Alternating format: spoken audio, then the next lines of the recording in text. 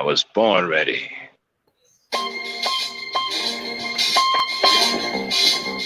Yeah, son. There's mad kids out there getting cream for the 9-5, bro. Yeah, and I've been doing this for a long time. You know, shoot the game going for mine. Alright. And this is the year when mad cats get peeled. So I'ma spark this line and kick the real. Bang them out. With all this chaos in the realms of the street, your local street dog got to make ends meet. The average Joe's far too slow for the scale pro. You better know, when I hit the streets, I like to glow, I like to glisten. And at the same time, stay low, listen, motherfucker, the thing. I'm pursuing the dope. My stilo is symbolic to a kilo. Cash is popping, cokies cooking, beans copping. Ain't that some shit? A player that used to live in riches, now a thick kid. Caught up in the ditch. In 94, Giuliani kicked down the door. In 95, niggas flip to stay alive. Peeling caps while I laugh. In the stats, the four and a half. Remy in the glass, off the room, then I blast. They wanna confine me, sneak up from behind me. Bust a cap in my back and put me where they can't find me. They hate to see a young player pay. I don't wanna see that. They rather see it spray. But I'm like Nitty, a Terminator, squeeze the lead off. Using birds and downs like rounds to blow your head off. Hitting up spots, heating up blocks. Investing in stocks like Colombian blow crops. I'm out to get cream and ain't no doubt in my mind. Fuck this broke shit, I'm hit, I get down for mine. I get down for mine. I get down for this. I get down for mine. I get down for this. So we're breaking up the shit. I get down for mine. I get down for this.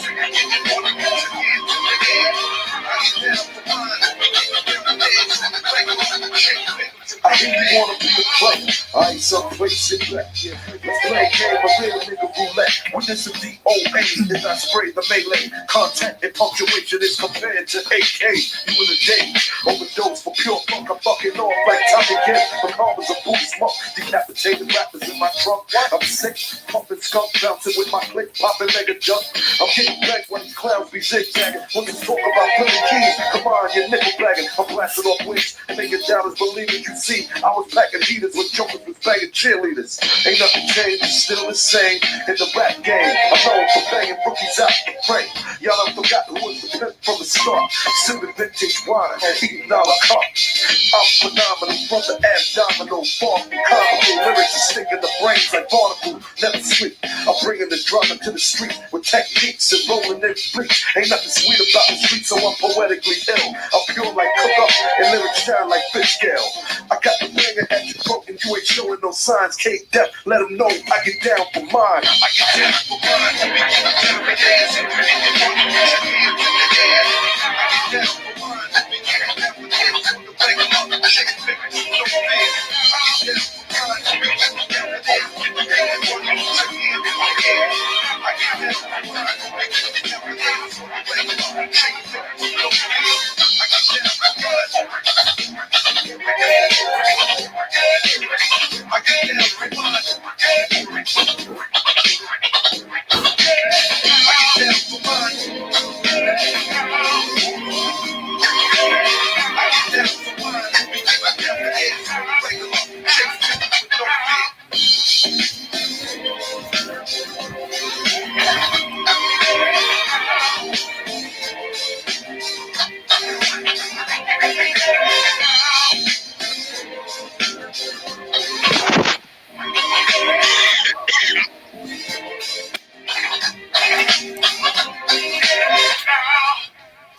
All right. What's going on, everybody? Peace, power, and unity. Welcome, E-Nation, and everybody that supports the Ebony Star Network. We are Gangsta Talk. Thanks for being back with us. We was on earlier, having a little bit of fun. So what are we going to talk about tonight? Well, we're going to talk about some ninjas resting in their Memininity. But before we get started with that, I want to tell y'all my experiences from calling a few shoe stores today. Wow. I called a few shoe stores today because I was very curious about something. Remember earlier today, we did the 6-inch high heel boots and all that stuff, right? That's supposed to be for men and people claiming that they're not gay and all that. Anyway, okay, so let me tell you the first store I called pretty much was for men and women. I can't really say their names, but the last word in their name is Les. Okay? You should be able to put it together for that. I called Les. Hey, excuse me, do you have... A gentleman answered the phone. I said, excuse me, do you have high-heeled, leather-skinned boots with 6-inch heels for men?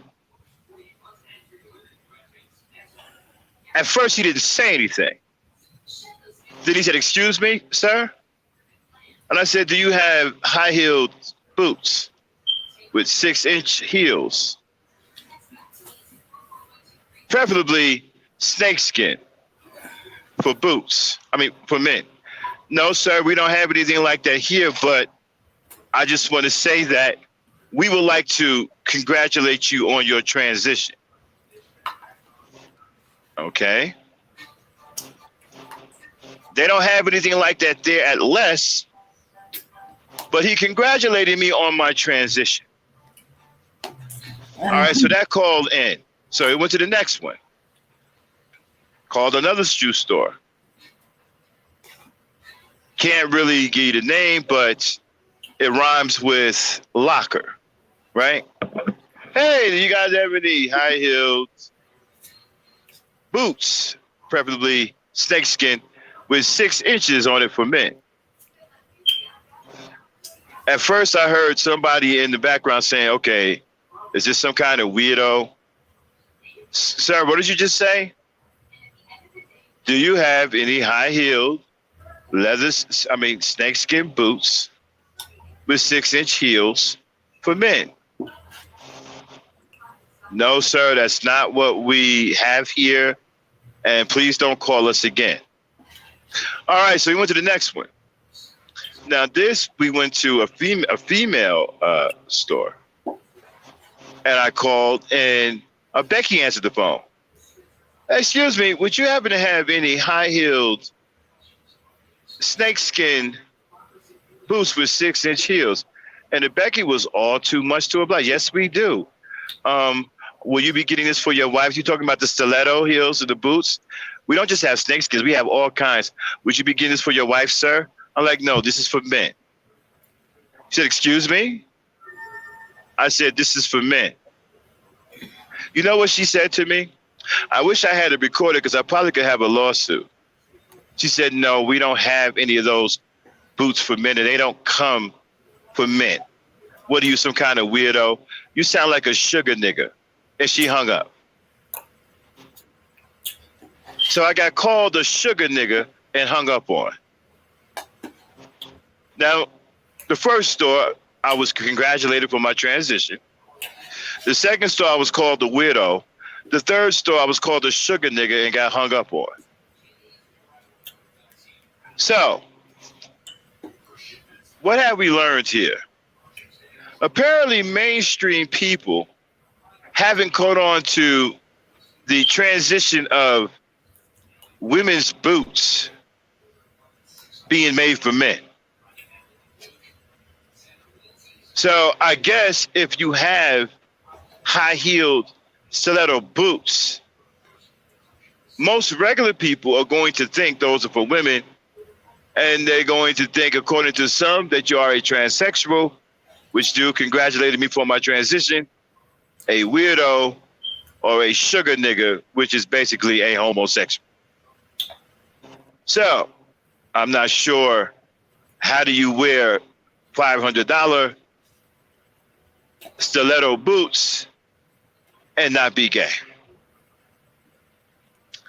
So, let's get on with, I thought I'd share that with y'all so I can share my experiences calling these shoe stores. I was just curious about that, so I just wanted to see what would happen. Anyway, so let's get down to these ninjas. So, Dane. Mm-hmm. The first store congratulated me on my transition. So clearly they thought that it was a homosexual thing. Yeah, they're used to homosexuals coming in there, getting Right. Okay. women's shoes in big sizes. Wow. And so the next one, they thought I was a weirdo, and then the white Becky got offended and called me a sugar nigga. which I'm thinking is another term for homosexual. Yep. Anyway, let's get into these ninjas resting in their femininity. Now, we have a lot of brothers online, social media, who have shown a lot of feminine energy, male feminine energy. They seem to be reacting the way women would react in a lot of situations. So now, I guess the woman has taken the place of the man, right? Yeah. He's taking the place of the man. And so, if you don't, okay, here's my issue. Mm-hmm. Now I understand why they're calling women masculine, right? Because they have become so feminine that to them, feminine women appear masculine. Is that where we are right now? That they become so there's so much sugar in the tank that the tank is nearly filled all the way to the top and overflowing to the point where you can no longer put the cap on the tank. Is that where we are now? Yeah, kind of. I think what it is, they so want to replace us that they insisting that they are feminine and the women are masculine. They're trying to confuse some people. So we got to be talking about all kinds of delusion here, right? I mean, do they honestly think that they're going to replace women? These guys really think that, don't they? Either they think that they're going to replace women, or they think that they can bring women to heel like women are savages. So how is it that we've gotten to the point where the roles are reversed? And it seems like all of the niggas on YouTube seem to be with it. They all seem to be gathering against women. I can't tell you how many live streams I done heard since yesterday, like 12 or 13 live streams where Negroes are constantly going against women. I was watching one last night where you have 5 dudes on the panel, another masculine hen house. Ladies, when you see 5, 6, 7, 8 dudes on a Zoom stream, that is a masculine hen house or a male hen house. Those are male hens. Those are male cackling hens. Those aren't manly men. Those aren't men's men. Those are male hens. They are male cackling hens. You can call it a masculine hen house, a male hen house, in which you have taken the place of the rooster. So if a woman if a woman goes into that male hen house, she is now the rooster. You are public enemy number 1. The masculine hens, they hate your guts. And they're going to cluck, clackle, cackle, and feathers are going to be flying everywhere. Because you are now the rooster. And they want you to come in and do your business with one of them and get the hell out of the hen house so they can rest in their femininity. So I'm watching another male hen house, right? And I'm listening to these brothers with these fragile feelings. And one of the things that I heard was, women have to understand that it's tough out here now for brothers. And they have to now be the protectors because we are an endangered species. Oh no. So ladies, you are now the protectors because these male hens are an endangered species. Oh my goodness. Hey, Cynthia G. Shout out to Cynthia G in the chat. Hey, Cynthia. We just having some fun with these male hens and their femininity. So this nigga said that the women have to be the protectors now because the men now are, they are an endangered species. So apparently they can't defend themselves. So y'all have to put on the cape now and come to the defense of men. Okay? Oh my goodness. Right. So ladies, when you see 5, 6, 7, 8 niggas on a live stream and there's no one, that is a male hen house. Those are cackling male hens. And if you go up there, you assume the role of the rooster. And they're all going to converge on you. Feathers are going to get the fine. They're going to get the cluck in. They're going to get the laying eggs and shit. All kinds of shit. Niggas going to start laying eggs on you. You're going to start smelling bird shit. All kinds of shit going on in there. As soon as you show up in that motherfucker, all hell's going to break loose. Feathers, all...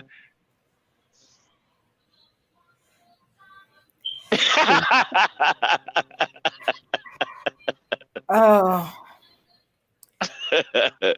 Shout out to Cynthia. I love Cynthia, man. Y'all just don't know. I love Cynthia to death, man.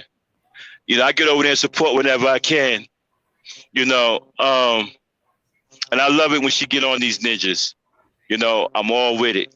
But yeah, and so that's what you see now. So when you see this, you know what? And this is pathetic for men. As an old school dude coming from a hard time with hard men, this is really embarrassing for men. You got 5, 6, 7 niggas sitting up there afraid to talk to women. Afraid. It's got to be 5 or 6 niggas and 1 woman at a time. They're afraid of more than 2 women. If they do have two women, it's going to be 12 niggas up there. They're going to have twice as many dudes up there as women. Because they are afraid. They're afraid of women. These niggas are scared to death. What's even odds for them is 1 woman and 8 niggas. So if that woman says one thing out of line, all 8 niggas gonna jump on her. That's a fair fight. That's an even ground for them. 8 niggas against 1 woman. That's what it is now. Yeah. That's the kind of embarrassment that black women have to endure now. That's what it is. That's who these niggas are. And that's why we're a laughing stock. That's why we're a joke. A nigga is too scared to talk to a woman one-on-one. It's got to be 12 niggas on 1 woman or 2 women. And man, they gang up on it too, man. They start cussing her out, calling her all kinds of names, cutting her every which way but loose. And to them, that's manly. They felt that they done something. They felt that they got their manhood back. So you can't go out here again in this real world and compete with real men in the real world. You're afraid of that. So you got to get your jollies off by ganging up on women in social media. You lure 1 woman up and all of y'all attack that 1 woman. And he's supposed to be big, burly. They keep telling you that they tough niggas, right? Y'all heard it. Y'all heard it like I heard it. They get into fights and shit, little cat fights. Nigga, I'll meet you at the airport. I'll fuck you. All these niggas is tough. All of them tough. If you let them tell it. All these niggas is tough, never lost a fight in their life and can't be beat. And they fucking up everybody, but scared to death for 1 woman. 1 woman come up on the panel, all hell breaks loose. Niggas running and hiding, ducking and dodging, fumbling and bumbling,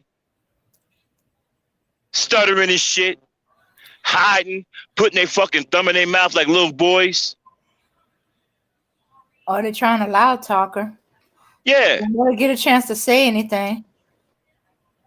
But these was the same niggas that was talking about they're gonna see somebody at the airport. The same niggas talking about, I'll do this to you, I'll F you up, I'll do all these things to you. Scared to death of one woman. You know, I saw a video of that dude, Kevin Samuels, right? He talk all this big bad shit online, right? But there was a video the way he was walking around looking like a fucking a reject prince, right? He had some goddamn a cape, some pink ass reddish cape with some damn Fantasy Island fucking outfit on. He had all white on, a red tie, and some fucking red cape. A beautiful sister ran down on this punk ass nigga, right? And all of a sudden, the big tough Kevin Samuels turned into a little boy. Oh my, I don't know what to say. Oh my God, who are you? Oh no, this is too much. Oh my God, why are you even here? You make me feel so nervous. I'm getting goosebumps. My fragrance is wearing off. And he started putting his fucking finger in his mouth like a little bitch ass nigga.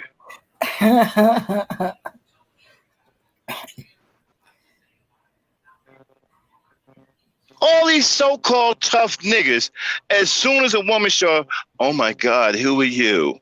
Oh my. Oh, you make me so nervous. You're making me feel uneasy in my masculinity. Oh no, I can't take this. I must go. You are so brutal in your femininity. Seriously, this is what happens. And you supposed to, and as a black woman, you supposed to submit to that. You supposed to submit to some fake ass howling nigga that's trying to tell you he tough, but as soon as you fucking show talking about something, hey, nigga get spooked. And you ain't gotta say nothing spectacular. Go to him and say, hey, how you doing? Oh my God, you frightened me. You have such a loud voice. Where'd you get a voice so loud? Did your mama teach you any good manners? To not run up on someone and scare them like that? My heart almost jumped out my chest. This is who wants you to submit. Oh, no doubt, Sin. Very gay.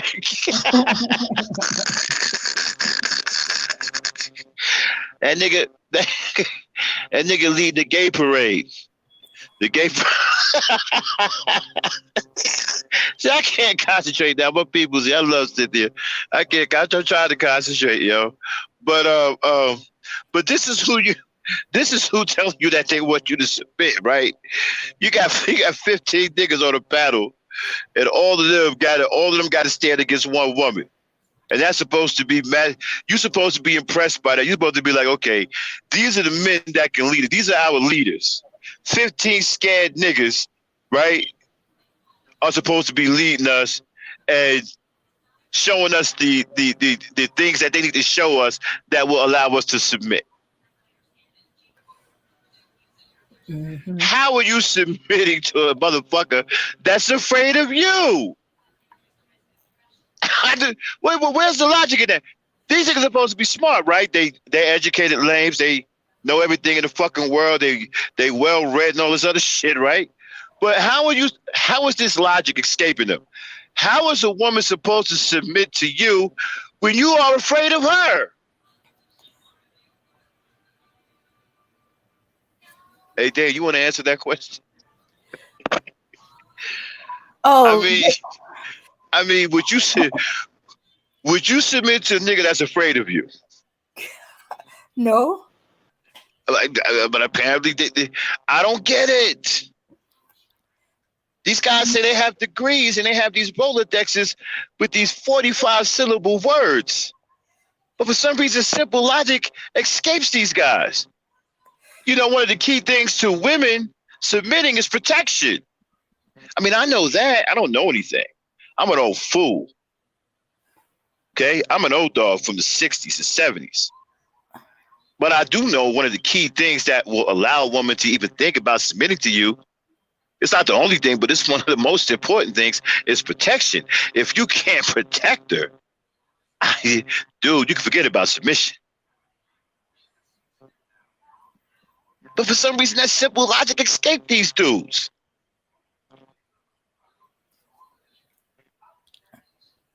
Now we got niggas trying to blur the lines between men's and women's apparel.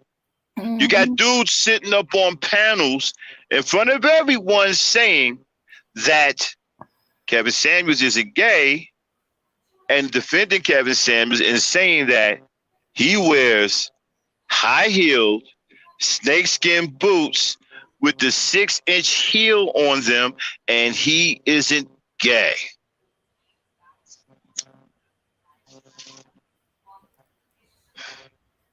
I can't leave that alone. Now, okay, so let me ask you this. Can you submit, Dane, could you submit to a man that's wearing high-heel boots? No. How are you asking a woman to submit? You're wearing a pocketbook, high-heel boots, garter belts, and a man bra. Or was it the bro bra? Which one was it, Dane? The bro bra? The bro bra. It was the bro bra. It's okay, so you wearing all right, so you wearing a bro bra, a bro bra, right? A masculine garter belt. Oh yeah, garter belts are masculine now, ladies. I heard some dude talking about they got masculine garter belts. And male so Spanx. You went, yeah. What was that? Male Spanx. What is that? Spanx for men. I don't even know what that is. I'll take your word for it. Okay. Okay, so they got masculine garter belts. They got bro bras. Niggas is wearing pocketbooks trying to pass them off as man bags. See, back in the day, right, when we carried a bag, it was a gym bag. Niggas was going to the gym to work out. Wasn't nobody wearing no goddamn pocketbook. That's not masculine. These niggas wearing pocketbooks. Calling them man purses. Trying to make up all this this fake masculine shit. So you got pocketbooks, niggas wearing, okay. So a dude comes and approach you, right? He's wearing a bro bra. He's wearing a masculine garter belt. He's wearing a pocketbook. He's wearing a blouse, right? He's wearing skinny high water jeans and a pair of high-heeled boots with 6-inch stiletto heels. What's going on there? What? Explain to me what's going to happen after that. What's going through your mind at that point? He's gonna pick him up a boyfriend. Now, now, this is very important. Is submission in your mind at that point? No. Why is the submission in your mind? Because he looks like a woman. Dude looks like a lady. The only woman I submit to is my mama. She's gone. My grandmama, she's gone. And maybe a few aunts. But there are women in my family. So you want a woman to submit to you when you look like a woman. You dressing like a woman. You got niggas online now wearing makeup. They got on lip gloss. What you call that stuff you put on your face, name? The foundation, right? Foundation, they wearing that. Niggas got lipstick. I mean, niggas ain't far from lipstick. Pretty soon you're gonna see niggas with lipstick. That's coming. They're using a lot of chapstick. They may as well go. No, fuck it. Fuck it. They may as well go all out. Put on the lipstick, the goddamn foundation. What's that shit on the eyelids name? That stuff that goes on the eyelid? Yeah, throw that on. The only thing I know about women's makeup is an eyebrow pencil. I mean, I'm old school. You know what I'm saying? Get your eyebrow pencil going. Fuck it. You may as well go ahead and do it. Oh, they're getting their eyebrows waxed. What is that?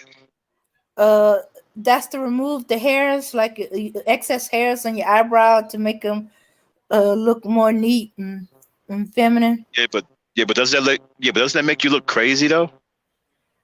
How the fuck you No, you walking around with don't. no eyebrows? No, not all your eyebrows, just the excess hairs. Okay, so you got all of this feminine shit going on. You got your male feminine energy, your memininity, which is what we're calling it, right? That's our Mhm. own word. It's not the dictionary. We made it up. Memininity means male feminine energy, right? We made it up. So you got your femininity going and you want a woman to submit. What if the woman is not gay? Because the only woman I would see that can be attracted to you and may want to submit to you is a gay woman. A straight woman is not going to submit to that. Maybe one of these, these LGBT women, Only they if might be she, digging that. only if she's a femme. If she, if she's a, if she's not going in that direction because he still got the bisexual, maybe a bisexual woman, and then she probably bend him over and take him like a woman. Mhm. Yeah, I mean that's the only woman I can see even having an interest in you is if she's gay or she's a lesbian. I can't see a straight female being attracted to that and even wanting to submit to that. I think to a straight female that would look disgusting. No, yeah, it'd be I like, dude, mean, I I'm mean, not a it, lesbian. it, I mean that would look repulsive, disgusting. And and these guys swear up and down that they high value. Okay, so let's get into this high value. What the fuck is a high value male? 6-figure dudes? That's a high value male? So the only qualification for you to be high value is to make 6 figures.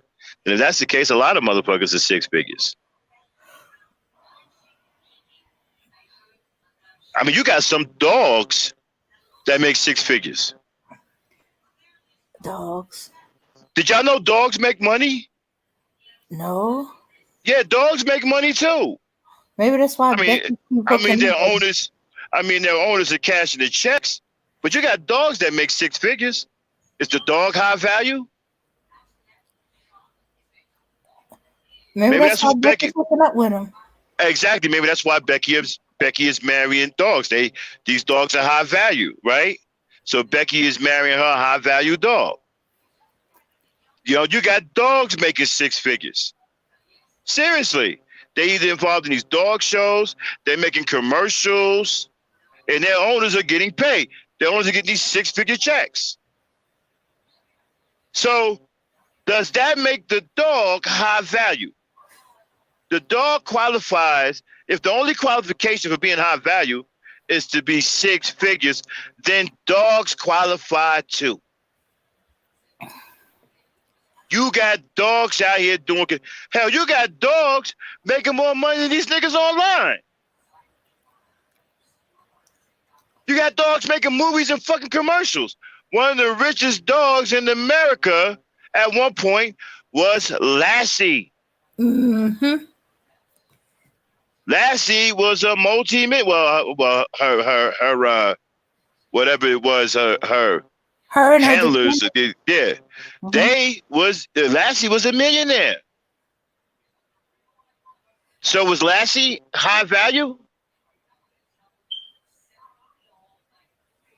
So maybe we solved the riddle of the Spanx. Now we know why Becky's are marrying dogs, because these dogs are making 6 figures, and Becky see them as high value. That doesn't say much for high value niggas, does it? It also might explain We why Becky's are walking black men like dogs. and you think about it, right? If he's in a relationship with his Becky and they're married, and one day she comes home and there's a dog in there, and he said, "Who the hell does this dog belong to?" And Becky says, "I want a divorce." And he says, "Why?" "Because the dog makes more money than you." Now what? Now what? Mm-hmm. The dog is high. The dog is high value.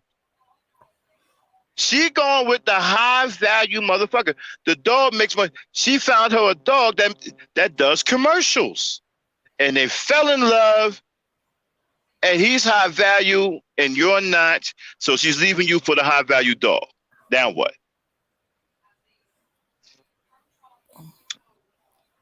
So how valuable? How valuable is this high value nigga. If a dog can make 6 figures, 2, it could be high value, then what real emphasis we're putting on a 6-figure nigga that's supposed to be high value? And so far, the high value niggas that I've heard say they high value are all pieces of shit. Mm-hmm. Seriously, no integrity, no nothing, just absolute pieces of shit. So that's not far from the dog. Mm-hmm. At least the dog will come running when you call them. These niggas, you call their name, they want to stay there and be stuck the fuck up. They don't even want to answer you when you call their fucking name. At least the damn dog runs to you when you call him. Hey, Bucky, come here. Come here, boy. Bucky all over you. Hold on 1 second. Uh-huh. Mm-hmm. Yeah.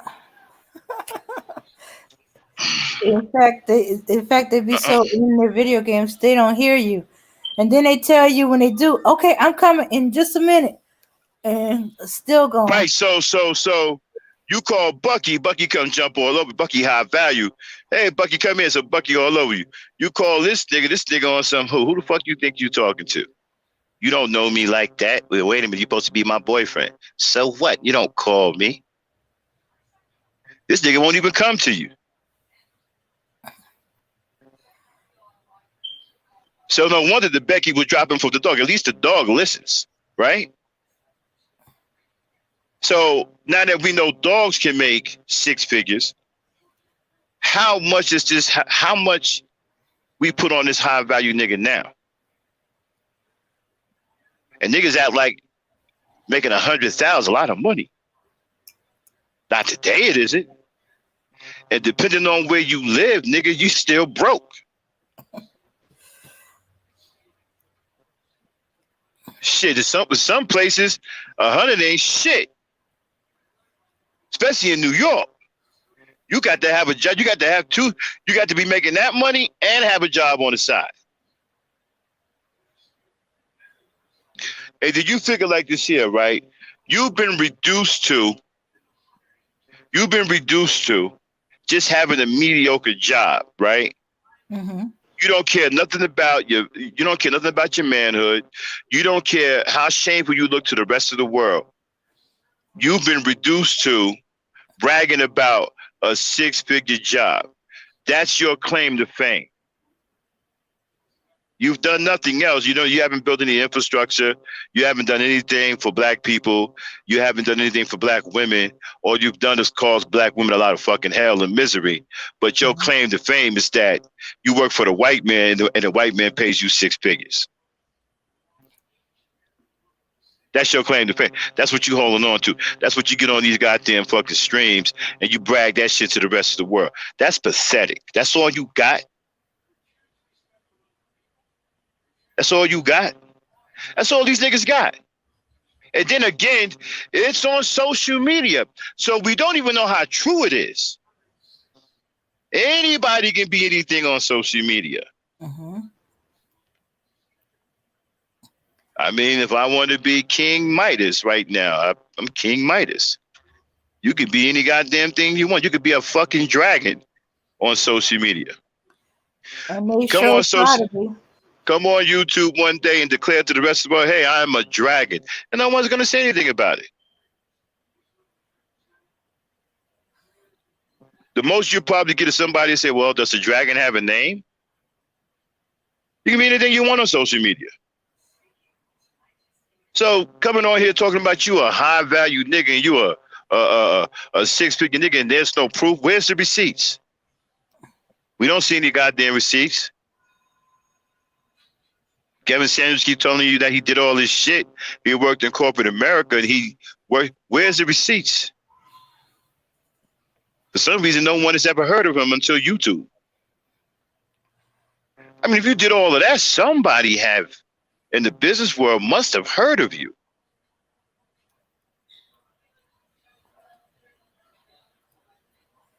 I mean, a mystery shopper, I guess, can be a pretty decent gig if you get the gigs that pay you some decent money.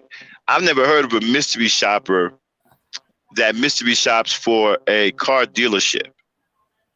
I don't understand what a car dealership would want with a person to come in there and mystery shop. I mean, it's a car dealership. You don't have that many personnel in the office. So you can come down there and evaluate your own personnel.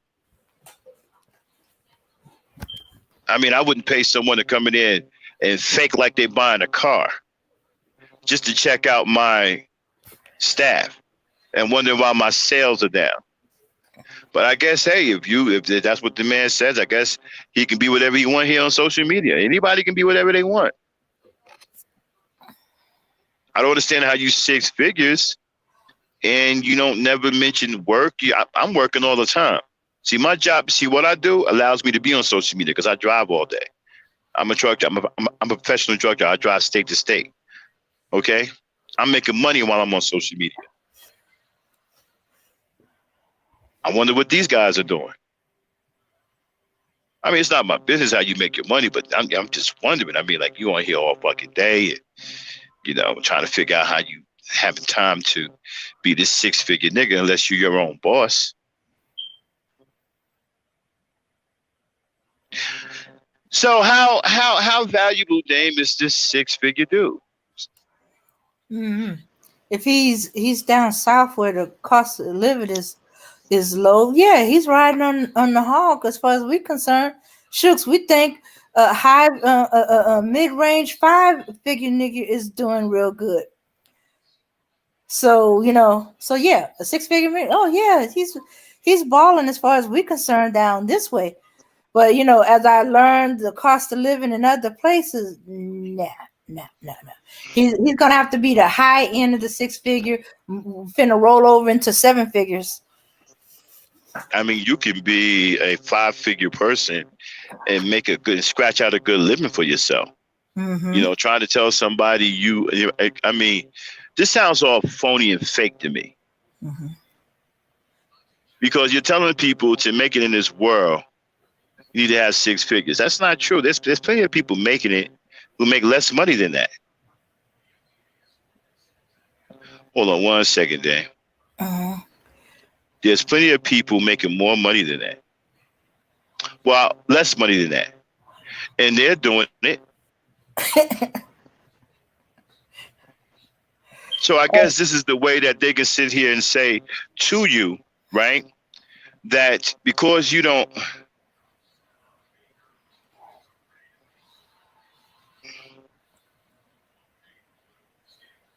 Okay. He's looking for some high value pussy.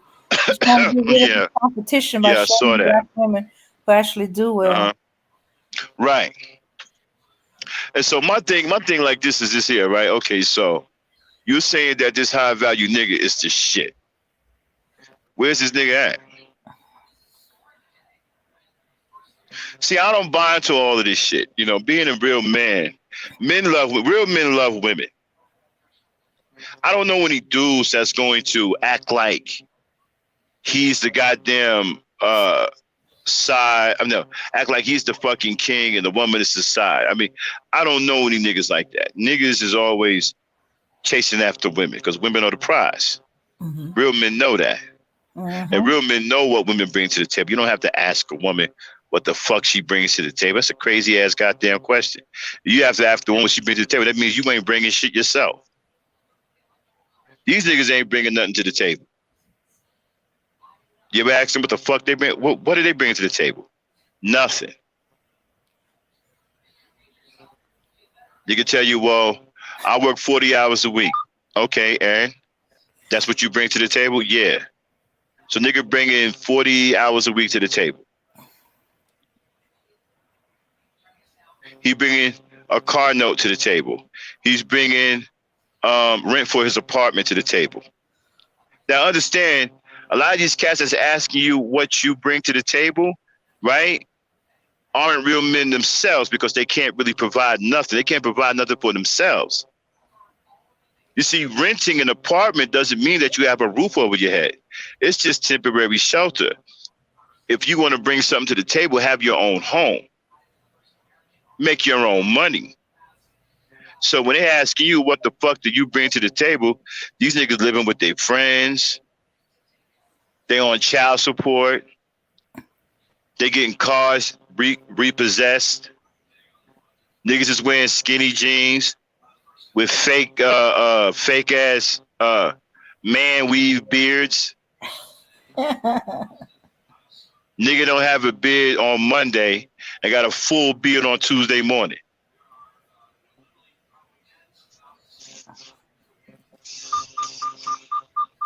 Yeah, like we're not gonna notice something like that. Shoot, I put that question to a bunch of men in my community. I asked them, "What does it mean to? What reason would you ask a woman what she brings to the table?" And they look at her and say, "Wait a minute, is he hungry? You mean what food she's bringing to the table? Is that what that's about?" I said, "No. If you're interested in a woman to marry, you ask her what to bring to the table." And they were like, some of them were like, what do you mean what she bring to the table? Don't he know what a woman is for? And then one man was like, does he even have a table? Sound like somebody that don't have a table. So he asked him what she gonna bring to the table so he know what size to get for her to put it on.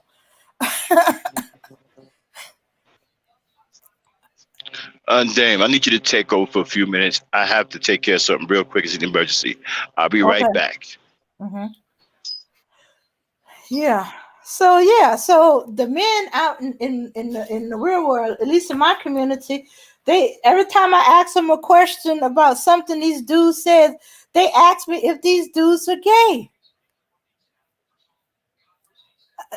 You know, it's like that's the first thing they say. Are these dudes gay? Why are they worried about women's hair and what she does? Well, he can't afford to, do her hair. Is that why he's complaining and stuff like that? They said, does it really matter? Women always doing their hair. I don't care if it's fake. He says only one man said he rather his wife didn't wear wigs, but it doesn't matter to him. If that's what makes her happy, he's cool with that. But he don't think about it or worry about it or complain about it.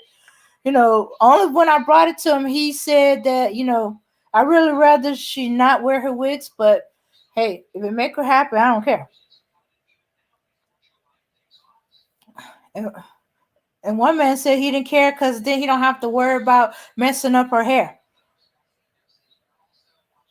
He Let's see, I bring some salad, some jerk chicken, and rice, anything else. Bring the table and I'll make it home. Exactly. Don't forget the napkin. That should be it too. Yeah. So they're asking. It's and they thought that these guys don't know nothing about women. What you mean? What do women bring to the table? You don't know what women bring to the table and stuff like that. You sure this dude is not gay? Because what man don't know what women bring to the table? The table and the chairs and the food. Maybe the 5-bedroom house around the table. Yeah. I watch Amish women who husband make tables and build the house. All they gotta do is stay home, decorate, and clean it up. Those women got it made. And yeah, well, at least as far as their men building and stuff like that. Oh yeah. And let's see, what else have they been complaining about? You know, I asked about women submitting, and when I said, "Hey, do you believe that women should submit to you?" and they started out laughing. One guy said, "I'd be very, very worried if my wife submit to me." They said, "Wait a minute, what does he mean by submit?" I said, "I'm not quite clear. I think do whatever he says do." He said, "Well, I can't have no wife like that. I need my wife is there to tell me, if things are off, or if she thinks going in the wrong direction. We're in a partnership. I submit to her, she submits to me. It depends on where our strength and weakness is at." Yeah, it said, are they just as willing to submit to the woman in the things that she has authority over? Because a lot of these older gentlemen, the women has to say on the house. It's their house, and they Okay, sorry about that. have I to had say to. nothing outside the house. Yeah, I had to deal with a Becky harassing me. She banging on my damn truck. I'm telling her to get the hell out of here. She goes away and comes back banging on the door again. Like, look, I'm not having your dirty homeless ass. Go find one of your brads to deal with. Comes back over, knock over again. So I had to deal with that. Sorry about that, y'all. Yeah. Did But you I'm tell back. her you was allergic to her? No, I didn't roll my window. I didn't roll my window down. I learned my lesson. I don't want to breathe the same air they breathing. Start getting sick. But Yeah. yeah, so where were we? My co-host, where were we? We were talking about um I lost my train of thought. Where were we? Oh yeah, we was talking about the high value dude. Yeah, Yeah. so this so-called high value dude. Now, what's the criteria? 6 figures and what else? Um. Anybody knows what else you need to be this so-called high value male? Because we've already established if it's just about 6 figures, hell, a fucking four-legged animal could be high value.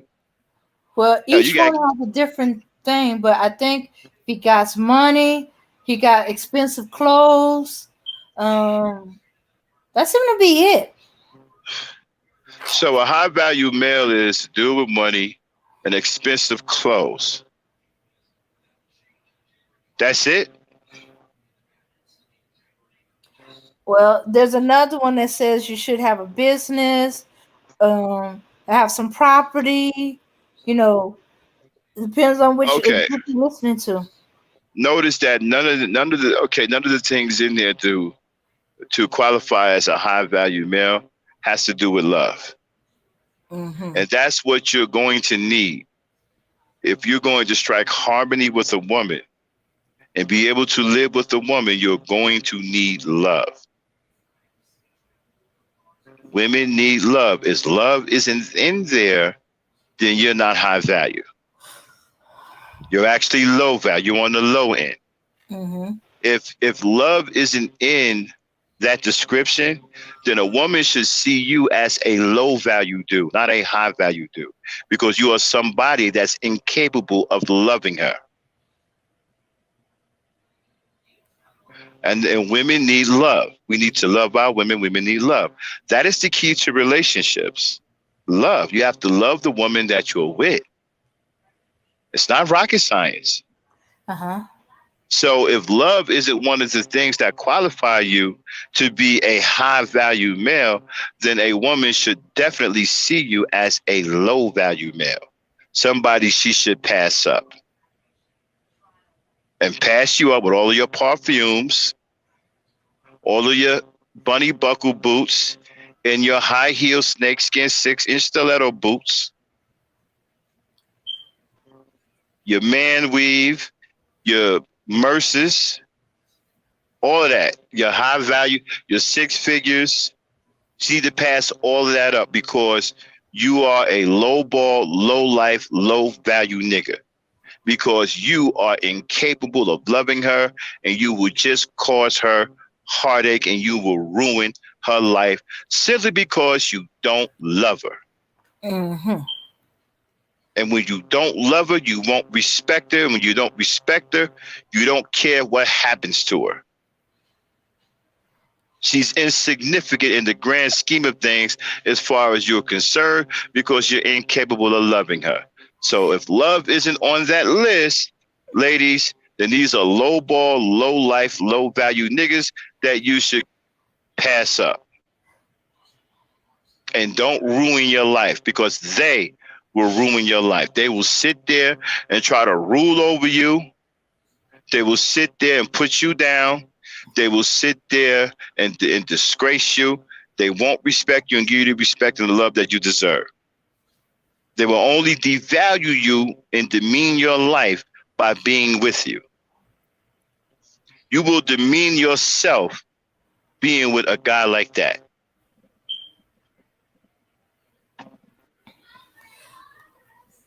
Yeah. Man fumes, right. All of the man fumes, keep it moving. Keep it moving with all of the man fumes and all that. Keep it moving. Yeah. If he smells sweeter than you, keep moving and let him swish away. Exactly. If you walk up to a motherfucker and he smell like a strawberry sundae, keep it moving. Okay? If you walk up to a nigga and the motherfucker smell like cinnamon buns, keep it moving. All right? Keep it moving. You walk up to a nigga, you smell like flowers and roses, keep it moving. Okay? If you walk up to a nigga and he smell like lavender, keep it moving. Quickly. Move quickly. Don't move slow. Move quickly. Away.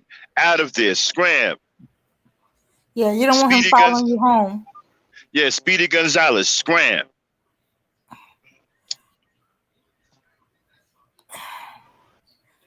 So they have all of these superficial qualifications for you to become for a man to be a high value male. None of that is going to ever overcome love. At the end of the day, love is going to rule the day. Love is what's going to keep people together. Now, of course, you need to make other moves. You can't be a man that don't provide. You got to be, well, if you love your woman, you'll provide for her. See, all of that comes with it. If you truly love the woman, you will provide for her. You will protect her because you love her. All of that comes with it. All that comes with love. All you need is love. Love brings about everything else. It brings about protection. Provide. He provides for you. He cares for you. He takes you places. Everything. Love brings all of that together. Just high value shit is some superficial BS and just an excuse for a low life nigga to try to show time on a beautiful woman, a woman that he would never really have access to, or a woman she would never give, a woman that won't never give him the time of day. It's just a way of them trying to demean all you beautiful women out there that they are afraid of. That's why they made this phony ass faction calling themselves high value. These niggas are corny. A clubhouse. Man, you grow out of clubhouses at the age of 9 or 10. Niggas is 40, 45, right, with clubhouses, boys clubs. See, boys clubs are cool when you're 8, 9 years old. But when you're 40 and 45, it's called suspect. It's okay for boys to be around each other at 8 and 9 years old because they haven't discovered girls yet. So they playing football, they fighting all the time, okay? But you go out of that once you discover girls. And then you don't want to be around boys no more. You want to be with the ladies. You want to be with the girls. And you only be around your boys when you're playing football or basketball or y'all on the way to see your girlfriends or some shit like that. You got 40-year-old, 35, 40-year-old niggas, right, all hanging together, 12, 13, 14 deep. That's not called a boys club. That's called suspect. That's what that's called. That's called suspect sexuality. 30-year-old niggas, 12, 13, 14, 50 deep. That's suspect. No real dudes are going to be hanging with some dudes 12, 13, 14, and 15 deep. That's just something we just don't do. Real men don't even like being around each other. These dudes seem to be in love with each other. So that should tell you something right there.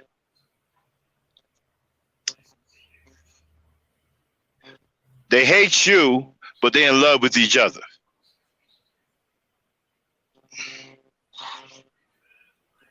Y'all don't hear me sit up here and defend no niggas. A man should be able to defend himself. I defend women. I defend women and children. I don't defend no nigga because a nigga should be able to defend himself.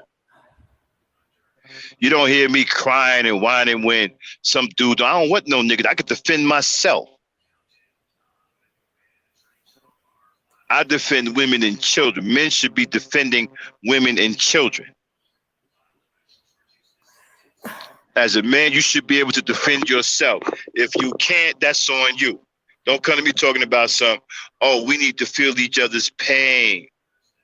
We're hurting. Man, nigga, get out of my face with that. I don't want to hear that soft shit. You got niggas online talking about we need to hold each other. We need to hug each other. We need to feel each other's pain. Really?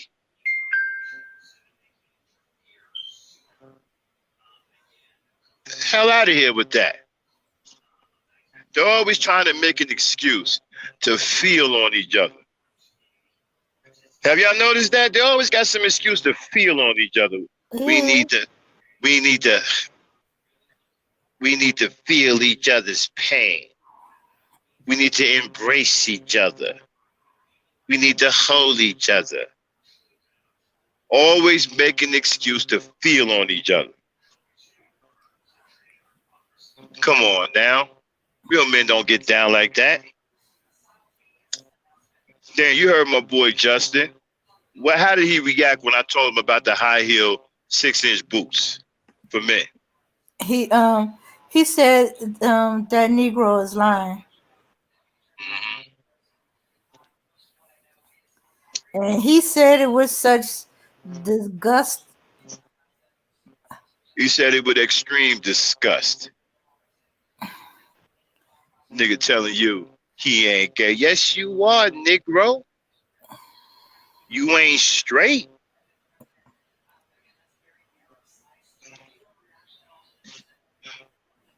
All right, Dan, throw the link in the chat. Hey, Nisha. Dreamcatcher. Oh, we got some hard hitters in here tonight. I haven't seen some of y'all in a while.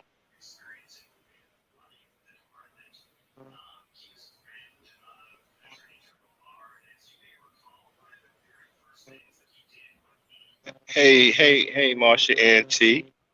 Dane dropped the link. Okay. All right, we're gonna open up the mic. Gonna open up the mic, y'all, and people come on up and kick it, and rest in your Memininity. You know, y'all come on up and continue the discussion with Dame. I got to take a break because I got to deal with a customer. So come on up and keep a company. Y'all can keep the conversation going. We're going to be on for a couple of hours. We're not doing 8 hours, but we're going to be on for at least two or 3 hours. Because this is a cool discussion. We want to keep it going. And let's really examine this high value male, because to me, it sounds like a no value male. Mm-hmm. Because all you talking about is that you make money and you got expensive clothes and your own property. You're not even saying nothing about having a real relationship with a woman. You ain't even talking about that. You sound like you're more in a relationship with yourself than the woman. And then you're not even talking about any love, which is what you need to be in a relationship, a real relationship with a woman. So this sounds like a no value nigga to me. No to low value. That's the way I see it. Okay, I'm gonna jump off for about a half an hour. I got to deal with this customer. Come on up, and the link is up, and the conversation is open. Keep it going, y'all. I'll be back in a half an hour, Dane. Okay. All right. So yes. Sorry, Melanated Misfit. They got me laughing tonight. and I keep finding something funnier to add to it. Okay. Yeah. Yeah. So my personal take on it is they trying to replace women. If there's a bunch of them, you go into the hen house, they're not going after you because you're the rooster. They're going after you because you're another hen that's in competition with them, and they want to get rid of you before the real rooster see what a real hen looks like. So my theory is they trying to replace us, and as long as we're around, nobody's gonna be tempted to go in their direction. Or so they gotta tear us down, make us look bad. They gotta they gotta pluck all our feathers out. They gotta, you know, make us as unappealing as possible. Or they gotta get into our head and make us think that we can't get no man, no matter what we won't, and so we don't even try anymore. I think that's what he was doing to that woman. He was trying to drag her down so she don't even try. So if a six-figure man step to her, she ain't gonna believe him that that he really wants her. It should be like she'd be looking for an ulterior motive, and eventually he's gonna get tired of not being believed. And well, shoots, you don't think I should be interested or attractive or want to be with you? Well, what is wrong with you that maybe I shouldn't bother?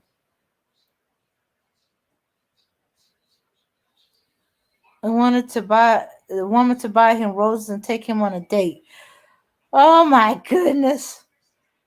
Yeah, you see what I mean? They want to be us. They want to be told how pretty they are. They jealous that um uh that um that we are chased after. They want to be chased. They want to be fought over. You know, and they're jealous. At first, they wanted us to be doing that. Now it's more like they want the attention of other men. And anytime a man shows some kind of attention to a woman, he's they try to get into his mind saying he's a simp. Or they keep talking about how bad we are, how ugly we are, or you don't want to be with this one. She's after your money. Oh, she ain't no dime piece. He might not even think it. He might just think, oh, she's cute. I want to get with her. Or her body ain't all that. Yeah, they move the goalpost. The ultimate goalpost is to get the man for themselves. But first they move the goalpost to uh you know black women have attitude. They don't give us no respect. They don't submit to us, and they look masculine, blah blah blah blah. You know, and all kind of other stuff, and they got all these kids for some no good men, and then they expect you to take care of their kids. They don't only come to you after they wore themselves out. Y'all know the rhetoric. So they say, no, no, no, you need to get your woman that submit. You need to get you a Becky. Then you need to get a Ling Ling. You need to get you a Maria. So they move the goalposts back. Leave the black woman, go to another type of woman. Then is no, no, no. American women, you, no good. They don't know how to treat a man. They don't know how to respect women and stuff like that. You can't go for any American woman, not no black woman, no Becky, no Ling Ling. No. She got polluted by our society, Americanized society. So now they're going into, you need to go to these poor countries where they submit to their men and they appreciate the little stuff you do. You can buy her a stove and change her life. All that kind of stuff. They move the goalposts to that. You need to go to let me see, Haiti, Dominican Republic, Puerto Rico. Well, actually, Puerto Rico is maybe a little too modernized for them. You need to go to. I'm trying to think of the islands. You need to go to. Let me see. Let's see. The Philippines. I'm trying to think of all the places that they say you need to go to. And then that ain't enough. And said, no, they don't understand a man. They don't know how to treat a man. You know, uh brothers need to love each other, support each other. We need to show love for each other. And before you know it, they moved the guy so far down that goalpost that he's bent over the goalpost and taking it up the rear. Oh. Okay, that was quick. I thought it was going to be longer than that, but I'm back. Okay. Okay, so I heard you say, so when a woman comes to the male hen house, she's not being the rooster. She's actually the real hen. Mm-hmm. So they're trying to get her out of there before the roosters show up so he can see what a real hen look like. Yep. Yeah. So if you get rid of all the women and you catch them young enough, and stuff like that, and the only women they see is these women that are actually kind of dudeish or dude. Then they gotta But make them a kid. how can you? I don't understand. How can you walk around here and be okay with calling yourself a man with that kind of behavior and expressing all of this affection for other men? Well, you see, they feel safe on YouTube. Most people don't know what they look like, sound like. They hide behind an avatar. Not to mention, real men. Well, the real men. Most of y'all are too busy out in the real world to be on YouTube. Well, you see, that's why one of the biggest y'all in here. Yeah, but one of the biggest problems, right? Because there's so many of these dudes, Mm-hmm. and a lot of the real brothers are either dead, married, or locked up, right? So our communities have been saturated with these effeminate males for a long time, right? And so they got black women thinking that men are supposed to love each other.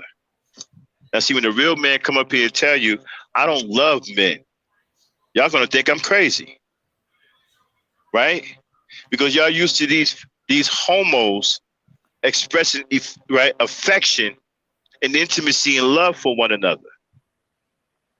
So y'all don't think anything's wrong with it. So when the real man comes by talking about, I don't love no damn man. I ain't got no love for no nigga. I'm anti-male and pro-female. I only love women. Oh, we're crazy. Y'all think we're crazy. Mm-hmm. Because you're not used to being around a real man. You don't know how real men are. Remember, our essential nature is strong. We don't love each other. We respect each other. But a man in no way, shape, or form shows affection to another man, not even a hug. We may give each other a fist bump or a head nod for acknowledgement. I'm not going to hug no dude. That's a sign of affection. You only hug women. I'm not going to tell no dude, yo, I love you, my nigga. No, I'm not going to do that. That's not the way men don't say that to each other. But a lot of black women don't know this because they're so used to these homos and these alpha homos. That's who y'all used to.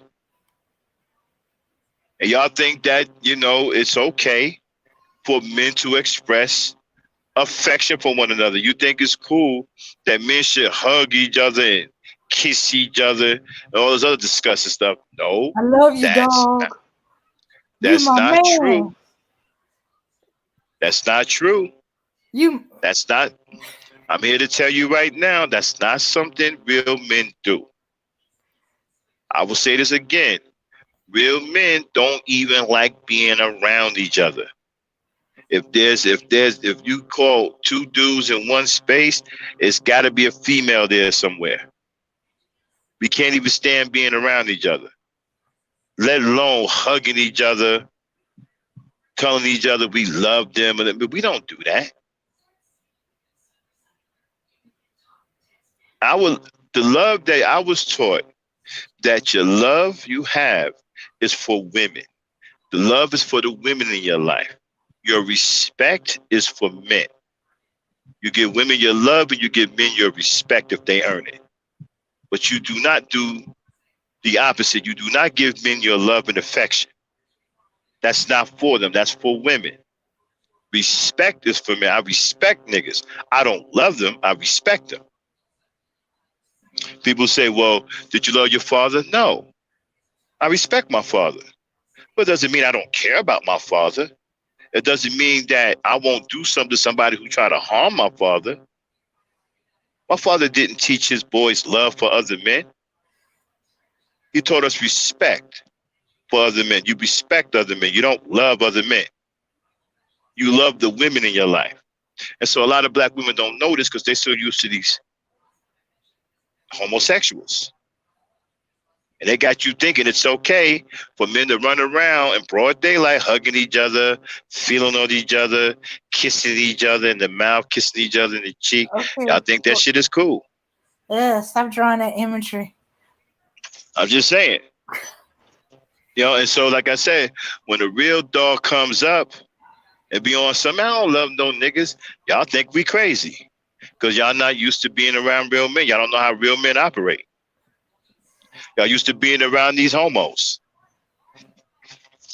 and seeing all this homo effeminate shit, all this man girly shit, men falling into each other's arms and holding each other. And, nah, Lying on each other's shoulders. yeah, nah. You done me wrong. She's raising my child support payment. Oh my goodness, what I'm gonna do? Homie man. Sorry, I couldn't help it. Right, you don't give no male. Your love energy, that's for women, bro. You love women and you respect men. These dudes got it backwards. They love men and they don't even respect women. It'd be one thing if they respected the women, but they don't even do that. They just love men. And don't even have no respect for the women. At all. They don't even respect y'all. They just love other men. They just love men. Nah. And the first thing people say, right, if I tell them I don't love dudes, well, you didn't love your father? No, I did. Oh my God, you.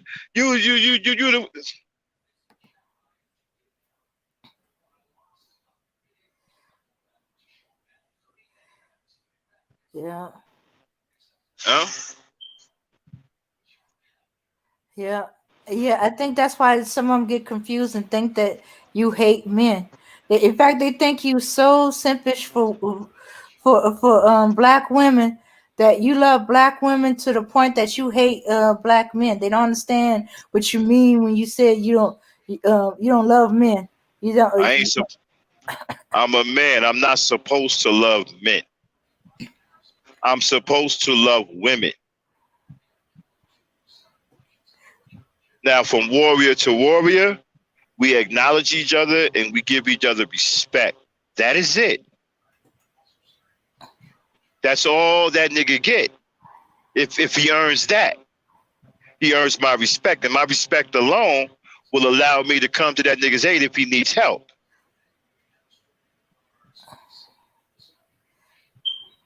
My respect for that nigga will allow me to do that. Not love. I ain't supposed to love no dude. I am a man. I love women, not men.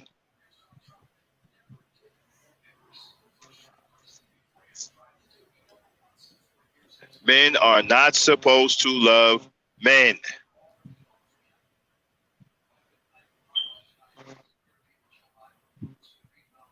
And this is what y'all been lulled to sleep with. And y'all think this is y'all believe that this is natural behavior among men, and it's not. It's actually abnormal behavior. Real men don't act like that.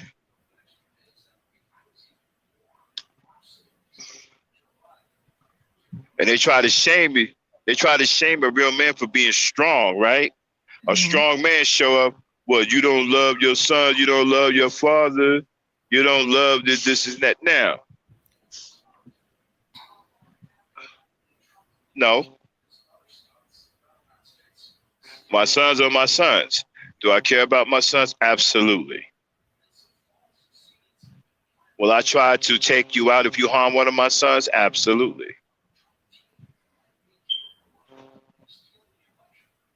See, men and women look at love differently. Men and women don't think alike.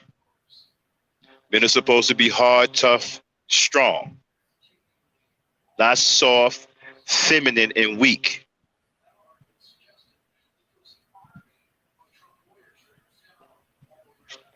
If you're running around here loving males, then you are soft, feminine, and weak. Go ahead, Dan. Yeah.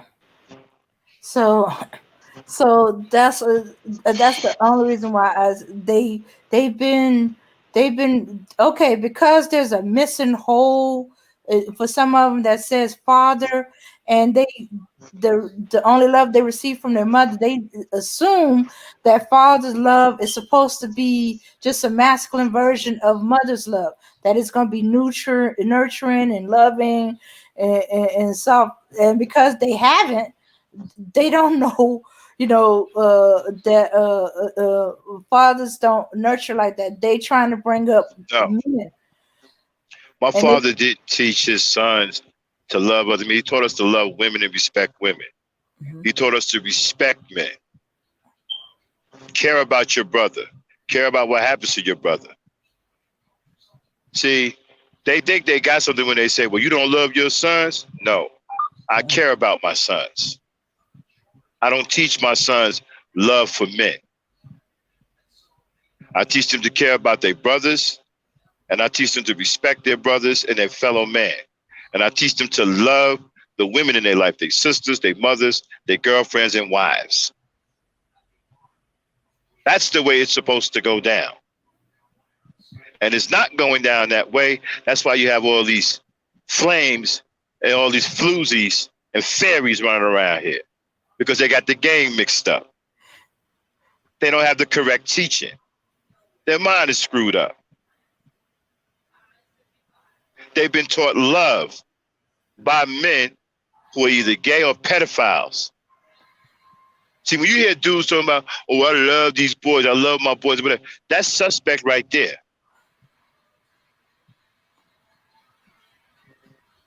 When you're hearing guys use the word love a lot when it pertains to males, that's a red flag. Dudes aren't supposed to be talking like that about males. Supposed to be talking about that, like that, with women, about women. Whenever you're talking about women, the love should come out of your mouth. Yo, I love this girl. I love my mama. I love my sister. I love my daughters. That's where the love comes in at.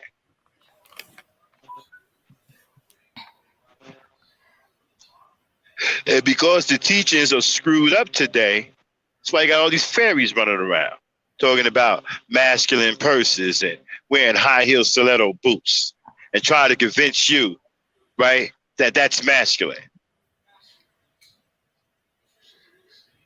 oh, yeah. So man, you're hearing it from a man. Your love is supposed to be to your women, your daughters, the women in your life. You're supposed to respect the man.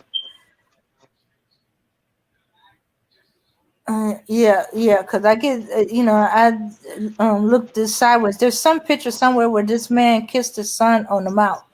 I'm like, whoa, Yeah, back see? that up. Yeah, see, that's some old weird shit right there. And then listen, you ask all my homies, guys I grew up with, right?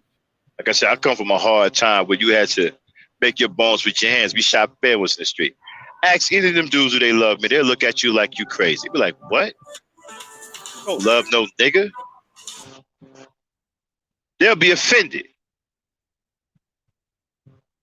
Seriously, you ask them, yo, do you love dudes? They'll get offended.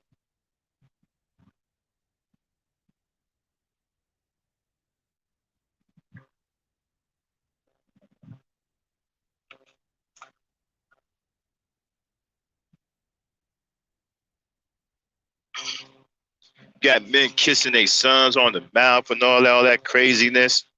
You know, and you got the nerve to say women, right, are the ones who are raising the homosexuals. You are blurring the lines when you kissing them on the mouth. When you hugging them and telling them, yo, I love you, my little man. I love you. That's what's putting this shit in their mind. That's where they're getting it from. Another male is telling them that he loves them, so he associates that love with other males. So is it really the women raising homosexuals, or is it the men putting this in their mind at a young age, allowing them to associate love with other men?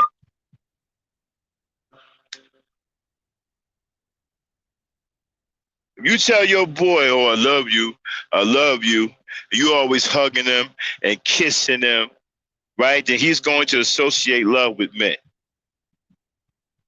And probably is going to grow up to be a full-blown homosexual.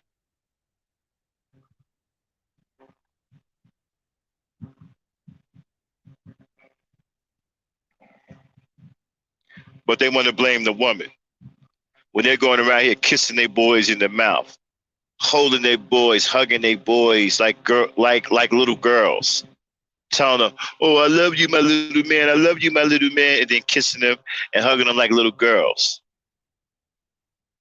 hugging them like they will hug their daughters. You fucking their mind up. You blurring the lines.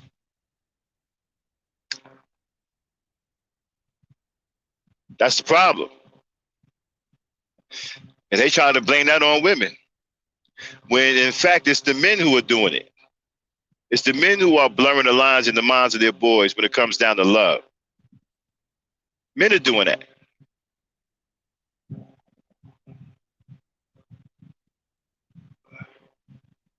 That's another thing they blame on you women. Oh, the women are raising effeminate males. No, you are.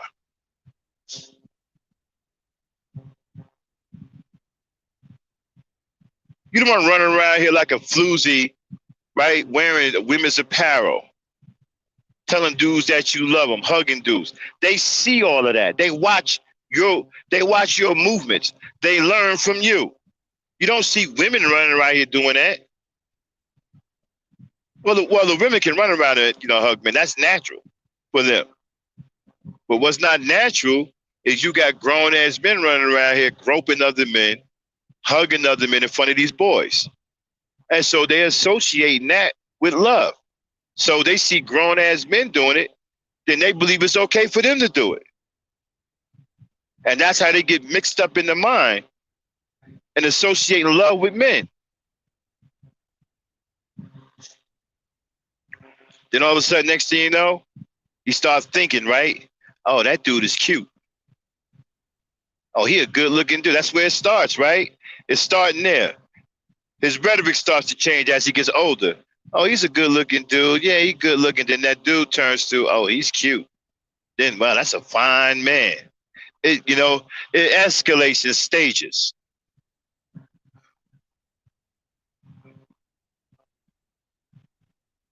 Next thing you know, he convinces himself that he might want to be with this dude.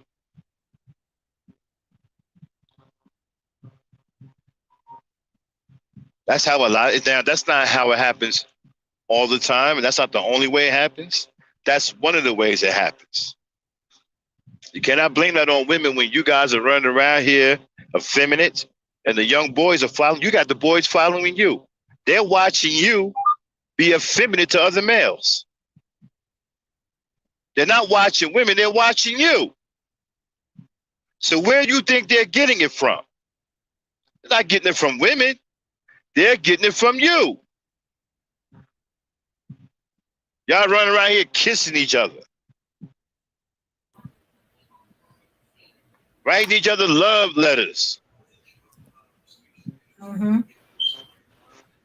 Oh, and don't forget the music we discovered is looking suspect.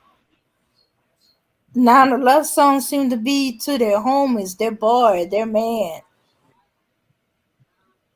Writing each other love letters, sending each other topless pics. like you a stripper or something, evaluating each other's looks.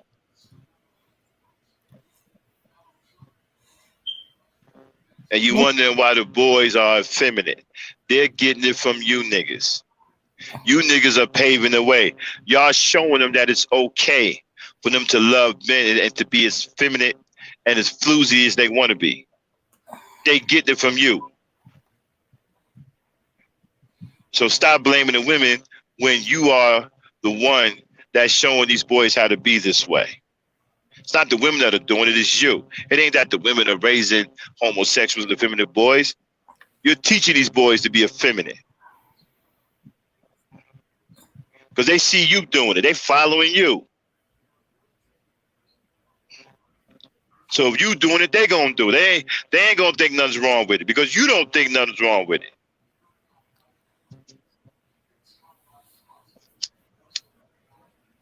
Boys are going to copy what males do. Not what women do. What males do. They don't copy what females do. They copy what males do. Yeah, because they're trying to be men. Right.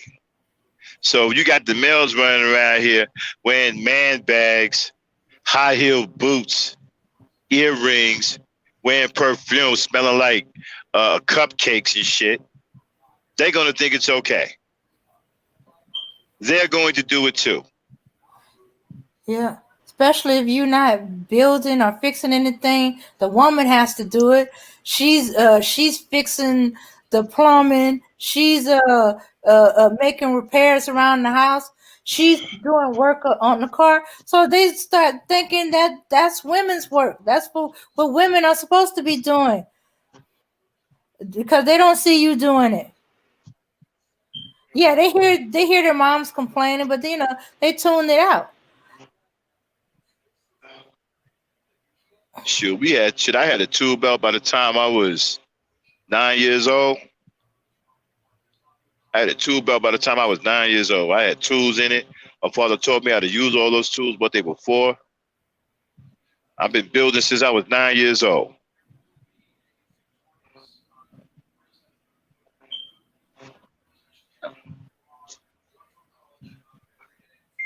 You got dudes talking about what you bring to the table. How many of them can build a table from scratch? How many of them can build a chair from scratch? Without looking at no blueprints, just build a chair, build a table. Sure, some of them can't even do it with the blueprints. No, because they're feminine. No, because they're feminine. They're running around here very, very feminine, and they are influencing young boys. And they blame it on all the women, talking about the women are raising. No, they're not. You are influencing these boys with your feminine behavior. Yeah. You come in bragging about your new outfit and how much money you spent on this and that. Do you know you're starting to sound more like the women? And the women are talking about how they learn on YouTube how to repair this and how to do that and what tools they need for this and that. Nowadays, I'm seeing more women in the hardware store than the men because I'm gonna tell y'all something. Doing their jobs. I'm gonna tell you something. I'm gonna tell y'all something else that's gonna shock y'all. Right? I'm gonna tell you another way how they pull the wool over your eyes. Right? Real men, you would never catch a real man doing a woman's hair. You'll never see no real man that's a hairdresser. That's not a profession that a man is attracted to. That's something a homo is attracted to. A real man ain't attracted to no feminine things like doing a woman's hair, braiding a woman's hair, and all that. We're not attracted to nothing like that. We rough, man. We're attracted to hard, grueling work, truck driving, warehouse work, building, carpentry. That's what we're attracted to. Not attracted to no soft shit like doing a woman's hair. That's not the respected amongst men. We don't respect no nigga that's doing a woman's hair.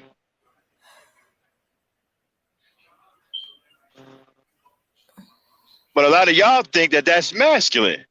See, they pulled the wool over your eye. They can get away with it, right? By doing your hair. That's how they bribe you into overlooking the fact that they're homosexuals. They do your hair. You'll never catch a real heterosexual male doing a woman's hair or even get into that profession. And any man tells you that he into some shit like that, he's suspect. Because that's not something a real man is attracted to. Real men ain't attracted to nothing that has to do with women for themselves. We're attracted to women, yes, but we're not attracted to what women do for ourselves. I don't want to wear no fucking high heels. I don't want to wear no goddamn makeup. I don't want to wear no fucking pocketbook. I don't want to do no woman's hair. I'm not a female. I'm a man.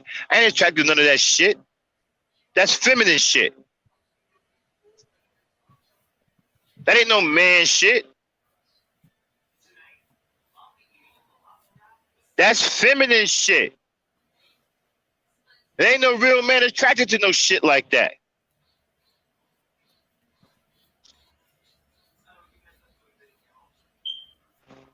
Shout out to the GOAT, Chaz, in the building. Chaz, tell him.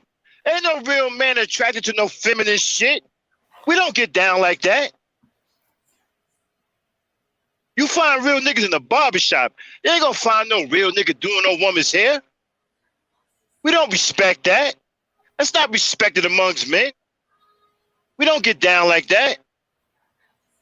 But they got you women fooled, though. Y'all somehow think that that's the new wave of masculinity. Men do it. No, they don't. That's why all them dudes in that fashion industry, all that, they're all gay. All of them are gay.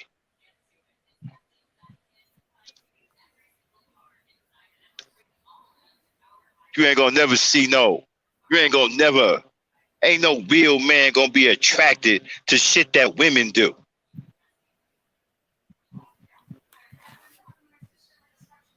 That's why I tell y'all to take another look at these damn pimps. Drag queens and cross-dressers. Go take another look at Pretty Tony and go take another look at Iceberg Slim, Bishop Don Juan, and the rest of them damn cross-dressers and drag queens. With them big rollers in their hair. Yeah. Big old donkey rollers in their hair.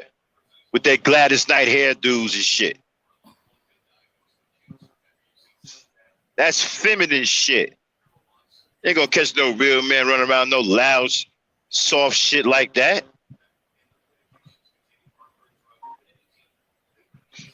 But like I said, you know, ladies, y'all been dealt a bad hand. Y'all been lulled to sleep by all these old phony, funny, soft-ass niggas. So when the real men show up, we sound crazy to y'all.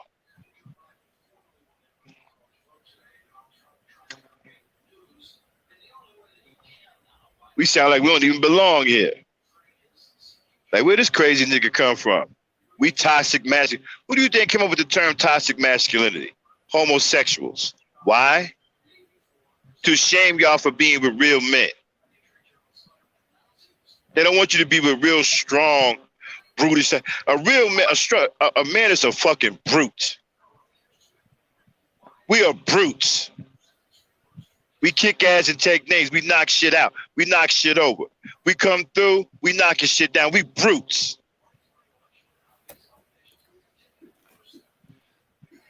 You need a brute to protect you. This world is harsh. You need a goddamn brute to protect you. Not some old skinny ass fucking frail, soft ass, effeminate, educated lame calling himself a high value male. The hell he gonna protect?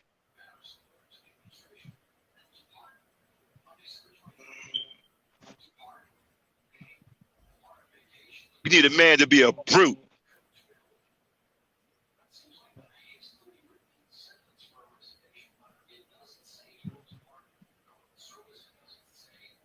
All right, dang, that's the end of my rant. Uh-huh.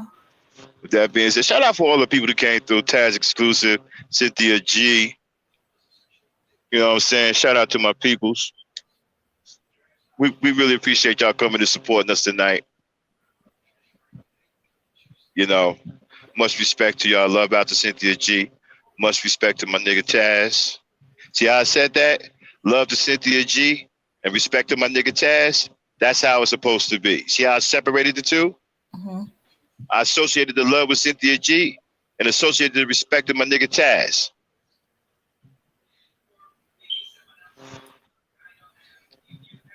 That's the way it's supposed to be done.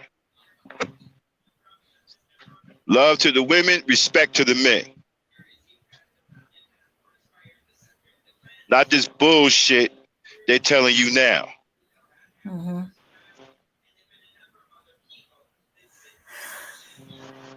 Okay, I'm sorry, damn. I got to get off for another half an hour. So I'm going to leave you alone with the crowd. My rant is over. I will be listening. Hey, Mm-hmm. Penny, how are you? Wow, we got... wow. Oh, Much love to you, Penny, too. Penny yeah. Sparks. Yeah. We're gonna have to look for her again. She's flipped the name around, so her wrench is gone.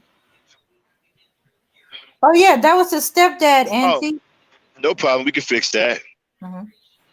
Let me give her a new... Let me give her... Can I do that? Okay. I'll do it when I get in the chat. Okay. I'll jump down in the chat.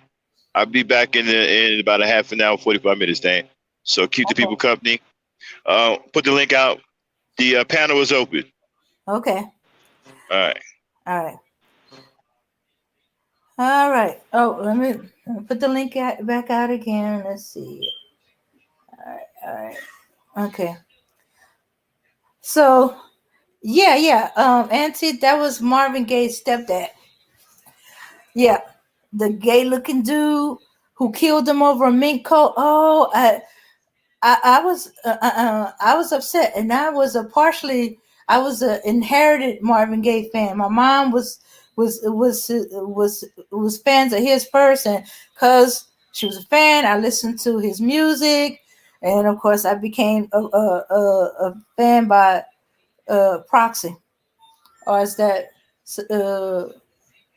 proximity by proximity? So yeah, I don't know. I think his real father had died when he was a kid. So, yeah, I think Marvin Gaye's real father died when he was a kid. That was his stepdad that killed him. Yeah, over a mink coat.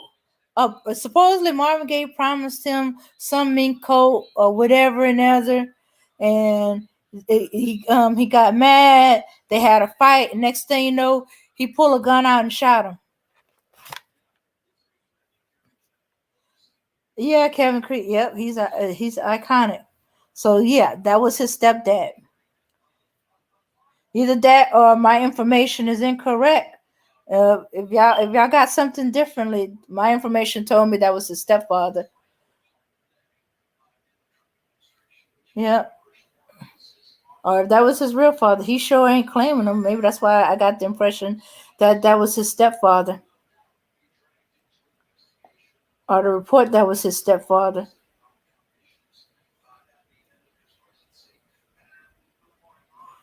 Yeah. Shoot a man over a mink coat. Yeah, they lucky they put him in jail because there was a whole bunch of black women was ready to get him. Yeah, a mink coat. Not just a coat, a mink coat. Real 100% mink. Black folks didn't care about no Peter. In fact, we wish somebody from Peter would throw some red paint over our mink coat. Yeah, not much, Kevin. Okay. Yeah. So yeah, although not many of us can afford it, but for a while there I had my grandmother's mink stole, but then I gave it to her sister because I'm not really into fur or anything. Yeah, so I wasn't really into it. So when she showed an interest in it and it was from her sister, I was like, go ahead, knock yourself out. Because he adopted. Okay, back then, when a man married a woman that has a kid, he usually adopts her kid, and so they carry the name.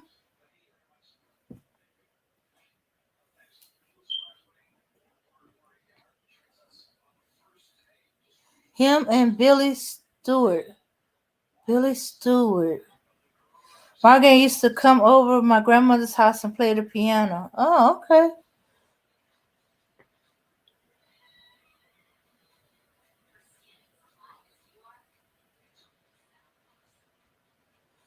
Mm.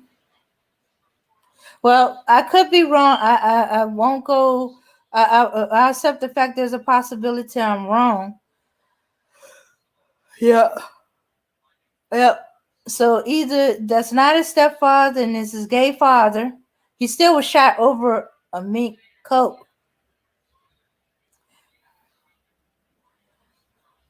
Which shows, okay, how much Max is right, about them.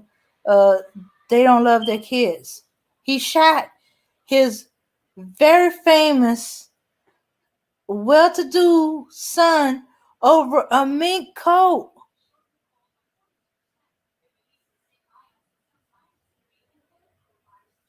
Hmm. It depends on how young. I don't know.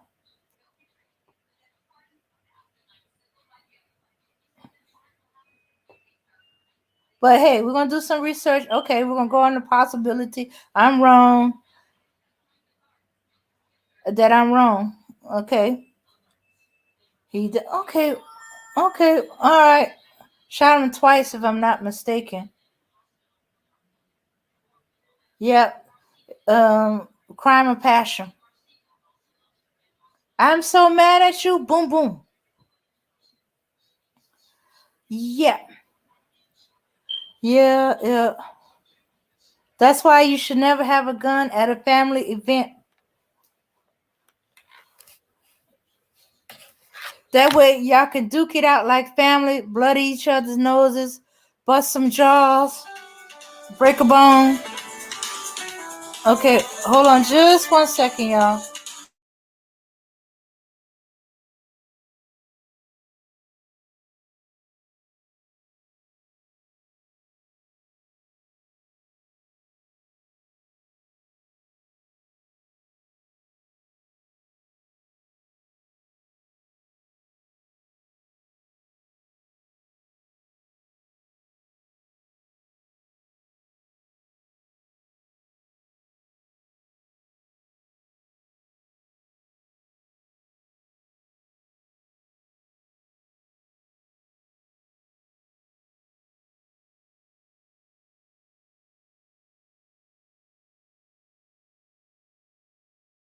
Okay.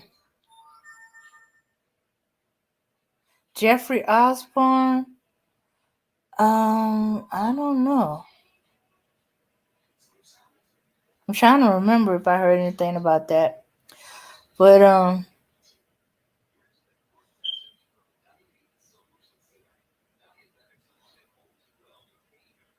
ooh, okay. We'll get that off of there.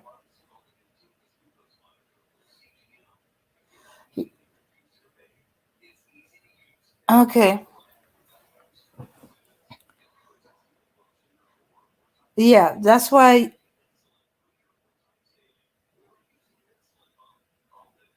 Okay. All right, then I stand corrected.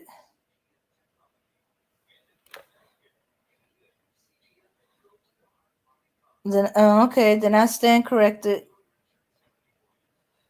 Okay, that was his father, not his stepfather.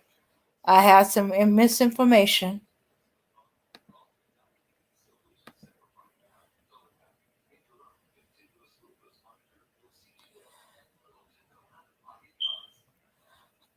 Well, what? Okay, he was shot with the gun. He brought his father.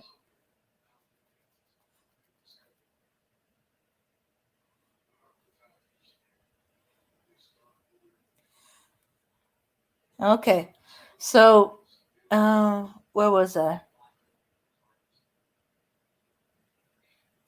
Okay, so Marvin Gaye did get shot by his father. Maybe somebody just didn't want to believe it so badly that they said stepfather and they told it to me, and I was like, what? Uh. So I don't know. I could have sworn I read that, but it was so long ago. I met Marvin Gaye. So would a lot of people. Yeah. My mom would have been one of them. I was like, yeah. But I remember my mom and her friends being so mad. They sound like they was gonna make a road trip and go over there and bludgeon his dad to death. Yeah. Yeah. It was like he was gonna be my man. I'm like, you never met him. Yeah, but once I met him, he was gonna be my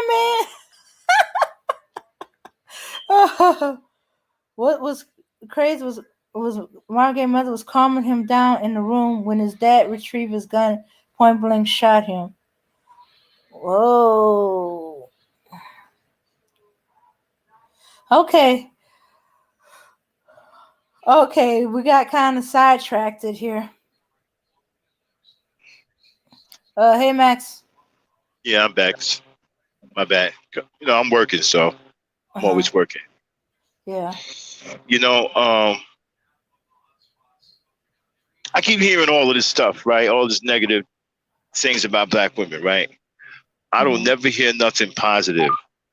Okay, nothing. It's always something negative. And then you even got new groups of men joining these dudes. They got some new super coon over there named Bernard Riley or whatever with the crooked ass fucking mannequin hairline. All right. So, and they claim that they're experts on women. Now, I don't understand. I'm a little confused here. Remember, I don't know anything. I'm some old fool and I'm dumb and stupid. But check this out. How are you an expert on women and you can't keep one? You're not married, can't stay married. You up here lying to people talking about young women are beating, you are beating young women down with a stick to keep them off of your old ass. Which I thought was hilarious. Matter of fact, that's not even funny. It's actually tragic for some old has-been, dude that's living in a fantasy world to sit up here and say he beat young women off with a stick. I mean, that's not even funny, man. It's tragic at this point. I mean, you old enough to be these girls' father. Like I said before, in some cases, grandfather, but you beating them off with a stick? Come on now. Anyway, so how are you an expert on women when you can't keep one? All your relationships have been bad. You got one dude that's been married, what, 4 times? Mm-hmm. And 3 times in all cases, all 3 of his women divorced him because they felt that they were more masculine than him. Dudes, if you make your woman feel masculine, she's not going to stay with you. She don't want to feel masculine. She wants to feel feminine. She wants to be a woman. So if you so damn light in the ass and so sissified to where she feel like a dude, she's not going to stay with you. My advice, get some manhood, do some push-ups. You know how they used to do back in the day? You walk around looking buff. Nigga do about 20, 30 push-ups and put some baby oil on his arms. Make it look like he got big guns. Do that. But you just simply cannot make your woman feel like she's more masculine than you. It's going to mess with her mind. She's going to have to get away from you. I mean, you got dudes whose wives are divorcing them because the wives feel that they're more of a man than the man that they married. But yet you on here calling yourself some kind of expert. How were you an expert when the women who left you felt like they was more of a man than you? Explain that to me. Answer that question. How does a dude call himself an expert on women when the women divorced him felt like they was more of a man than he was?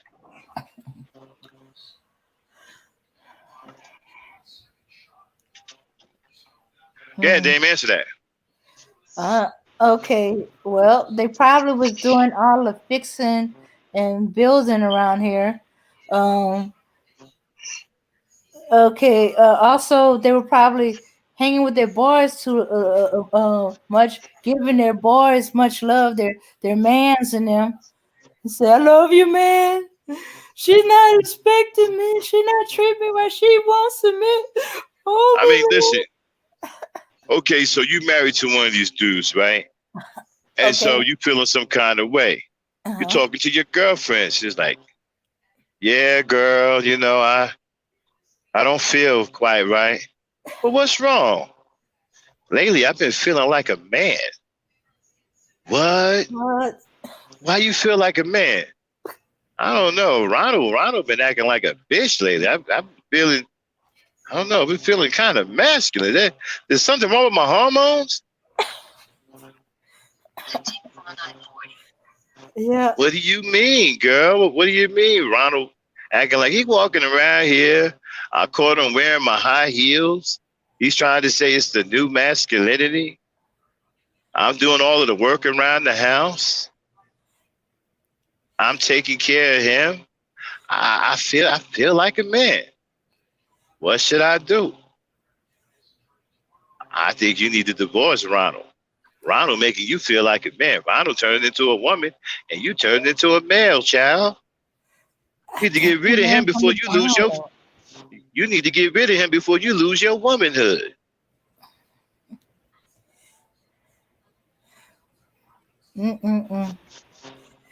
So how is that an expert on women?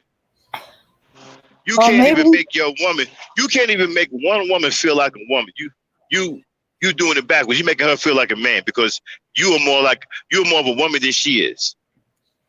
Yeah. Maybe that's why they think they're expert on women. They acting like a woman, so they think they're a woman.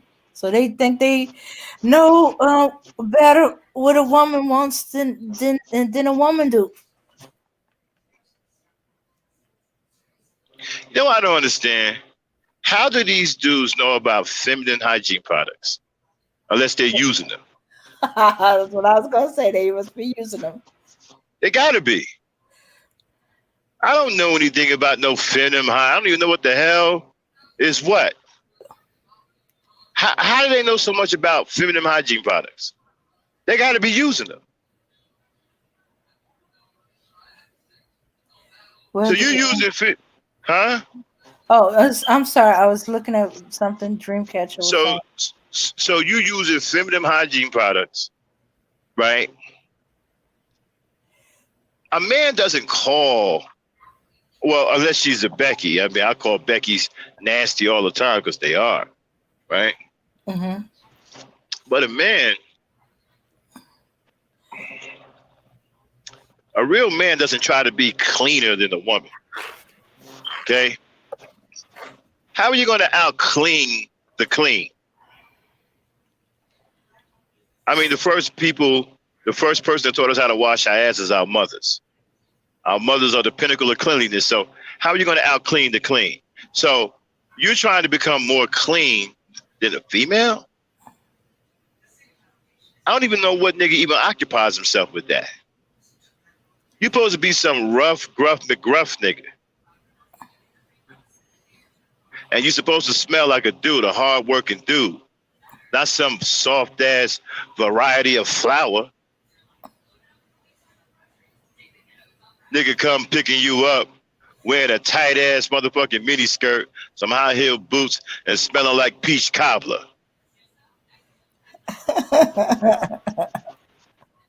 Come on now. Nigga, you supposed to smell... Nigga, you're supposed to smell hard. Wear some man shit, some Egyptian must, some hard shit, nigga. Somebody been getting high off their man fume, thinking that they female. Niggas smell like Rocky Road ice cream. And a woman's supposed to be turned on by that. Fragrances. If you smell like Rocky Road ice cream, she might. Nigga, yo, but you see, my thing is, these niggas talking about fragrances. Mm-hmm. That in itself is gay. I don't know no dude that calls cologne a fragrance. Now, you know, when it pertains to women, we may say, well, she's wearing a fragrance. See, all these things are associated with women. I associate these things with women. Mm-hmm. Fragrances, perfumes. That's associated with women. You don't talk to no dudes about no damn fragrances.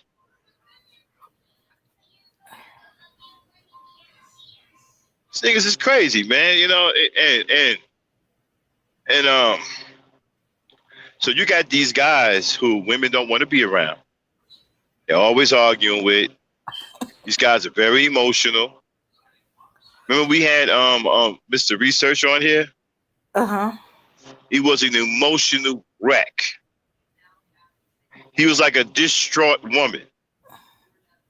You couldn't say nothing to him without him falling apart. Not one word. Dude was in a constant state of being emotionally distraught. Mm-hmm. Emotions were absolutely shot. Yeah, well, you couldn't even have a conversation with him without him breaking down emotionally. There was nothing you can say. If you said boo, he broke down emotionally. If you said hey, he broke down emotionally. It didn't matter what you say, he broke down emotionally. An absolute emotional wreck up here on the panel. That is embarrassing for a man. Mm-hmm. And then again, you know, they don't have no shame. They don't have any shame, man. They're cool with being this way. But we had SKC up here talking about, but what if we like it? I couldn't believe it when he said that. Yeah. So my thing is this here, right? So how are these dudes are experts on women? What's their expertise about women? Not being able to get any? I think they think because they feel like a woman, they feel feminine, that they are feminine, and so they know about women. And I think they lied about being married too. Of course, I don't believe these dudes are married, man. Ain't no. We never see their wives. No black woman staying with no nigga like that. I don't believe that. Mm-hmm. I mean, you don't have to show your wife, but I just don't believe they married. Sure, I don't think a black woman's putting up. Huh? I said we don't even hear the wife, or shadows of the wife. Yeah, I mean it's all right. I'm cool with that. It's just that I just don't believe that they married. Mm-hmm. I just don't. I don't believe none of them, unless they're married to other dudes. Oh yeah, I forgot they can marry each other now. Right. So their wife could be masculine. So brothers, right? Brothers in the chat, you know, the brothers who are of like minds, who understand the right way, we got to start firing back. We got to protect our women. We got to start defending our women, even if it's on social media. We got to fire back at these dudes, man. They done launched an all-out war on our women. They hate, they hate children too. They hate children because the children come out of a woman. They hate children too. They hate the woman and the child. Funny how you can buy $500 high-heel boots and you can give cash apps, $200-$300 cash apps, but you can't make a $50 child support payment. Yeah. How much you want to bet the cats? How much you want to bet the guys who are making all them cash apps are having trouble making child support payments? I see all of them. Yeah. You giving these guys in the manosphere, your money in super chats and cash apps. So when your child needs that money, all of a sudden you can't pay it, and you want to blame it on the woman talking about, she got the system working against you. Well, you out here giving your money to these manospheres and these super chats and cash apps. Worse yet, spending them on $600 snakeskin Yeah. 16 boots. Yeah. Helping him be secure in his Memininity. But you can't make a child support payment. You don't want to give that super chat to your son, your daughter. You don't want to send them no money, but you want to give these dudes all these cash apps and then complain about you can't make a child support payment. And like I said, black women, I feel sorry for y'all. I really do, because after my generation, it's over.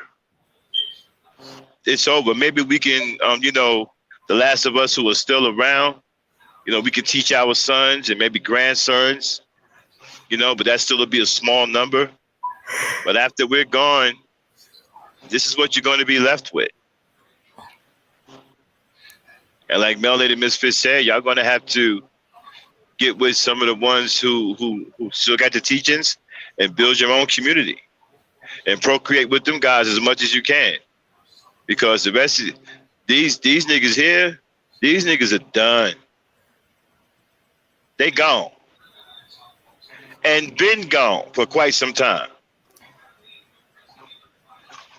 Oh, we can ship them off to Memininity Island. Yeah. And let them rest in their Memininity. Yeah. While we carry on. Yeah. That male feminine energy. These niggas are gone and been gone for a long time. They been gone. Okay? And I really feel sorry for y'all. It's embarrassing to see this coming from black men. And it's hard for me and brothers like me because we grew up in that Black Panther, Black Power era. Where it was about Black power, power to the people, a high quality of black people helping each other, protecting each other, caring about each other. A true village raising a child thing. A lot of men took on kids that wasn't theirs because they had the mentality that all the children in the neighborhood were their children.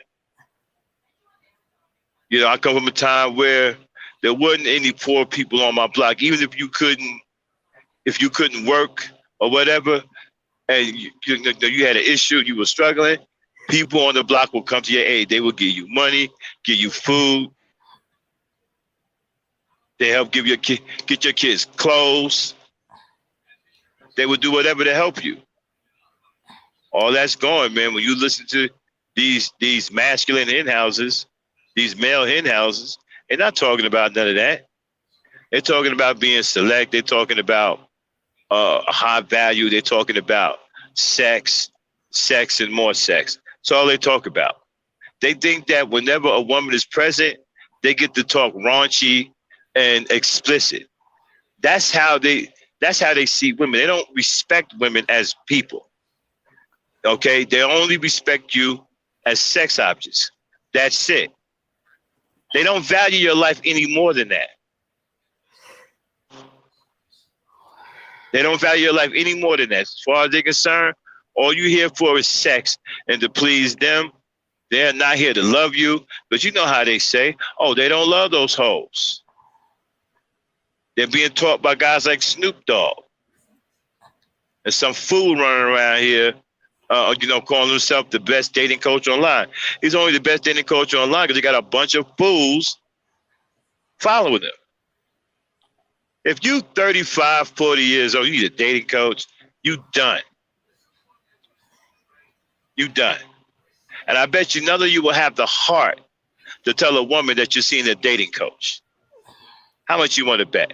I bet you none of them will have the courage to tell a woman straight up that he's seeing a dating coach and that dating coach is giving him tips on how to date you. I bet you they won't have the guts to tell a woman that. So they're learning how to date women through MacBooks, pimp books, and ex-pimps, and most of them are wearing makeup, dating coaches. Right. And they never ask their question, right? You see, they can get away with this rhetoric. Yeah, man, I was getting blowjobs at the department store. I got all kinds of women, man. I do this.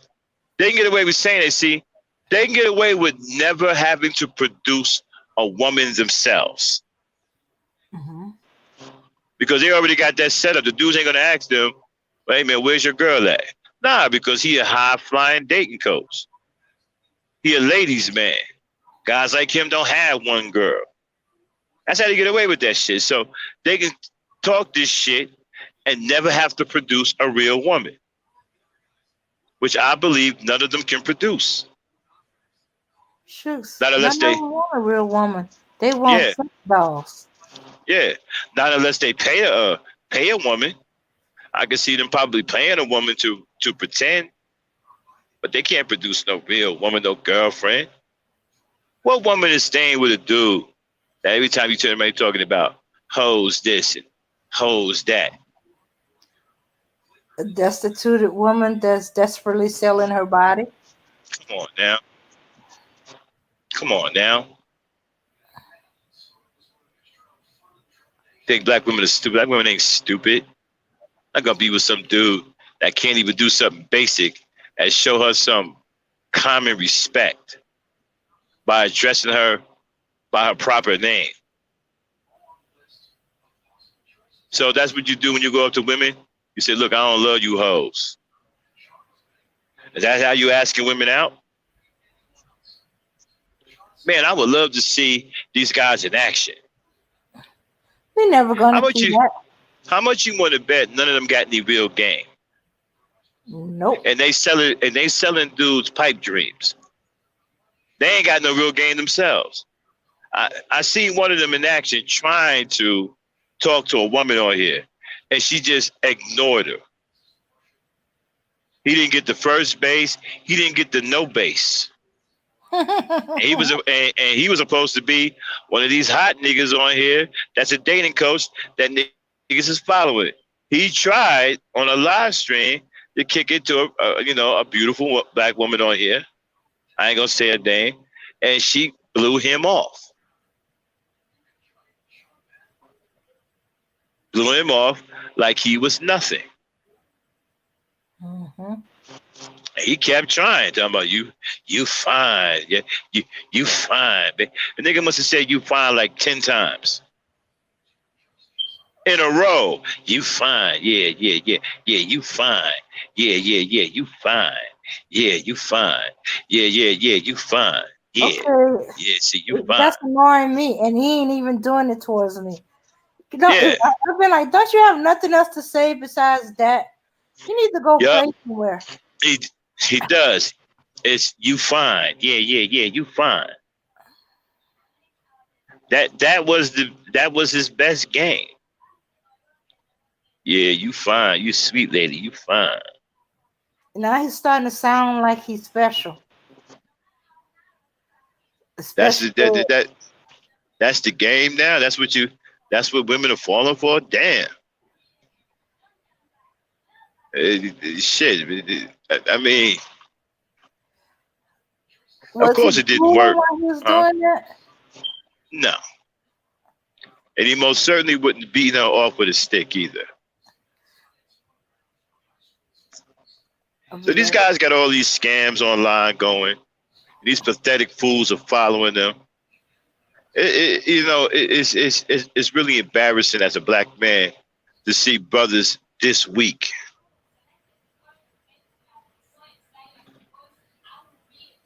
And they got leaders that they follow who are just as weak, but a little bit smarter because they're exploiting them and getting their money.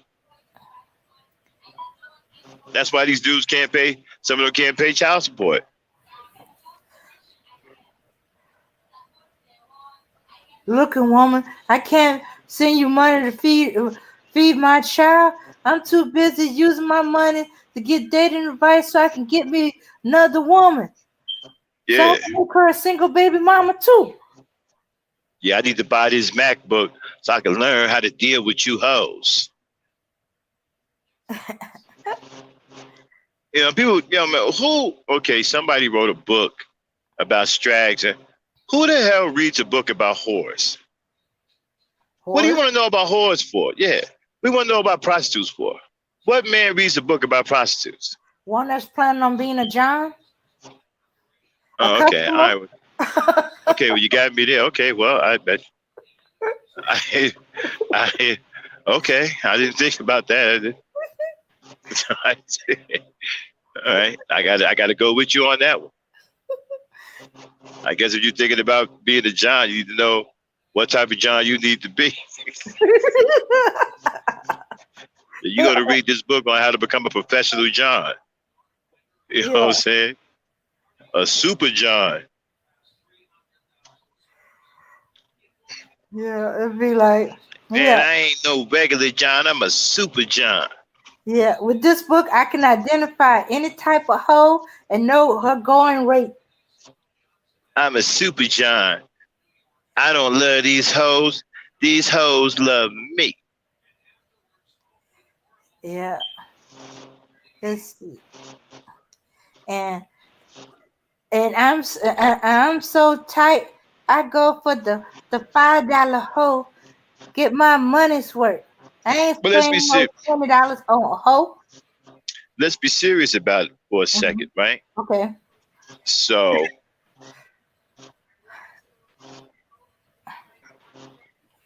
why are we talking about these dudes? I mean, these guys shouldn't even be giving any real attention. Unfortunately, there's too many young people or people who's new to YouTube and they're not aware. They're thinking, "Oh, these guys for real.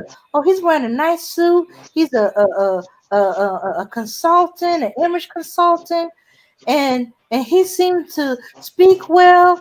He seemed to be knowing what he's talking about." Or there's these young guys like, "Yeah, man, look at all these women. He gotta beat them off with a stick." And stuff like Well, that. You need to tell them what for, And we I'm got not familiar younger with generation. Or not familiar not familiar with an image consultant. That's a real profession. image consultant. I only heard about that in TV. Usually, it has something to do with a business, the image of your business, advertising.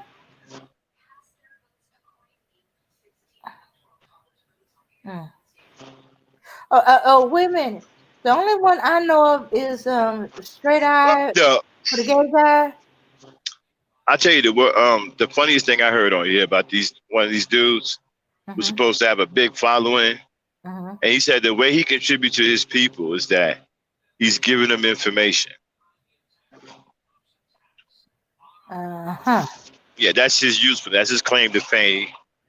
That's how he escapes being accountable for anything in real life. He's giving people information. Bad information. Yeah, He didn't necessarily say it was and a good lot of it information. information you can't even use. Uh-huh. Yeah. Notice how he leaves out bad information, useless information, information that will not help you. Or you got to meet this, and this criteria. He don't tell you you have to have a job, you have to have your own property, you have to have your own business. And you know what? And you know what? And that's something that we were taught when we were younger, right? Our fathers taught us that we have to have these things first. You don't go and get the woman first. What you do is you go and get yourself established first. You go and get your job to secure your money. You go and get your home to secure your homestead. You go and get your ride.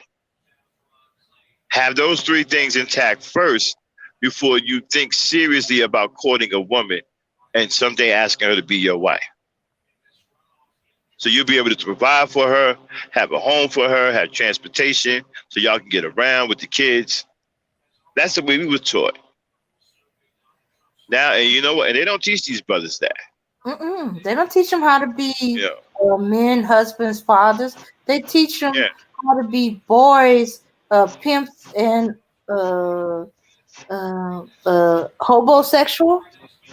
yeah. But what they do is they escape those types of teachings, right, and make up for the fact that they don't have anything by putting all the attention on the one, putting the woman on the defensive by asking her what she brings to the table. See, if they're putting you on the defensive and asking you what you bring to the table, then you're not thinking about them not having anything. You're not thinking about them being men and bringing the things that they need to a relationship because you're steady defending yourself. You caught up in defending yourself. See, these guys just use tricks on y'all. Mm-hmm. Okay, they use these tricks to get women upset, get y'all goad y'all into an argument, so you don't have to worry or talk about them being responsible or them being accountable. One of the craziest things I ever heard was some dudes in these chats talking about, well, we hold women accountable over here. How do you do that? Accountable for what? I still don't know what the hell they hold the women accountable for. Can somebody explain to me what the hell are these dudes holding women accountable for? Because I'm at a loss. What did the black woman do that she needs to be held accountable for? She let black men make her the leaders of the community. She let them step down for their leadership responsibility. So, because they no longer the leaders, they trying to hold women accountable. Not that we had a choice in the matter. If you step away, Oh, okay. walk away, somebody got to take charge, and you left Okay, us wait a minute, wait. holding the bag. Okay, so wait a minute. So what they're saying is you need to be held accountable because you won't let them lead? That's what they're claiming. Like we ever stopped. Oh. So that's what they're talking about. So black women, you're being held accountable because you won't let the black man lead. Now, what else they holding? Oh, so I got a And she question. said we've been held accountable for existing. I have an account. Hey, y'all, we're gonna do some accountability questions. Okay, everybody in the chat can join in. First question, Dan. Mm-hmm. If a woman doesn't let you go to the bathroom when you really have to go, if a man really has to go to the bathroom, right? Mm-hmm. And a woman doesn't let him, and he pees on himself, Uh-huh. or at worst, defecates on himself. Ew. Should he hold the woman accountable? Unless she's holding them, keeping them from going to the bathroom with a shotgun. No. No. He asked her, "Hey, can I go to the bathroom?" And she didn't say anything. So he just stood there until he pissed on himself.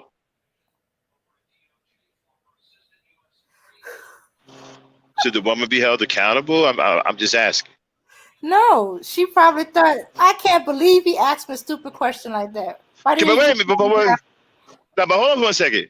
You had to really go to the bathroom and do a number one and the number two. So you are supposed to be the lead. Oh, that's right.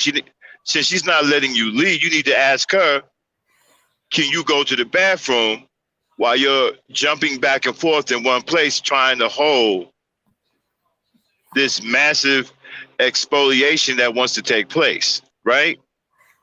So, and it wants to take place twofold, Uh-huh. right? So hey, honey, can I go to the bathroom? I really have to go to the bathroom. She doesn't say anything. Oh, well, shit, she didn't say anything. She didn't say, I can go to the bathroom now, so I'm going to have to stand here. Oh, my God, I can't hold it. Oh, no, I'm doing it on myself. No. Oh, no. Look at that, I did. And be like, man, what did you do? I can't Honey, believe you did that.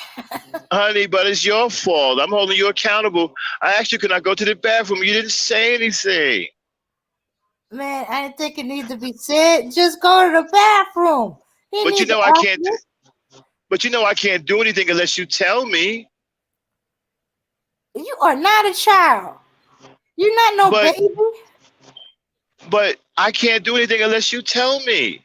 You have to tell me what to do. You know that. Okay, so why, This is if I have to tell you what to do, why didn't your bladder hold everything? And your this this is your fault. I'm holding you accountable. Now, can I go and clean out my pants? go clean out your pants. Cause I sure as heck ain't doing it. Interesting. So you want to go to the potty on yourself because you asked the woman, can you go to the bathroom? You really had to go. And she didn't say anything. Because she didn't say anything, you took that as her not allowing you to go. So you went to the potty on yourself. And you're blaming her. You're holding her accountable. I guess I don't have no man no more. I'm gonna have to get some diapers for him. Cause I might not have heard him. So let me ask you another accountability question. Mm-hmm. So the man has to go to work. He wakes up in the morning. He's running late. Mm-hmm. Okay. Breakfast on the table. He runs by the table, grabs some toast. On his way out, he noticed something.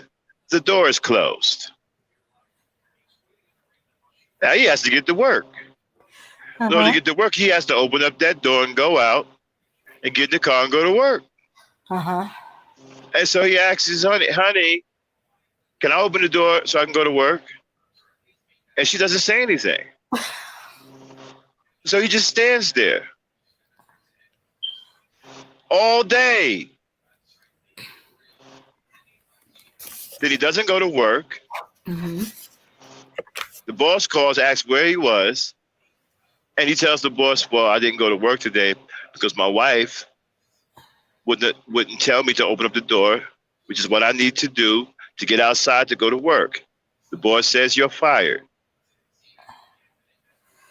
So now should he go to the woman and say, look, I asked you, can I open the door so I can go to work?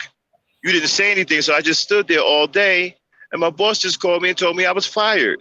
I'm holding you accountable. Is the woman accountable? No. He's going to try to make her accountable. Well, why not? He's a grown man. He can open the door. Well, he asked her, can he open the door? She didn't say anything. So he took that as a no, and he stood there for 8 hours and got fired. If he was really interested in going to work, and the only thing that was stopping him was his wife didn't answer him. No, on asking. No, Melba. It's your fault. I needed to go to work. You know, I needed to open up the door. I asked you to open the door. You didn't say anything, so I stood there. It's your fault. And did you think that I might not have heard you? Why didn't you ask again if it's all fired important? Because you usually say something, Melba. How am I supposed to say it again? I do what you say, remember? I can't do nothing unless you let me. You know how this thing works. Oh, so why didn't you just assume that because I didn't answer, that was just an automatic yes? Melba, my boss called me up and I told him what happened and he fired me. Well, yes, you sound like you can't do anything. You got to get me a job, Melba. I don't have a job now. No, go open the door, get in the car, go to the employment office, and go look for another job. It's too late for that because it's 7 o'clock at night. The unemployment office is closed. Okay, well, tomorrow morning, when you wake up and you get dressed, open the door, go out in the car, drive to the unemployment office, and get you another job. Look, I said it all already. You know what to do tomorrow. I'm going to bed. But what if I forget and you're asleep? You just gonna have to wake me up then, won't you? I'm gonna need you to leave me a note telling me to wake you up. Okay, can you even read the note? Yes. Okay. I read very well. All right. So Come on, Melba. You act like you haven't done this before. You know I what it is. I haven't You done know, this before. Melba. You just got a And high value. You just got a high value man fired. it sounds like I got a high value baby on my hands, and he got himself fired. What were you doing before I was in your life? This is the second time, Melba. You caused me to go to the bathroom on myself. Now I'm fired, and I'm a high value male, and I You, can't do nothing unless you tell me to. no. You're a high value baby. You're Now, expensive what's going high to happen value tomorrow? Are you baby. going to leave me a note? Are you going to leave me a note? Yes, I'm gonna leave you a note. Pack And it your has to, bags. and make sure you say, and make sure you sign it, Melba, so I know who's telling me. Okay. All right. Number one, pack Because the your last time when bags. you had your, because the last time when you had your friends Two, over, leave wait a my minute, house key. wait a minute. The last time you had your friends over and you left me a note and all of y'all signed your names, I didn't know who the hell to listen to.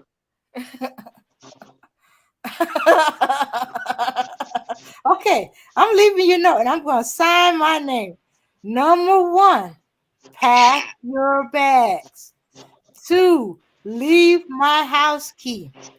3, take bags to the car. 4, put it in the trunk. 5, get into the car. 6, find another job. 7, find a new place to live. Signed sincerely, Melba. I don't need you. I'm a high value male. And as soon as I walk out that door, there'll be another woman waiting there to scoop me up. and probably breastfeed you and burp you and I'm change in your high, I'm a high value male that's in high demand. There are plenty you of women out there looking to tell me what to do. you're a high value baby. I was too much for you. You just couldn't handle it. Face Okay. up to it. Any women out there who wants a high value baby? You need to face it, Melba. I was too much of a high value man for you, and you couldn't handle it. You're right. You're right. You was too much of a high value baby for me, and I couldn't handle it. So I'm setting you free to find you somebody else. Bye.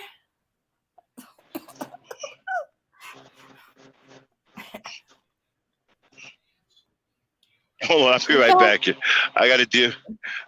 Dame, I'm sorry, I got to get off for another 20 minutes. I'll be right back. I got to deal with a customer again. Okay. All right. Okay. So I just discovered a new name with this skit. High value baby. Because if any of them is anything close to this, they some big babies. They want to be breastfed. They want to be burped. They want to be played with. They want all your attention and time. The Boss Baby Hood Edition. Oh, come to think of it, yeah, that would fit. The Boss Baby is in a suit. He's in a high-powered position. Oh yeah, we're gonna call them the high-powered Boss Babies. Want to tell you what to do. They want to manipulate you into doing things their way. He's gonna be singing the Beyonce song out the door. HVB sounds like a virus. High value baby. Yep, high value baby. Yep, hashtag HVB. Hashtag high powered high value baby. Yeah. Yep. Shooks and then he wants you to rock him to sleep. Yep.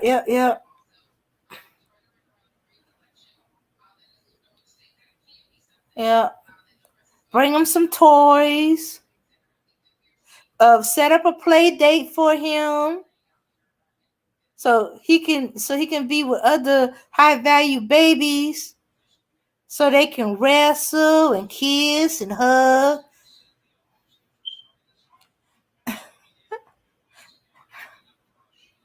Yeah. Yeah, high value baby. Yeah, they got a silver spoon, silver rattle. High value by ass. Guys like this are high risk liability.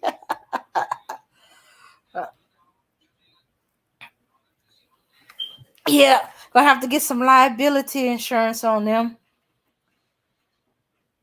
Yeah, get some insurance.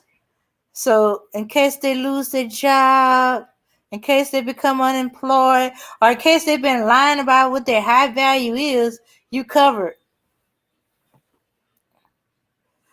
Yeah. So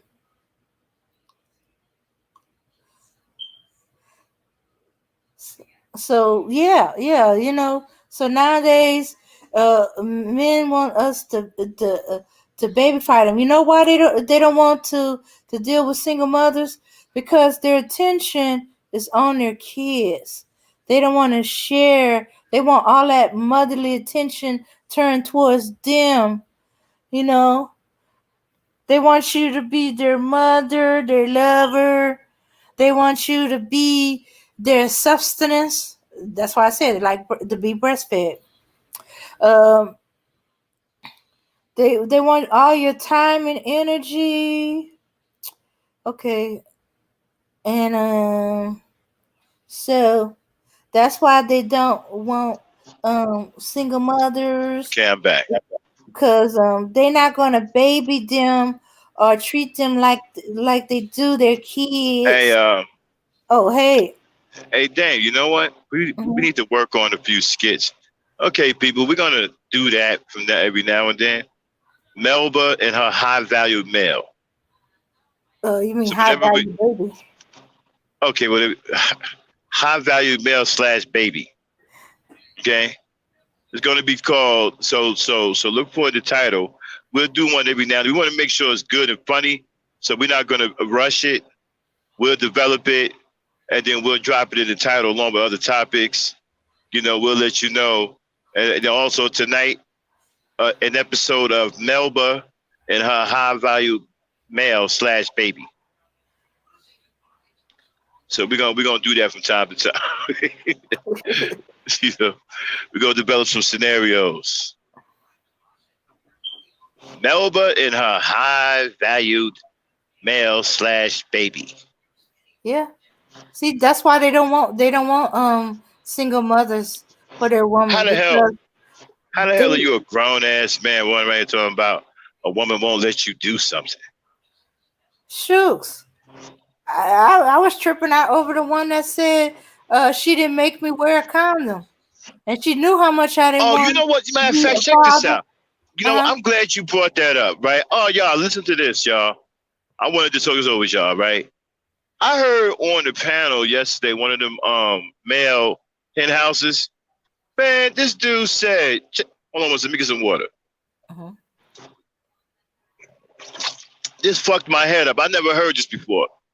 This dude said that when a man lays down to have sex with a woman, that it's not a contract, and he did not agree with her. That they didn't sign a contract, and there was no agreement to have a baby. So if she gets pregnant because there was no agreement, that's on her. What? Yeah. Wait a minute. Wait. There's a verbal contract. He is incorrect. No, what he said was is that when a man lays down to have sex with a woman, they agree to have sex. They did not agree to have a baby. So if she gets pregnant, it's her own fault. Okay. Okay, since the number one thing for sex is procreation, there's an implied contract that there will be a baby made in an involvement. So if he does not want the baby part of the contract, he's got to ensure that he does everything to keep from having a baby. Now that's some legal BS that they're trying to establish from getting out of taking care of their responsibility. So by them saying that, Y'all don't have any agreement to have a baby. Y'all just agreed to have sex. If you get pregnant, that is all. That I'm sorry. That I can't even think right now. Okay, that relieves him of his responsibilities as a father. So he's saying he comes up to the woman and said, I'm attracted to you. You Right, attracted and if to y'all, me. right, and if y'all, according to them, Mm-hmm. if y'all agree, I think I heard this on that funny looking mannequin dude Mm-hmm. with the crazy ass hairline. Uh-huh. Bernard Riley, one of them hen houses, say if the man lays down with a woman that has sex, that's all they agreed to, just to have sex. If they did not agree to having the baby and the woman gets pregnant, that's on her. Now Yeah. that's cold blooded. That's cold blooded. That's a man that has no regard for a woman whatsoever. That's the man that doesn't even see you as a person, just sees you as a sex object. Just want to hit it. That's it. Don't even care about nothing else. Don't care about you having no child. Don't care about what you're doing after he leaves. Nothing. Shooks. You might as well give him a prostitute. That's the only Exactly. way that contract applies. But I think that a lot of these dudes can't get prostitutes. That's why they want to go overseas, because the prostitutes over there don't know them. Not to mention it's cheaper. Right. And then if they open up their mouth over there, most of the prostitutes can't speak English, so they just want to love you long time. They don't give a F. They just try to make some money. The prostitutes over here understand English. So soon you start really getting mad, they'll be like, oh, no. I don't need your business. Mm-hmm. It's bad when you get turned down by a prostitute. That means that they so well known in the prostitution community that they already know. They see them frequently But enough wait a to know minute. what kind of men they are. So they Yeah, like, but wait a no. minute. How does it feel? How does it feel to be turned down to be turned down by a prostitute because she thinks you're too short in height and in the private area? No, that's not the way prostitute works. They don't even care. No. If prostitutes turning you down, Okay, it's because you too okay. cheap. You did not just say that, did you? Uh-huh. Okay. I think you missed it. Oh, okay. Sorry. Yeah, I think it went over your head. Let me say it again. Mm-hmm. How does it feel if you're turned down by a prostitute who thinks you're too short in height and the private area? Really, Do you get it? really, yeah. Really, really bad for that person. Right, so she thinks you're short in both areas, in height and in the private area. So she don't even want to do business with you.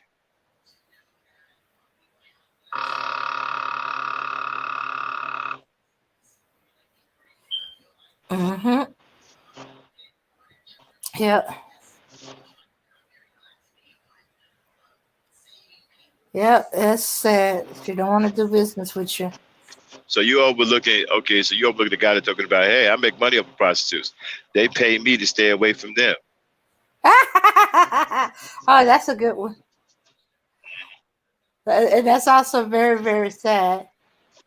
But at least he's making some money out of it. So you're talking about guys that can't even get prostitutes to lay with them. Mm-mm. That's how bad these dudes are. Maybe that's why they're so angry too. Yeah, because they can't get prostitutes. I can't get no woman. I can't even pay a prostitute. In fact, she insulted me. She paid me to go away and leave her alone.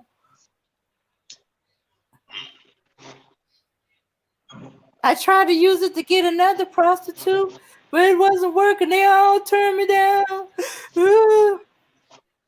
Now I'm going to have to go to some other country.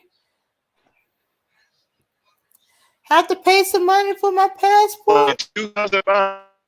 Man, you know what? Okay, after you done paid the money to fly 2,000 miles across town, across the world, and got your hotel room, Mm-hmm. that's a lot of money you done spent for that prostitute in that different country.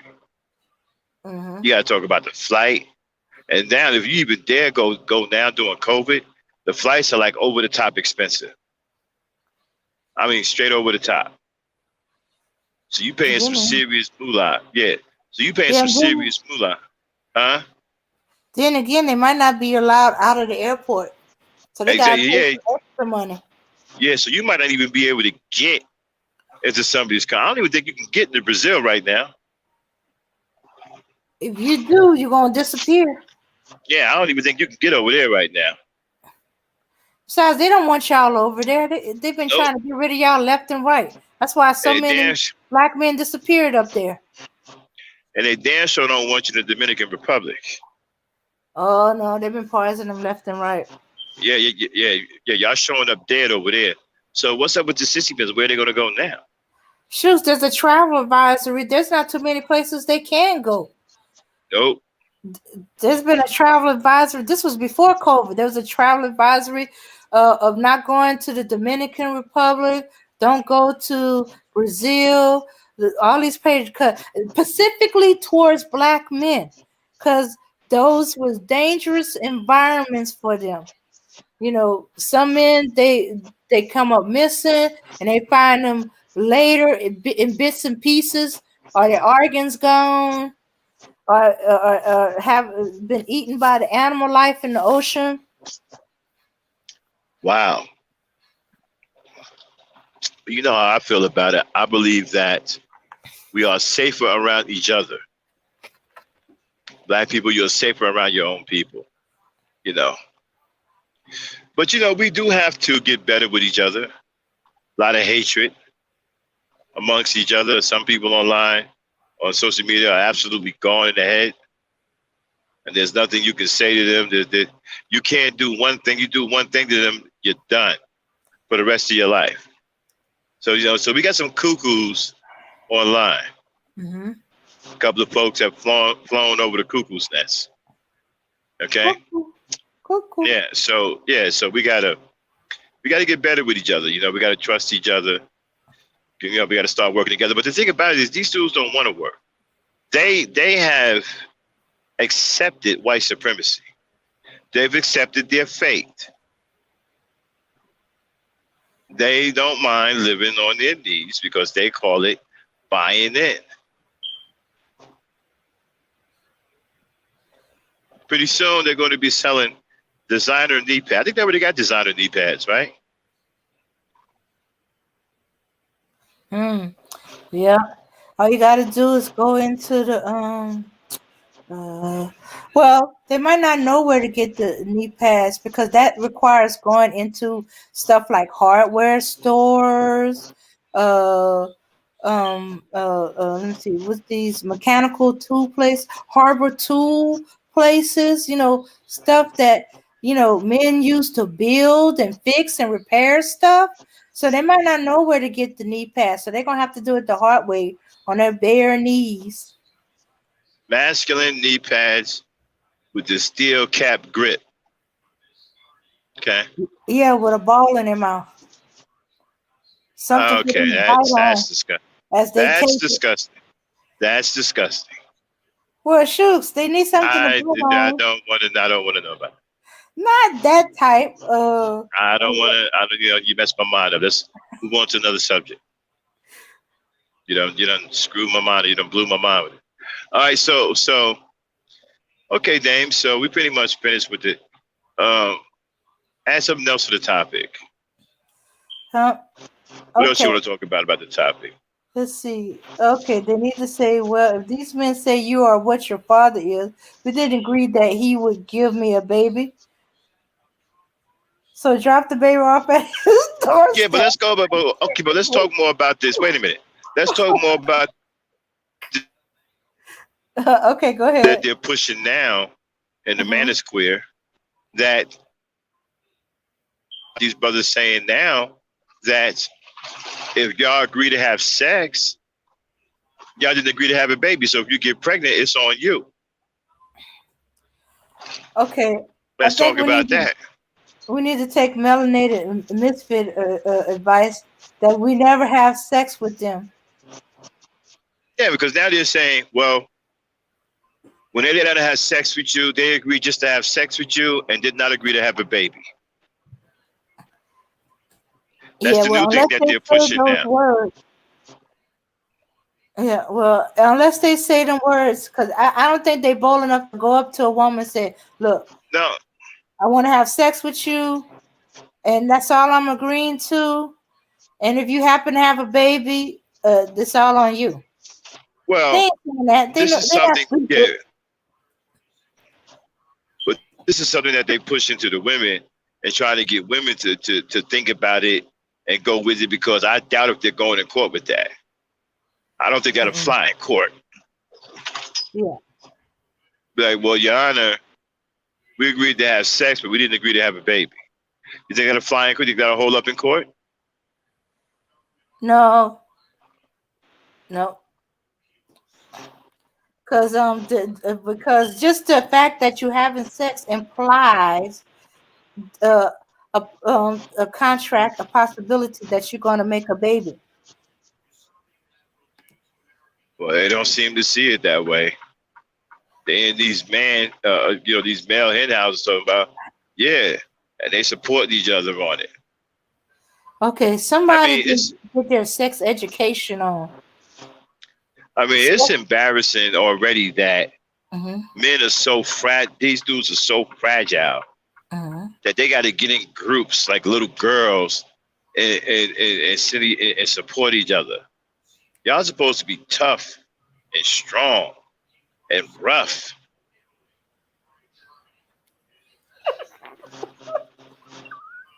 I mean, do they understand that?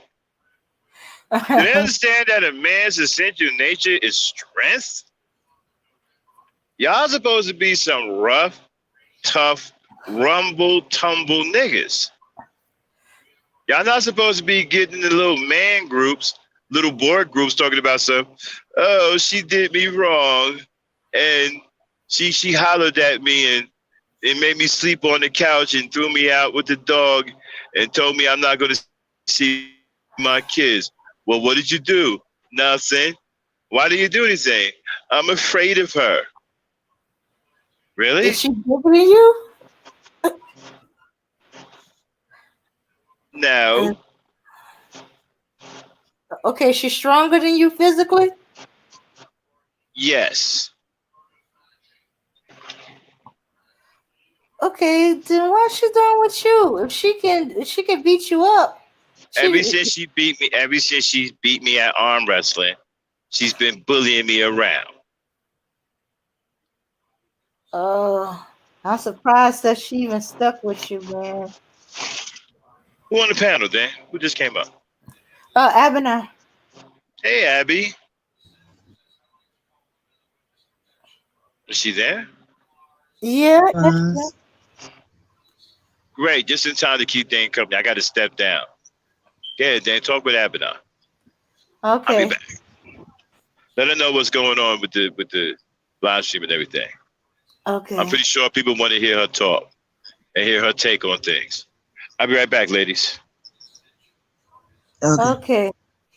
Okay. What we're talking about now is that there's a group of men that came out that they are saying that uh that they didn't they didn't agree in the contract to make a baby when they agreed to sleep with a woman. You know that when that he just was that he agreed to just sex and not to make a baby. If a baby's made, it's on her, and not on him because he didn't want a baby, and he said and it's not in their contract to make a baby. So what you think about Okay. that? You Man see, sleeps with yeah, you if you don't want a baby, so why will you sleep with a woman? Because you don't want a baby and you don't even protect yourself. So then you should leave it and be without you having a woman on your own, sleeping with a woman because you hate a baby. You shouldn't sleep with a woman. You should leave the woman and be on your own. will a man have to say that? Oh, he's not talking about living with her. He's just talking about having sex with her. You know, they said we have sex. The contract is for them to just have sex. If she gets pregnant, it's all on her because there was nothing in his contract about them making a baby. It was just supposed to be sex. This, yeah, but this is wrong. This is wrong, totally wrong. Because if you don't want a baby, why are you trying to tell a woman that you want to have sex and hate a baby? If you hate a baby, you shouldn't have sex. Because definitely, when you have sex, you're going to get the result is the baby. Mm-hmm. It looks like you are in school and you write exams. You get your certificate. And this is the certificate from the woman and the man. If you have sex, you're going to get the result. That is a baby who will come out from it. Mm-hmm. So if you hate a baby, you should not have sex. Mm-hmm. I don't Yeah. know why. I don't know why this man. I don't know why this man always say such a things to the women. I hate it. How will a man come out and say, "I just want to have sex, but and I don't want a baby"? Well, that's the thing. They trying to make it that that when two people agree to have sex with each other, they agree to just have sex. I think some of these guys miss their sex education class, where that if you sleep with a woman, you will make a baby.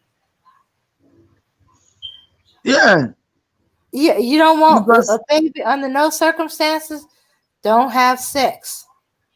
If that's you it. still want to do it, but you still don't want a baby, do everything you can to protect from having a baby. Make sure That's she's in it. the same mind. She's not thinking of having a baby. That means she's gonna protect herself on her side, and you don't want to have a baby. You're gonna protect yourself on your side, and then that doubles the chances that you will not have a baby.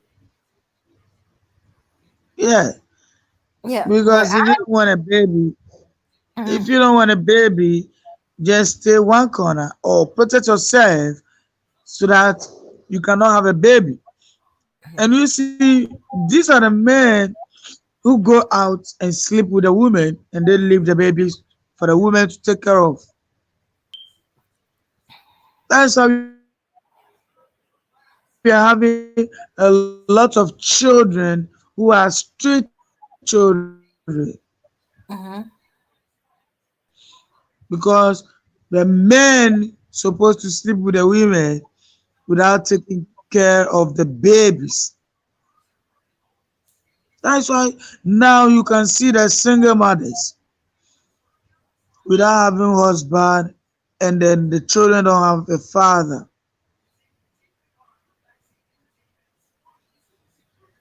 Why we Mhm. don't you put a stop to these single mothers? Why don't you we the men help the women to stop? Because we are the people who sleep with the women and then the baby will come out. Without a woman sleeping with a man, there's no baby. So if you go ahead and you went and sleep with a woman, you have to be very careful. You have to protect yourself. You have to be very ready to take care of the child.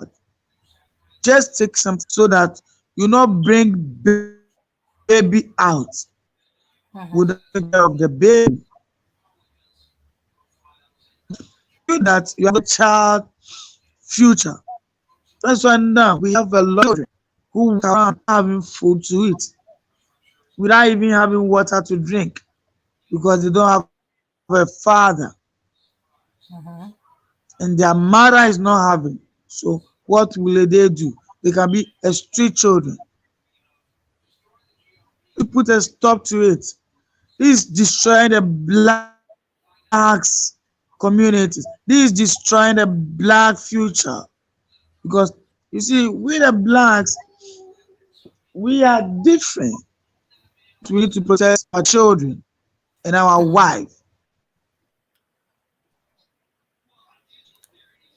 We shouldn't sleep with them and leave them alone. You definitely know that, hey, if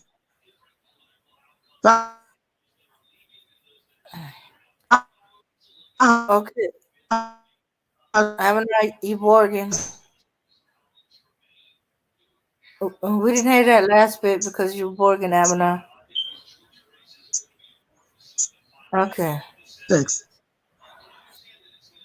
Okay. We didn't hear that last bit, with a Abner. You woman, started Borgin. Okay. and even this protection, do you think the protection can? Is it okay now? Okay. Yeah, that's better. Yeah. You see, so if you protect yourself and there's a leakage from the condom, how will you know that you have protected yourself? You see, this protection is not helping us. Most of the men who give pregnant or who sleep with a woman who get pregnant without taking the baby, they will tell you, oh, and I protect myself from getting you pregnant. But do you know the protection did not work? Mm. Wow, I feel sorry for women today on the Mm-hmm. dating scene because these are the guys you're going to run into. These are the guys you're going to run into. These are the guys that are going to hang out in clubs because they don't have anything else to do because they Mm-hmm. can't get women. They're Mm-hmm. hard up for women. They're desperate for women. So they're going to hang in the damn clubs all fucking night. They're going to be in the strip clubs all night. They're going to be in the bars or anywhere where there's straight women or where they didn't get women. That's where they're going to be. A lot of these guys don't work. Mm-hmm. They lying about being high value, making six figures. They're just going to be lurking outside of strip clubs, bars, trying to figure. This is what you're going to pick. This is what you're going to be dealing with on the dating scene. Mm-hmm. Yeah. A lot of these dudes are perverts, deviants. That's all they think about. Their mind is broken. When you listen, when you ladies watch these hen houses, I'm gonna start playing some of them in here. I'm gonna do the FBI thing, and we're gonna comment. Y'all gotta hear some of these dudes in these male hen houses. Okay, these dudes can't think about nothing but sex. They don't think about anything productive. All they talk about is sex and trying to get women because they can't get them. You don't see real men don't run around here talking about sex every time you turn around. Talking about women every time you turn. Real men are about their business. We out here working, getting things done. We know we can get women. We don't need to be talking about that all the time. We don't sound like sexual deviants. We have it. We get women. We sleep with women. We don't be thinking about sex every time we turn around. We think about it when it's appropriate. That's it. All these dudes talk about is sex. You can tell that they were deprived when they were young. They didn't have female attention. And now they're on social media. And that's all they can talk about. They can't talk about anything else. You don't hear any productive conversations out them about anything else. Mm-mm. Nothing worthwhile. Just sex talk. They're on there calling women bees. They can't even listen. A lot of these guys can't even talk about women without calling them bees and whores. Okay. Yeah, I want to have sex with this bee, that bee, that bee, that bee. What kills me is you got women on the panel with them being called bees and don't seem to have a problem with it. Uh-huh. Right. These guys do nothing productive. They talk about nothing productive. They give you these stories about what they used to be or what they're supposed to be in real life, which they provide no receipts of. No Uh-huh. receipts. They can't even provide any receipts that they even actually got a goddamn job. And all they do is talk about their mind is broken. All they do, they crave sex, they starve for sex, they're sex-starved dudes. And as soon as a woman get on the panel or women come in the room, they start talking raunchy and disgusting and disrespectful. These aren't men of integrity. These aren't gentlemen. These aren't men worth your time. These are deviants, pedophiles. What is that noise? I- okay, that might have been Abner. Yeah, she muted up. Yeah, she's having trouble. She's in Ghana right now. She sounds like she's under the weather too. Sounds like she may have a cold. Right? And we still can't figure out why women are over there. Now, I've heard the stories. Yeah, some of them feel that they are the exception to the rule. And I think some women, their nurturing is kicking in because they hear little boys in duress. And so they want to go over there and nurture them, trying to make them feel better, pat their heads and rub their tummies. And I don't know, some of them, I don't know what I don't know what's going on. And let me tell you something. These guys are going to do their best to out-argue you because they feel that that's your weapon. They feel that a woman's strongest weapon is her ability to argue. Okay? And your intelligence or how you use the English language. They feel that's your greatest weapon. And so they're trying to take that away from you. They're trying to out-argue you. They're trying to outsmart you in an argument. And if they fall short in the argument, what they do is they start calling you names. And they declare that there's something wrong with you. You're crazy. You can't be talked to. This is why men having problems with black women and all this other stuff. But they can be disrespectful to you. They feel that they are entitled to talk to you any kind of way they want to. And you are supposed to sit there and take it. You are not supposed to talk back. You're supposed to sit there and take it. They can be just as disrespectful as they want because they consider themselves men. But here's the problem, though. You can't even get that respect because you guys don't exhibit yourself as men. We don't see any real men here. All we see is crybabies, young boys, older men with young boy mentalities. And again, you have the absolute nerve to be talking about submission, which is laughable at this point. Yeah. Talking about confused people. But they think they can talk. I listen to these guys, and I just don't understand. Some women over there are a glutton for punishment. And sometimes it's the same women going over there getting the same treatment. I hate to say it, it's almost as if they like it.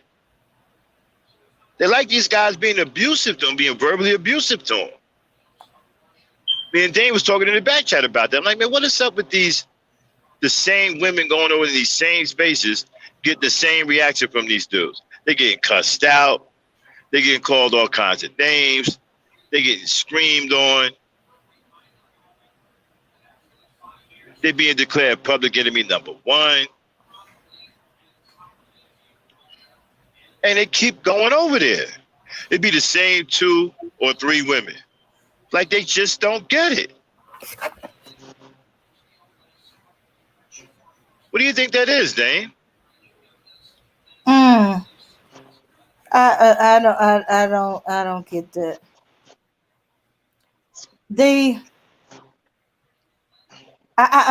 I think either the environment they used to men calling women's a B word, like it's a term of an affection, or another word for woman, like broad and dame.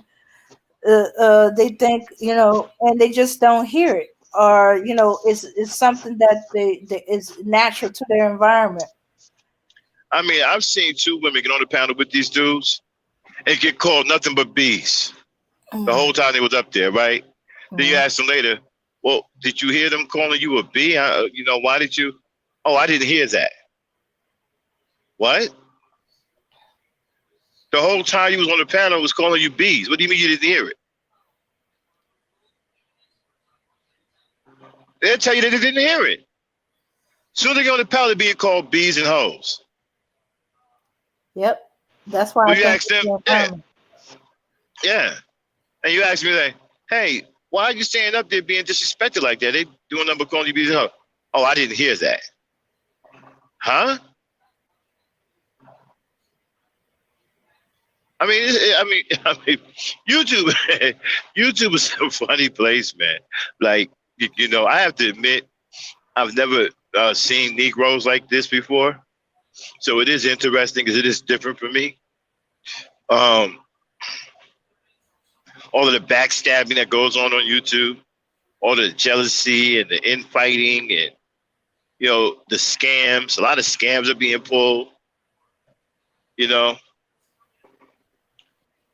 But man, I mean these dudes, and these dudes be going off, man. They be yelling at the top of their lungs, "You be!"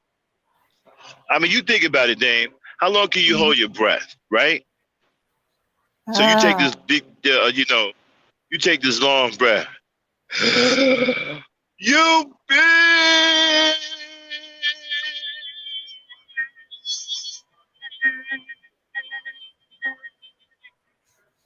And just keep going, right? That's how bad these dudes are. These dudes take these long breaths and call you a name for like 40 seconds. Okay, I think it's because they can't say it in real life. Wherever they at, they can't call women that in real life. So once they are on YouTube and they get an opportunity to, they want to drag it out, get it all out of their system. Because they've been holding it in for so long. They just been wishing a woman would say something wrong so they can call her the B word. And so they got to drag it out. And you know what? I blame men too. I blame us men because we create these kinds of women. These women come out of a bad environment. This is the result of having a corrupted environment to where the black woman has to choose the best from the worst. That's the environment that these women come out of. So they don't think that abuse, they're so used to it in their environment. So it's not even the fact of getting an abuser. It's trying to find the abuser who is less abusive. Yeah. And right, and so that's what they're picking from. And I blame men for allowing that environment to become that corrupted, to where the batch of men in there are so terrible that the black women are choosing the best from the worst. An environment that is at the very top of the very bottom. Okay. Yeah. And T goes, just like some women gravitate towards abuse in real life, some have also grown up seeing their fathers beat the hell out of their mothers, and now they think it's normal behavior. Or you call a B is the lesser of the two evils. If you prefer, who would you prefer, to get beaten by the man, or just to have him call you the B word? So of course the B word sounds more appealing. If you grew up with physical abuse, you don't think verbal abuse is a real thing. Wow. Because you're not being hurt. You know what? Hearing something like that is very tragic, because that's the man's fault. I blame the men for that. I blame the men for that because you fail to provide the proper environment. You ran a corrupted, terrible environment. And this is the way the women in that environment developed. because of your horrible leadership. There shouldn't be any abuse going on, whether it be verbal or physical. No abuse. You don't need to abuse no women. Just love. Listen, just the way you love a woman, love will also straighten a woman out. You just got to know how to use it. And they don't understand the nature of women, so they don't know how to use love to straighten women out. So they use violence. They use violence because they don't understand the nature of women. So they use violence. This is how some niggas end up dead because they're abusing their women and women snap and kill them. You don't need violence to deal with no woman, bro. Just use love. Love has a way of making a woman see the error of her ways. Just pour that love on her, and the love will get into her mind. It will show her where she's wrong at. Keep telling you dudes, just concentrate on loving your woman. Try it out. She said something crazy you didn't like, kiss her on the cheek. Said something crazy you didn't like, give her a hug.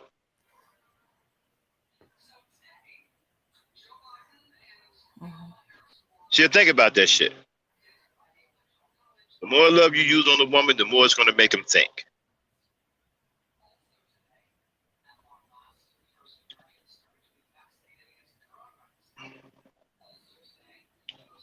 It'll make her feel bad. It'll make her see where she was wrong at. All you got to do is just use love. That's it. You don't need violence. She can cuss you out from 2 ways to Sunday. You sit there and you let her finish. You said, okay, baby, I'm going to bed. Give her a big old kiss and a hug. Tell her you love her and go on to bed. I guarantee you, love will kick her ass for the rest of the night.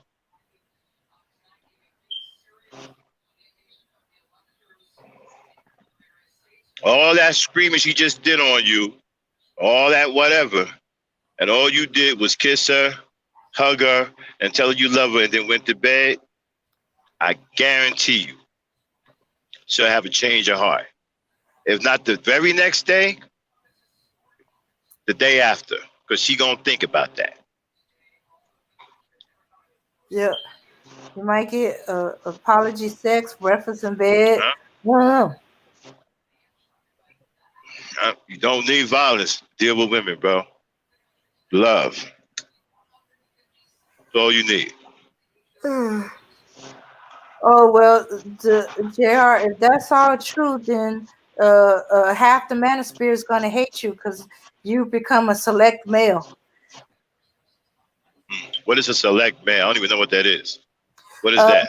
A man who don't have a problem getting women because he fits some stereotype of tall, dark, and handsome. And, I never even heard of that. I never even heard of these things until I came to YouTube. Me neither. Select males, high value males, maggles. I've never heard any of this stuff. I've never heard of any of these guys. I've even asked my friends, right, that I know and people I know out here in the real world, hey, you ever heard of these manosphere dudes? Like, who? Manosphere. No. What about SYSBM, save yourself, black man? Save yourself what? They never heard of these guys. And then when I say red pill, blue pill, oh, you talking about the Matrix movie? Nah, it's these groups of dudes going around calling themselves red pill and blue pill. He said, what are they, kids? No, I'm just saying, these are grown men. And then when I tell them how these dudes are, the first thing they ask me are these guys gay? Yep, every last one of them. Every time I present these guys to the real dudes in the real world, they either let them hear a YouTube video or tell them how these guys are, the first thing come out of their mouth is, are these guys gay? Yeah, I ran into that in my community too. In fact, They didn't even have a problem with Cynthia's Dusty Beta Male. All they said was, "Yeah, that's because I work. That's why I'm dusty." That was the only thing they had. They said, "Well, yeah, of course I'm dusty. I work. Real men work and they get dirty." He said, "So why they all upset because she said that? You better be proud of that dust." But but yeah, these men they work, and the jobs they have, they come back from work, they be dusty. When I first discovered those guys, they do a good job selling the new dude a bill of goods. When I first was over there, I thought these guys was a brotherhood and they was going to help young men who need help. Our young brothers need help. They need guidance. So I'm thinking, okay, this is great. We got mentors. It's going to help. I'm thinking we got some kind of program going on. And, they really into helping these brothers. Boy, was I wrong. What came next after that, I wasn't prepared for. When I started hearing them talk crazy about women, and I was like, wait a minute, what's going on here, fellas? What? And then I was talking to some dude about his own mother, and he was calling his mother a B. So my mother get out of line, I call her B too. I'm like, what? What kind of dudes are these? And that's when it all started unraveling. Man, I was like, man, these niggas are crazy.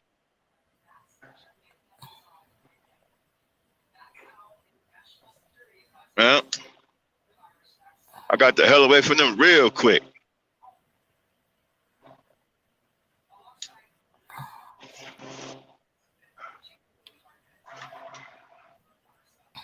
Yeah, but I come out of the conscious community too, when I first came to YouTube. I've been on YouTube for quite some time, a couple of years. I just haven't been on this side. I was on the conscious community side. So you got to understand where I come from on YouTube. Conscious community, they over there talking about the black woman is God. They love black women over there. And then you come over here and they on some other shit. They hate black women over here. So it was like a shock to me, like, damn, what? Like, what kind of niggas are these? Like,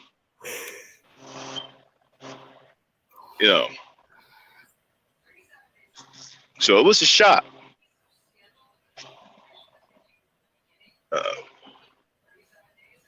And like I said, I've never heard of these terms until I came to YouTube. Uh-huh. Okay. Yeah, JR, that's where they come with the idea that women don't select a good man. They got this that we select bad boy stuff in their head. It's not up to the woman to select a good man. There should be good men for her to select. It's up to the men. It's up to the father to raise good men. She can't select a good man. Is there none? If there's no good men there to select, you have to raise them first. If you wanted to select good men, raise them. That's where good men come from. They come from their fathers raising them to be good men. It shouldn't be bad men in the environment. There should be an abundance of decent and good men of integrity and honor in the environment to choose from for the black woman. She should have plenty of good men in the environment to choose from.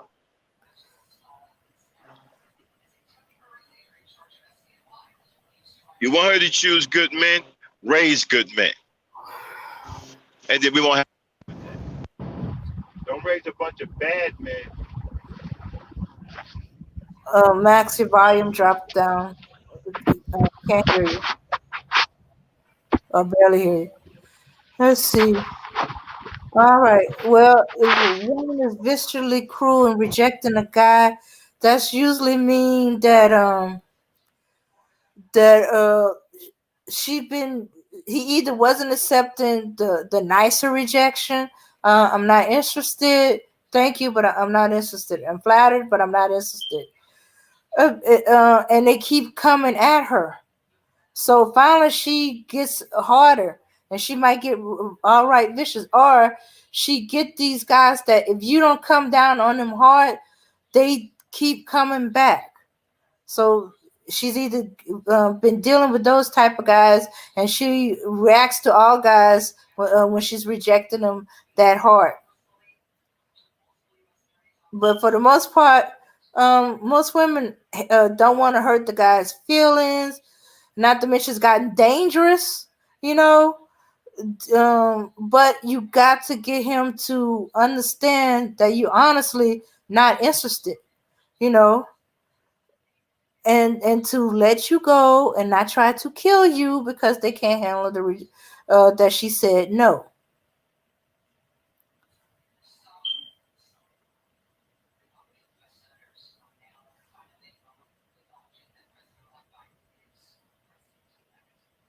Okay, he cut off. Gerard, women get rejected all the time. Rejection is part of life.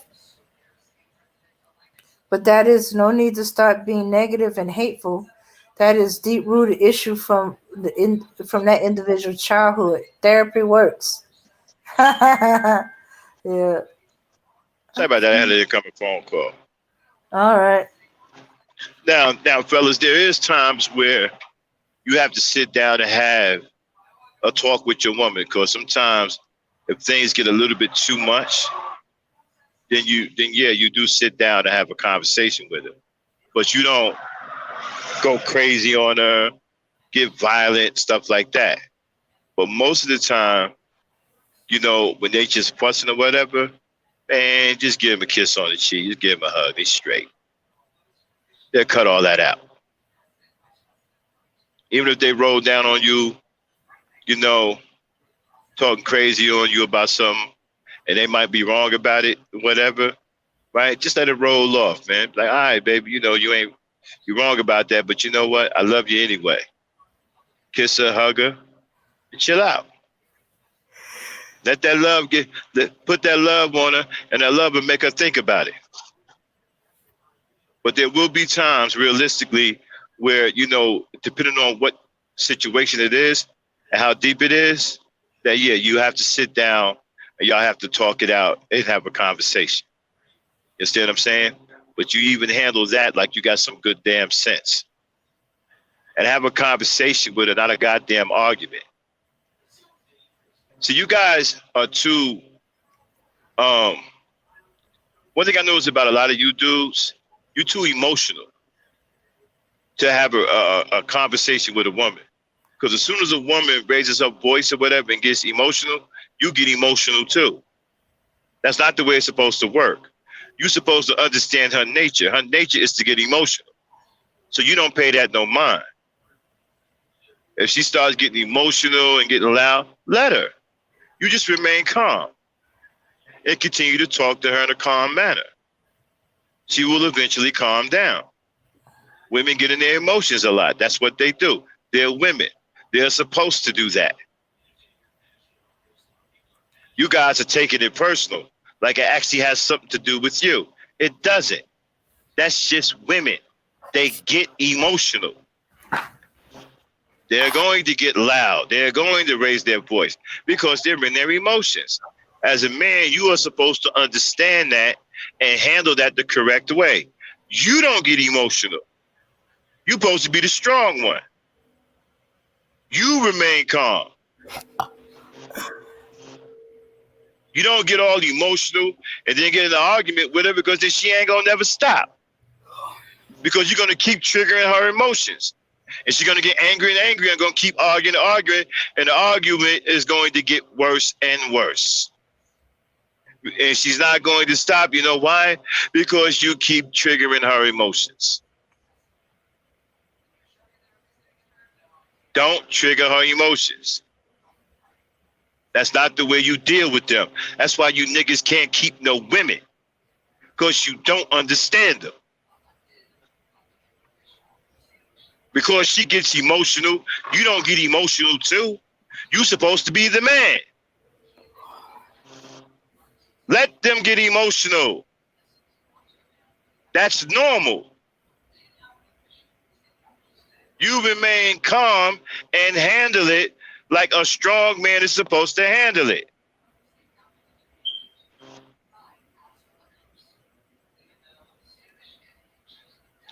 My bad. Go ahead, Jim. I just wanted to say that. Okay. Okay. Okay. You're okay. I'm kind of like on JRE saying that we can't handle the truth. We can handle the truth just fine. Is but y'all expect us to handle it y'all truth, but you can't handle Now ours. hold on. Let me answer that. Y'all Oh, you saying know? they can't handle the truth. Y'all can't handle them. Y'all can't handle a woman. You don't know how to. You think beating on her, calling out her name, disrespecting her is handling her. That's not handling her. That's abusing her. Learn how to handle them properly. Then you can sit up here and say these other things. Like I said, one of the biggest mistakes y'all make is that when a woman gets emotional, y'all get emotional too. That's a big mistake. That's not something a man is supposed to do. A man is supposed to remain calm and remain strong. Let her get emotional. That's a woman thing. That's what they do. You're not supposed to be jarred by that. You're not supposed to be spooked by that. You're not supposed to be freaked out by that. Oh, she's raising her voice. So what? What are you, spooked? Let her raise her voice. She's in her emotions. Let her emotions run their course. She'll calm down. You remain calm. And she'll feed off of your calm energy. And she'll eventually sit down and chill out herself and start talking calm.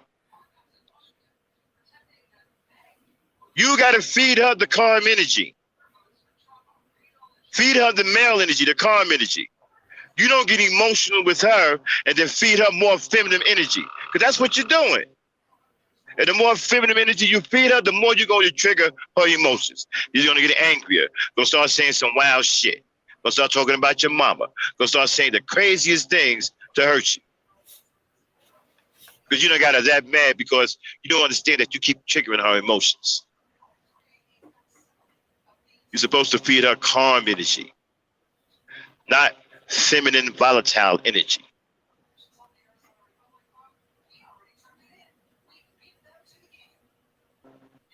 You are supposed to be the one with the level head. I can't tell when you dudes are crying like babies, just as emotional, if not more emotional, than they are. Seriously, man. If somebody, if a, if I didn't see some of you dudes and I heard y'all argue with women, I would think two women were arguing. Seriously. I would think that there's one regular woman arguing and another one with a very, very, very heavy voice. I would think two women were arguing. That's the way a lot of you niggas act. Go ahead, Dan. My bad. Okay. All right. Okay. Okay. You saying these are truths that we can't handle, that beauty prime age is 18 to 27. Okay. All right. But prime for men is 30 to I give it maybe 45 tops. That and they shouldn't be wasting their time dating, trying to have sex. They should be building and all that other stuff. But hey, I'm not being realistic on that part. Wait a minute. So I got a question. Uh-huh. What's this so-called truth that y'all can't handle? Oh, You want to oh, be specific? okay. Okay, this is the truth that women can't handle. Beauty prime ages 18 to 27. No kids. Her character shows how does she treat people What kind of guy does she really fiend for? This isn't being a jerk, it's just the truth. Wait a minute, what? Come again? Okay, beauty prime. The ages for your beauty prime for women is 18 to 27. That's the truth, he said, that we can't Well, accept. okay. Now we're talking to an ignorant. This Mhm. is a person that reads. This is a person that is ignorant. And I don't mean disrespectful. This is a person that is ignorant and knows little to nothing about women. And is using talking points that he got from another guy that's ignorant. So this is why you guys don't understand love. Women, when you love women, their beauty don't fade. When you love them, you truly love them, they will always be beautiful to you. And I know you guys can't wrap your mind around that, right? That done went over your head because you're ignorant. You read a bunch of ignorant shit from ignorant people who don't know shit about women. When you truly love a woman, her beauty does not fade. She will be as beautiful to you the day you met her to the day she go to her grave. And I know you don't get it because judging from what you just wrote, your mind ain't there yet. You don't get that. You don't understand what I just said because you're ignorant and you're learning from ignorant ass people.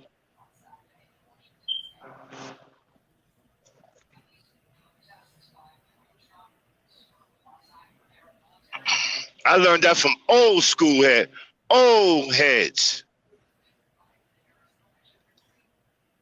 I knew a couple, God rest their soul, who were 80 some years old.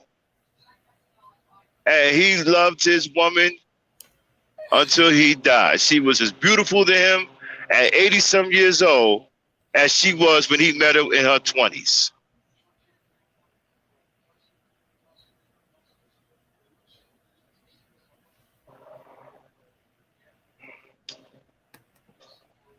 So y'all on some bullshit. That's why you can't build no real relationships with no woman. And you ain't gonna never build one thinking like that. You ain't gonna never find a soulmate. You ain't gonna never find that woman for you. Because you're gonna keep rummaging through the garbage cans, picking up whatever scraps you can find, because that information that you're being taught by these ignorant fools, that's where it's gonna lead you to.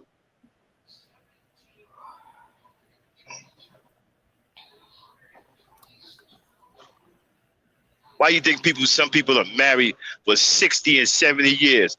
What do you think causes that? Pimp books? Mac books? Mac lessons? Well, let me tell you, Mac lessons don't have anything to do with a marriage that lasts 60 fucking years. And they love each other all 60 goddamn years. And their love never fades. And in the husband's eyes, his wife is still beautiful to him. 60 years.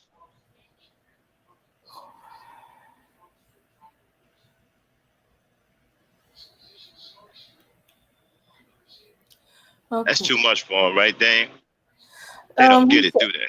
He says, what I'm saying is when women are getting the most attention, that's the age when women are getting the most attention from men. During those years, her character shines through, either bad or good.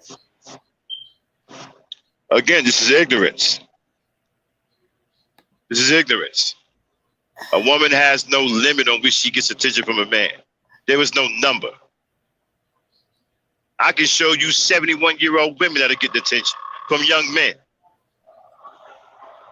60-year-old women that are getting attention from young men.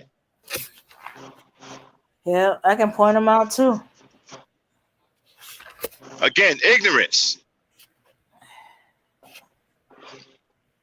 This is ignorance. They're telling you superficial shit that don't mean shit in the grand scheme of things. Women have no age limit on which they get attention. You have a lot to learn about personality. So you ain't met the right woman yet.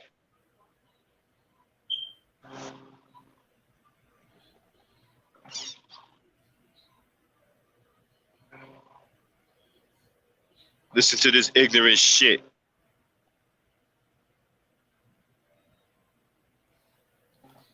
Okay, now he goes on to say, I have dated women older than myself. I'm 34. No talking points are coming from me. I'm coming at this from a different angle.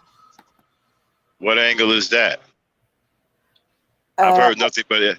You're 34 and you're that ignorant?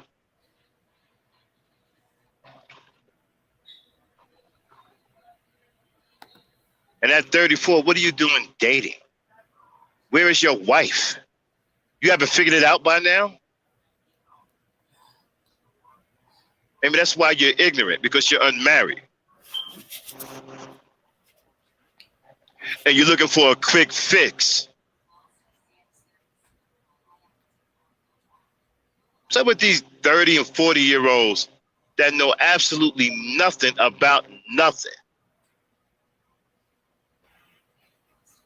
Supposed to be married.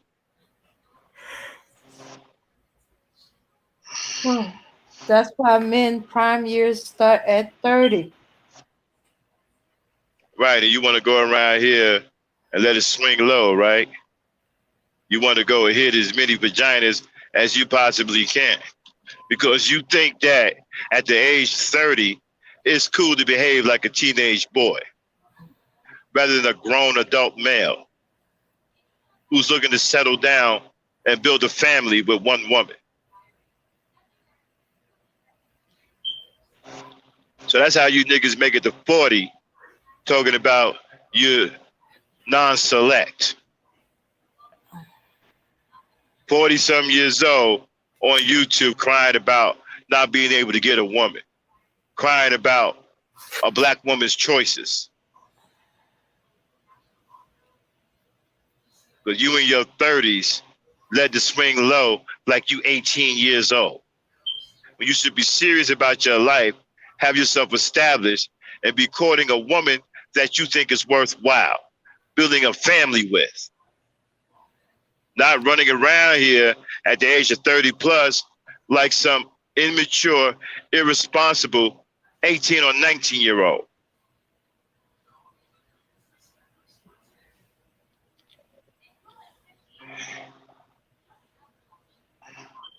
Oh, well. Well, maybe 30 for men is the new teen years. Most likely, yeah. I can't believe the ignorance that are coming out of some of these dudes. Man, you guys are embarrassing. The stuff I hear you guys say, it's embarrassing. You need to stop poisoning your mind with these damn MacBooks and listening to these losers.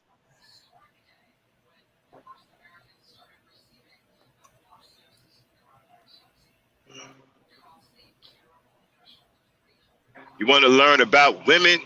Get around real men who've done it, who have successful relationships, marriages that last 30, 40, 50 years.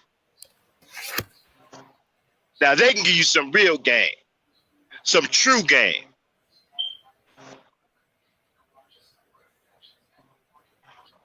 All these losers can do is teach you how to lose in the street. And from the looks of it, that's exactly what you dudes are doing. You're out here losing. Talking crazy, talking about women don't pick educated lames. They pick Pookies and Ray Rays. Women don't choose good men. Women ain't checking for me. I'm not select. Oh, that's not him. He actually is one that sounds like he's a select guy, according to their I'm not talking description. about him, Dan. I'm talking about something in Ah, a general sense. oh, okay.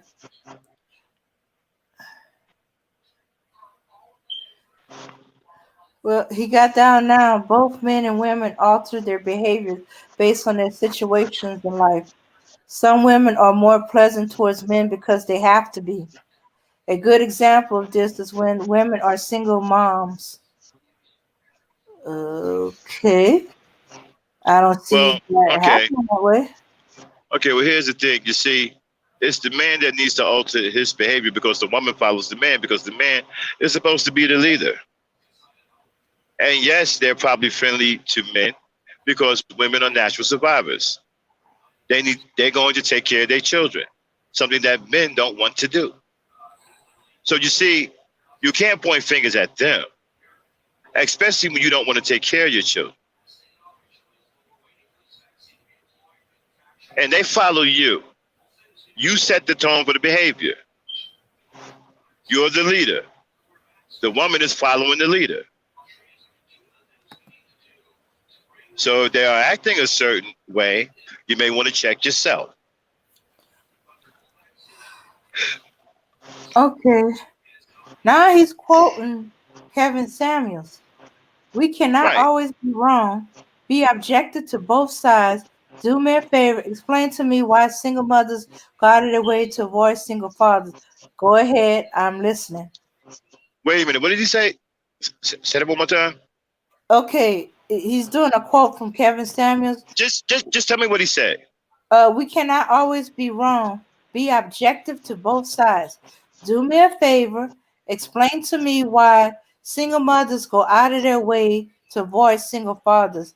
Go To ahead. avoid wait, stop that. I'm not understanding the last part of that. Avoid single Avoid single fathers? fathers. Mm-hmm.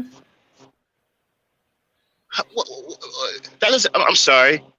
Are you saying single baby mamas go out of their way to avoid single fathers?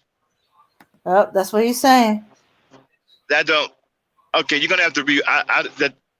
That doesn't make any sense to me. Okay. All right. Oh, He's wait a minute. Are you saying? Wait a minute. Hold on. Are you saying that single baby mamas don't want to be with a man who has a child? Is that what you're saying? Is that what he's saying? I'm thinking that's what he's saying. But since he said single father, I'm assuming a father that has custody of his child. Because single I baby daddies are a whole nother ball game. They one that got kids, but they not there. They don't have custody of their kids, so they don't take care of their kids. Now, if you said single mothers are avoiding single baby daddies, that's because they usually not taking care of their kids. They okay. whining and So crying all about right. So child hold support. on a second. Mm-hmm. All right. So the way we're gonna answer this is, I'm not aware of that. Okay, I'm not aware of single baby mamas avoiding single fathers. I've never even heard of that. Oh, wait a minute. He wrote something down. Why do single Hold on, mothers? wait a minute. Let's get it one thing at a time. Okay. What I'm saying is, I've never heard of that. Okay, so one of the women can answer that. If y'all heard of that, you can answer. I'll take the first question. Yes, you can't always be wrong. You know why? Because you're the leader, and if the leadership is poor, that makes you wrong. And if the environment that you are leading becomes corrupted under your poor leadership, then you cannot blame the women from being corrupted by the environment that you allowed to become corrupted. So if their behavior is unbecoming, it's because you failed to maintain a proper environment. You've allowed that environment to become corrupted as the leader, and the women follow the leader. So if you allow corruption into your environment, the women are going to think it's okay to behave a certain way because that is what you've allowed in the environment. So therefore, them misbehaving and their bad behavior is a creation of your own doing.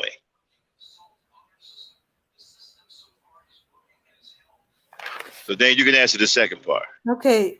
He elaborated a little more with that question. Why do single mothers avoid dating single fathers?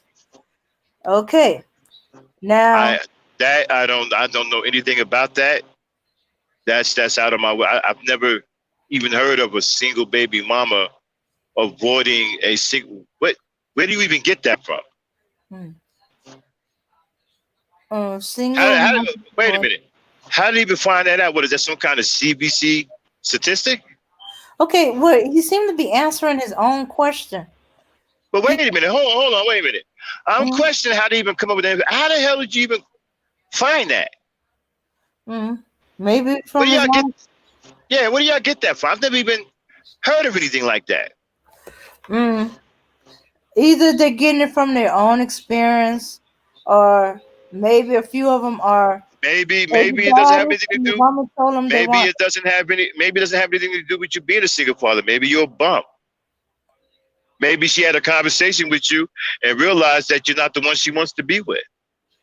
You know, women are very smart, you know, despite what you guys thinking, and you know, they are very smart people. They can figure out very quickly if they want to be with you or not through a conversation. Maybe your conversation was bad, you didn't want to take any chances. Maybe she see that you're a single baby daddy, and on top of that, you got bad conversations. She don't like your thoughts, so she probably think that you're a problem waiting to happen and don't want to date you. I don't know. I'm just guessing because I've never even heard of this. So any of you ladies have heard of this? I don't even know what that's about. I've I never heard. heard of black women going out of their way. And then you said going out of their way. So you know for sure that black single mothers are going out of their way. I don't know how you know that, because I'm assuming that there must be a lot of single baby mamas, right? That are doing this, right? So you either must know majority of them or all of them. And you must have spent time with them to know that they're purposely going out of their way to avoid dating single baby daddies.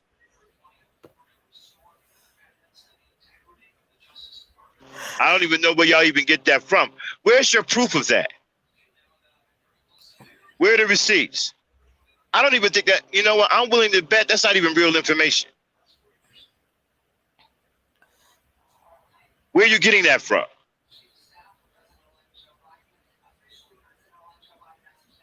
Why do single baby mamas go out of their way to avoid dating single baby? That sounds like a couple of you dudes got kids. You tried to get with a single baby mama. It didn't work out, and you got a problem. You're probably feeling some kind of way in your own ego, like, damn, I can't even get a single baby mama. That's like some kind of personal ego thing, rather than some actual real information. And then again, you're also adding, they are going out of their way. So you know that they are purposely going out of their way. All of them? How do you know that? Go ahead, Dan. Okay. Let's see. Okay. Let's see. No, I'm not digging deeper with this. It is the truth. In my 15 years as an adult, I've only ever personally known one attractive, childless woman who got with a single dad. One. Okay, you said a childless woman, but you're saying single baby mothers. Okay, now, okay, I can. The only time I've heard of it is because not single fathers. Single fathers is a whole nother category from single baby daddy. I've seen them avoid single baby daddies because if they're not paying to take care of their own kids, what makes them think that when they hook up and they get married that he's gonna help take care of her kids? So that's why they avoid them, because they already shown that they deadbeat fathers, or they not paying child support, or they whining and crying about child support. And so Right. they're already crying about it because sometimes they already scapegoat their exes to the new woman, and she's hearing them going on, and she's trying to gouge me with child support, and she's using it to do this and use it to do that. So after a few of them, they like, it's not worth the headache, it's a waste of time and stuff like that. I got kids. If he's like this about his own kids, what he's gonna be like with mine? No. So they just avoid that. That didn't mean they didn't try. Now, single fathers is a man who has custody of his child and he's actually taking care of his child. There's not that many of them out there. There's not many of them that have custody and is taking care of their child. So, we got to differentiate those two. Right. And then another thing about y'all can't be wrong, that's BS. You all can be wrong because you're the leaders. The women aren't the leaders in the community. It's the men. And if the men are piss poor leaders, then you damn right. You are wrong, all of you. Because you got terrible leadership. Okay. Okay, hold on a second, Max. Okay, I need to answer this. He got down there. There's at least a dozen single moms who wanted to get serious with me over the past 15 years. Close to all of them got serious with childless men. Why is that true? Wait a minute. You need to answer this question. Do you have children?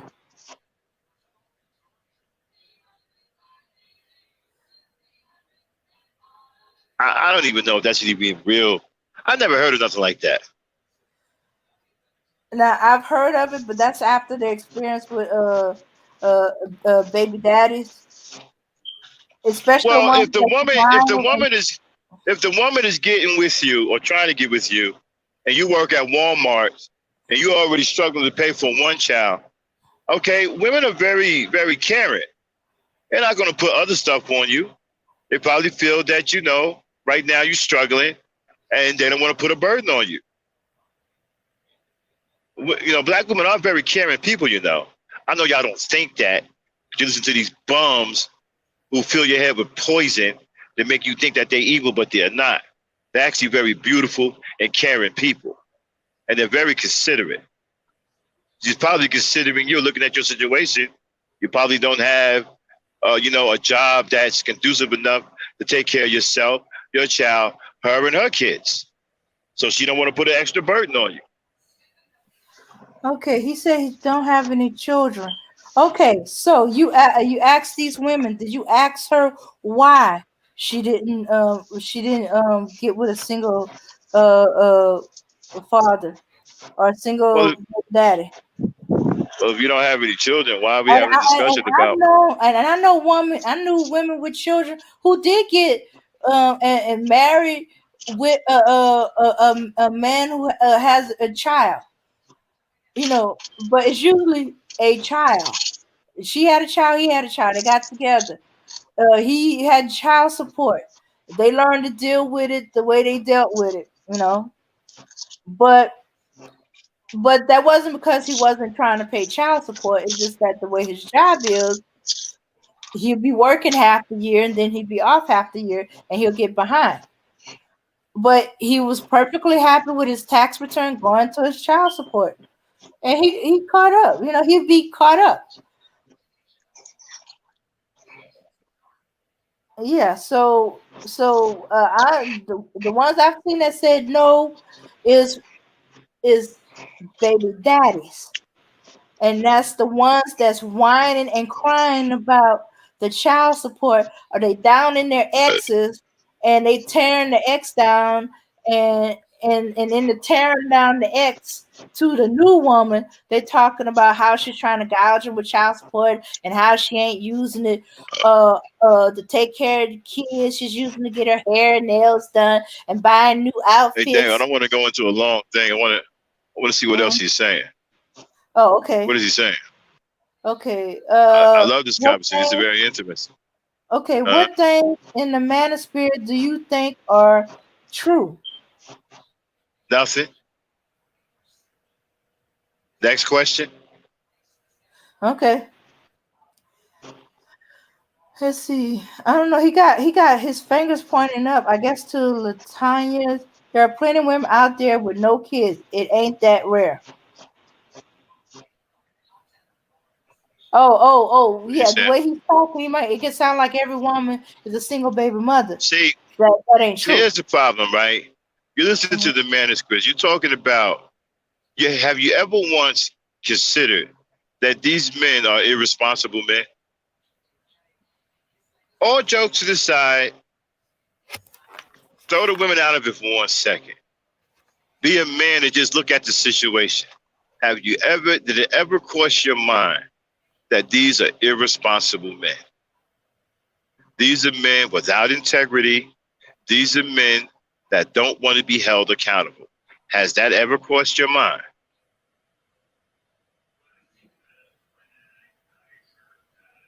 Let me know if he answers. Okay. Let's see. It might take a moment. A little lagging. What are other people saying in the chat? Let's see. Okay, he had just before you asked him that, what do you think about Kevin Samuels? And then Latanya said, I hate this stigma of black women always being a single mother. There are educated black women who are focused on their goals and wait until later to have kids. What do I think of Kevin Samuels? I don't think nothing of him. I think that from what he does, I think that he's somebody that black society can do without. We already have enough enemies. We don't need more. When I think about Kevin Samuels, I tell you, okay, he's an enemy to black people. He's an enemy to black women. He has no good intentions for black people. He has no good intentions for black women and children. That's what I think of Kevin Samuels. I think Kevin Samuels is an enemy to black people and an enemy to black women.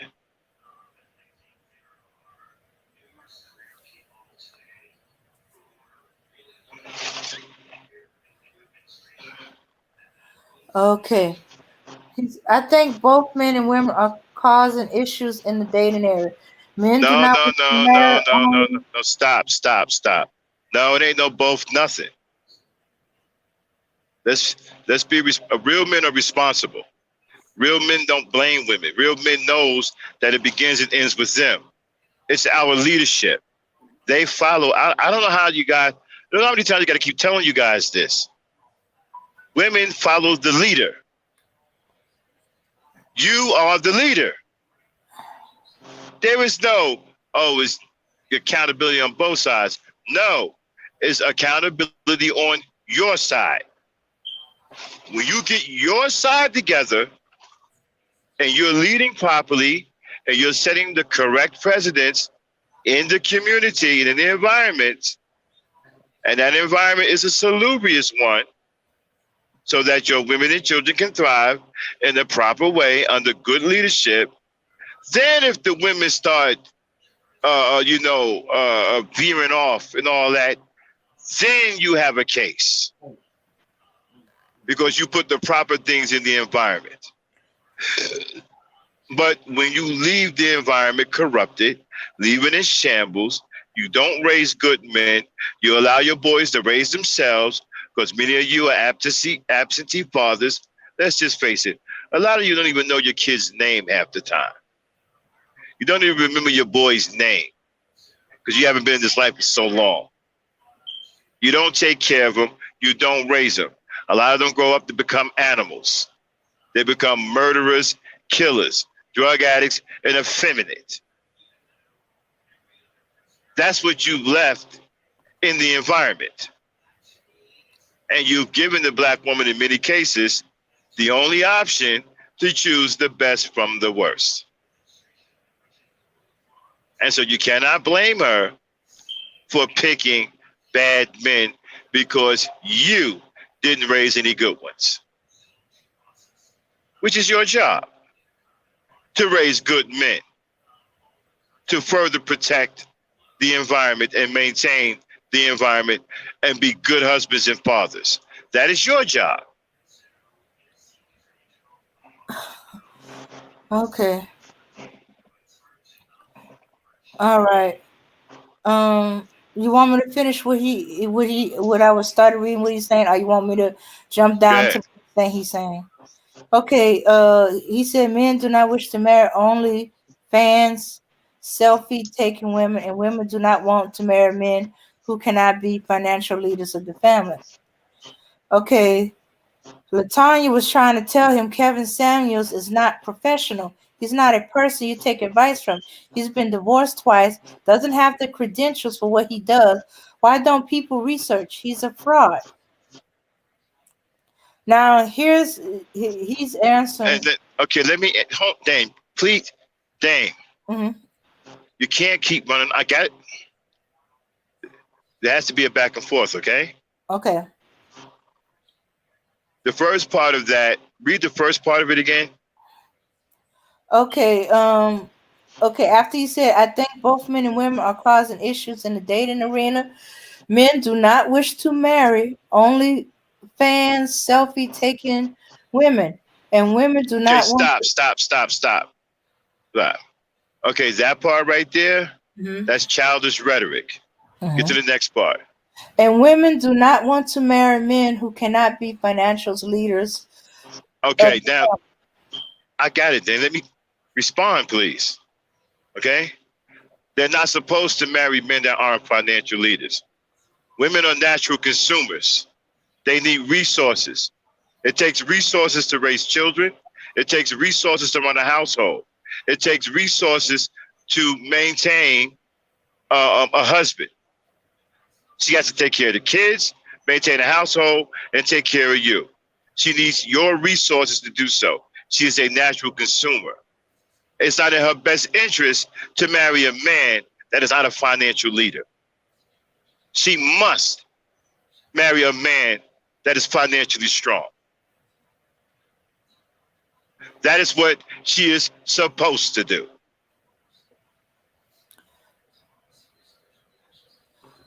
Not supposed to marry some broke dude that can't take care of himself, so they can run around struggling, living from apartment to apartment, worrying about being evicted every 30 days.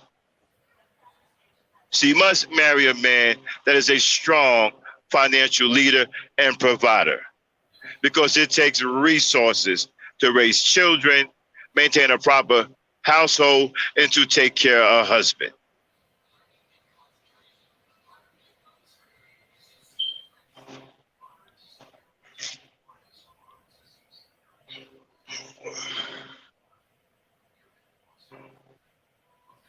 Okay. All right.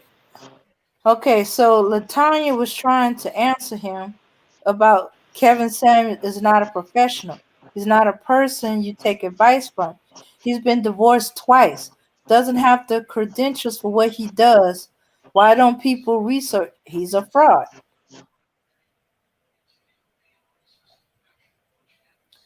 Okay, then after that he goes, real women have some modesty. Real women do not sell their bodies. Their bodies are sacred and are supposed to be for their husband. Men don't want to marry women who used to sell their bodies for money bags.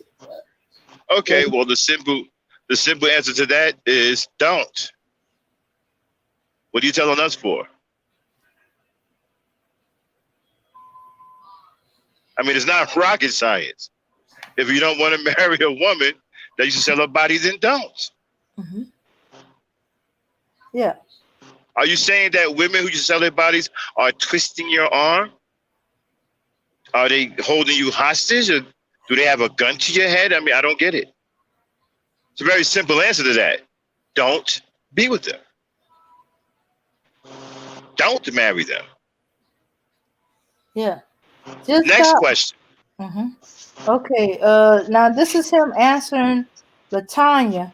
Just more ad hominem. I'm butchering that. A Ad hominem hominem. attacks. Yeah. Mm-hmm. It's not an ad hominem attack. Yeah. She's telling you some real shit. She said, do your research. The man is a fraud. The research is out there. That's not an ad hominem. Yeah. Yeah. He says attack his statistics, attack his facts. We do not care if it is a banana delivering the message. The obesity What that facts? he states are true. What facts are true? Statistics from the CBC? Those aren't his facts. Those are white people facts. Those are white people numbers. Those are white people statistics. That's none of their real information. White people gather that information. What facts? These guys are regurgitators. None of their information is their own. That's why they're always quoting statistics. They have no real information on their own. They rely on whatever the white man tells them because they trust the white man. The white man can tell you that pink elephants marry Beckys all the time. Here's a white man statistic.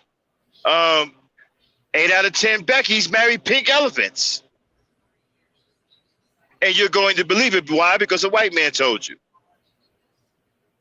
Here's another thing. 9 out of 10 Beckys, they marry monkeys. And you're going to believe it because a white man told you.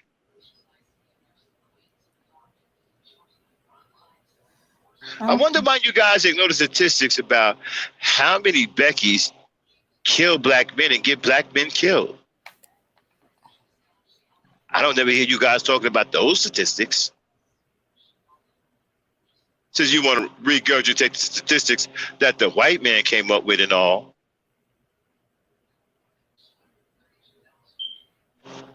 These guys don't have any real information.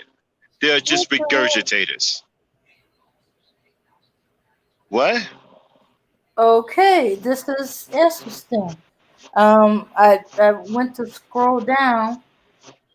Okay, first he's like, Latania's like, you know, men and women aren't the monolith, right? There are different types of folks out here. But this is his response to that. He goes, I'm Latino. I do not have a dog in this fight. I'm not black. I'm an objective referee in this battle. I'm just calling it how I see it. The Latino community has its own issues. Interesting. JR. So interesting. So you're saying Latino men see black women the same way these dudes see black women? And these guys are your barometer? These are the guys you listen to? Kevin Samuels and the Maniqueers? Damn. Wow. That's what you're going off of? Do you know what kind of dudes these guys are?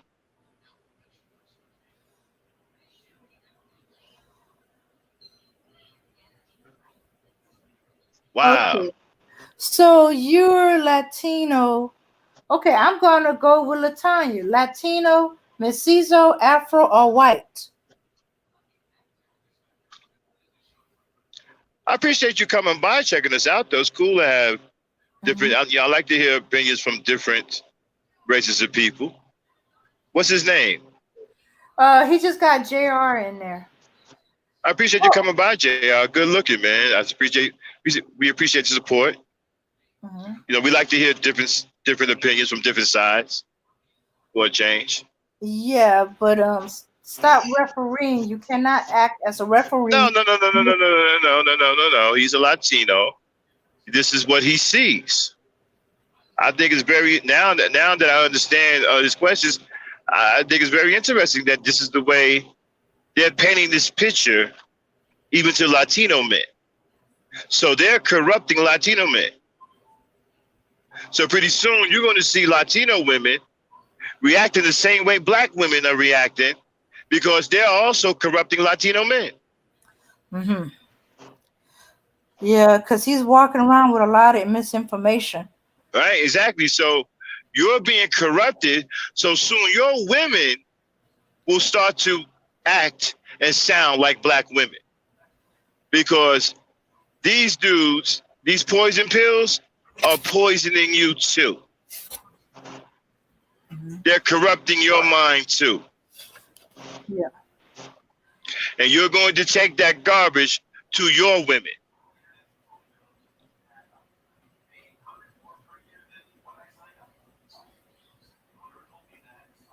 Yeah. And here's another misinformation. He said welfare was created in part to fight racism, but the policy backfired in many ways because it incentivized blacks, Latinos to have more kids. More single mothers were created. What do you think? See, that misinformation he's walking around with. Some of that is true. Some of it. I agree with the part where he said it incentivized blacks and Latinos to have more kids because they were raking the system.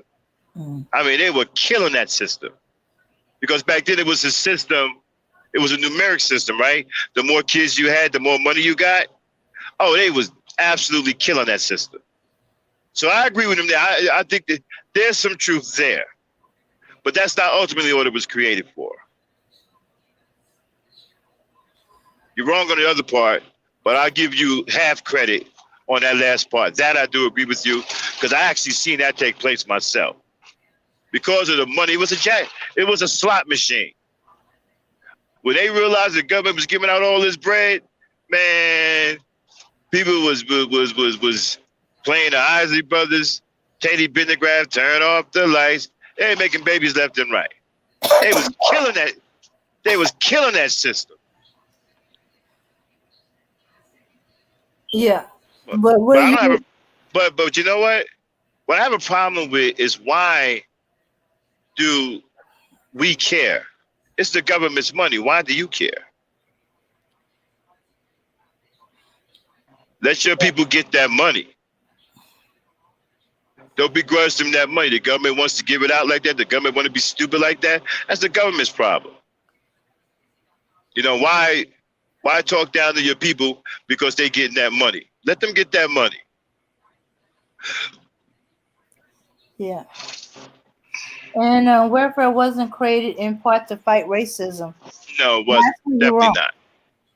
No, Definitely wasn't even created for, for it that. wasn't even for blacks or Latinos. That came No, later it wasn't. on. Yeah. They benefited from it. It wasn't even created for them at first. Mm-hmm. But you ready for white folks? Yeah. Yeah. So, hey, Aaron Collins. Good evening. Okay, so JR says he's Latino. I'm an American-born Mexican. I consider myself Latino. The term Hispanic refers to more assimilated Latinos. Okay, he's confusing me. I know what he's talking about. Mm-hmm. I know what he's talking about. Okay. Well, when you care about what the government is losing, that sounds assimilated to me. It sounds like you are assimilated. Especially when you're agreeing with white supremacist talking points. That reeks of assimilation.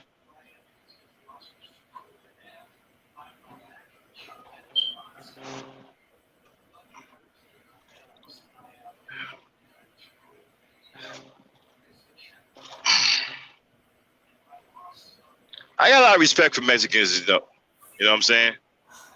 I do. I have a few Mexican brothers, friends of mine, cool people, man. I got a lot of respect for Mexicans. You know why? Because the Mexicans, even though they lost a lot, they just didn't let the white man take stuff. They fought him back. They just didn't sit there and just let him take whatever he wanted. Had they not fought, they wouldn't even have Mexico right now.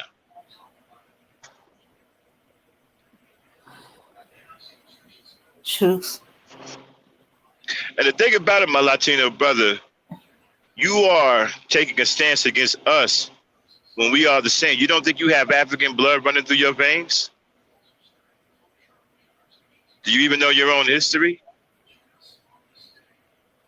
You know about Montezuma and all of them? You know, these weren't white men, you know.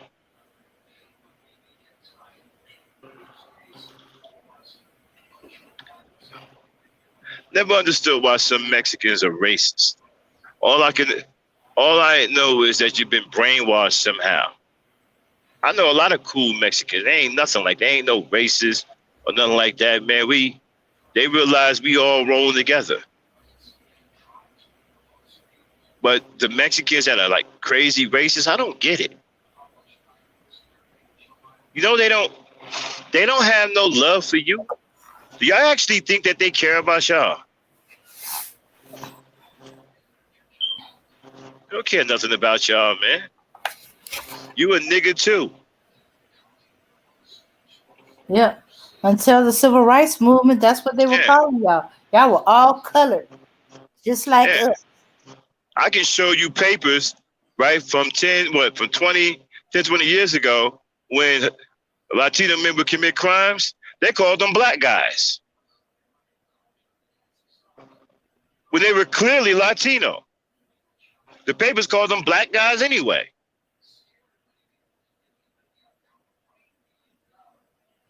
I can show you documentation of that. They identified y'all as black dudes, black guys, black males. You Latino like a motherfucker. Latino names and everything. 3 black males, 2 black males, accosted this, accosted black male, black male. They calling you black males. Not calling you Latinos or Hispanics. They calling you black males.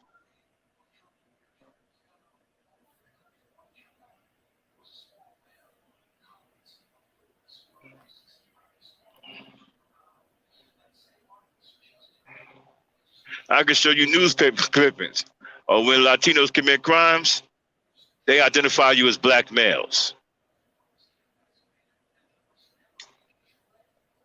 You're only Latino when you're doing something that they can benefit from.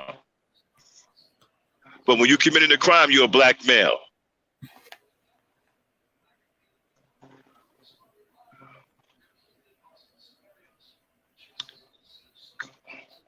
Cool conversation though, JR. Appreciate it, man. Keep coming to the channel, man. Yeah. We don't mind. We don't mind opposing opinions. Keep coming to the channel, man. We love it, man. We don't run from no opposing views. Yeah. Yeah. Welfare started before the 60s. Food stamps started after the civil rights movement. I think he got welfare and food stamps mixed up. They weren't the same thing. It's cool, man. You know, bring some more Latinos over here, man. You know, it's cool. Like I said, we don't mind opposing opinions. We don't run from nothing.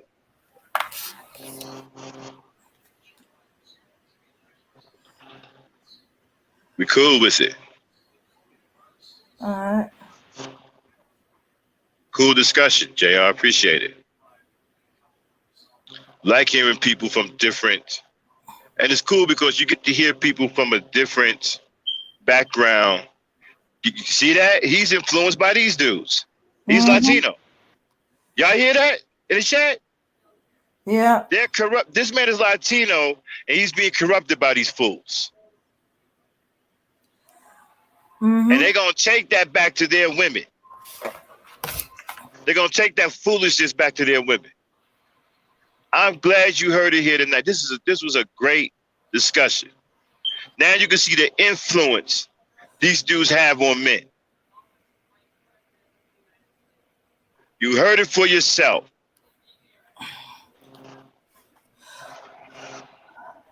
Yeah. But there was always white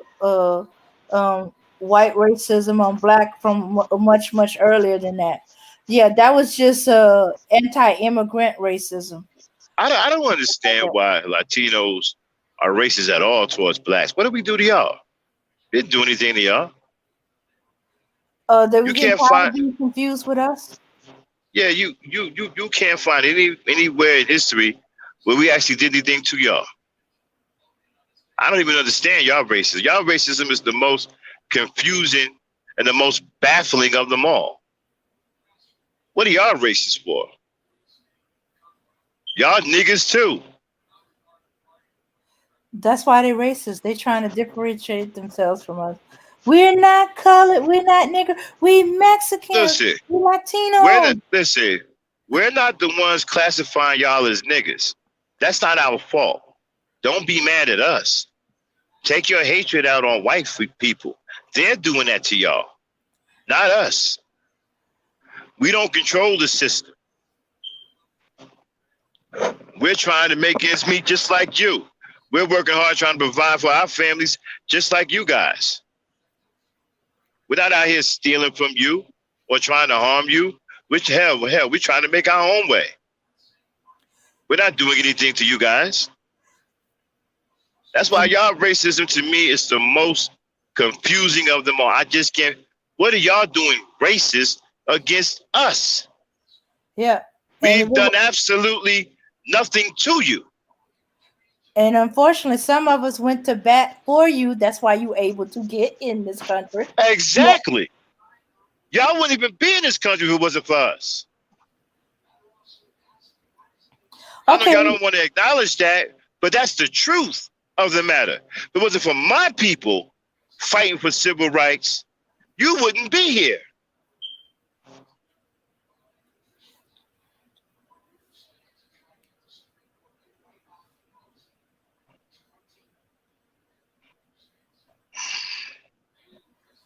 And then y'all praise these white people and try to be like them and turn against us, and they call your countries shithole countries. And they think all of y'all are illegal, drug mules. I mean, check this out. Check this out, right? Trump thinks Latino men are rapists.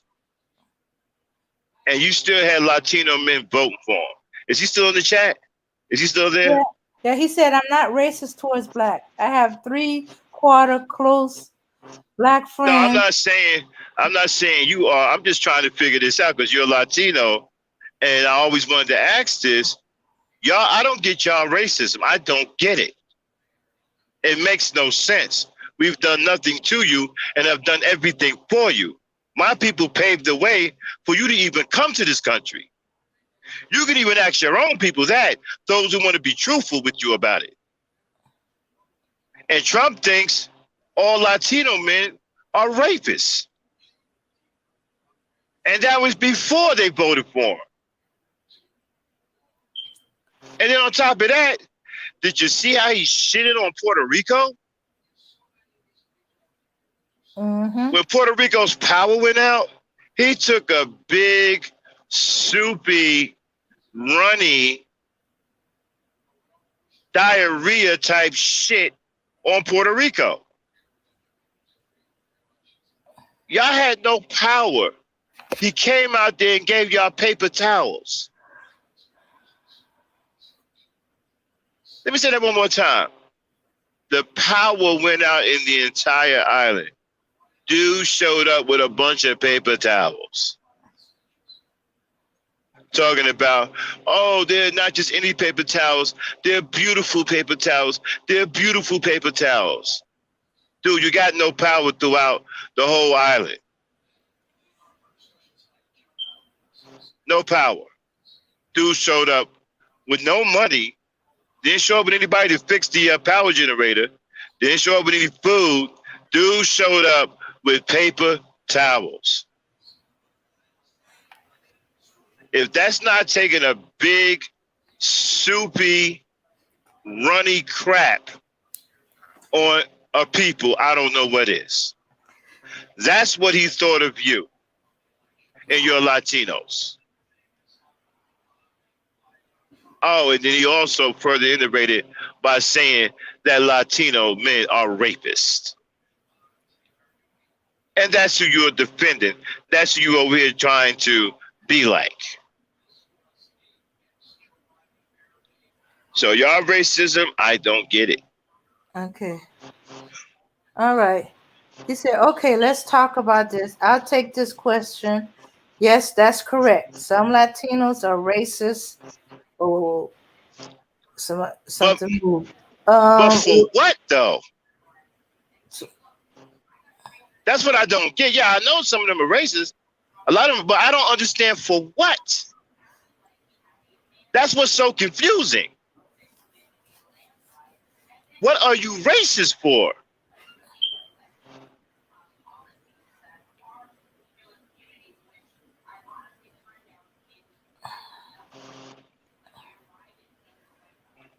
Okay.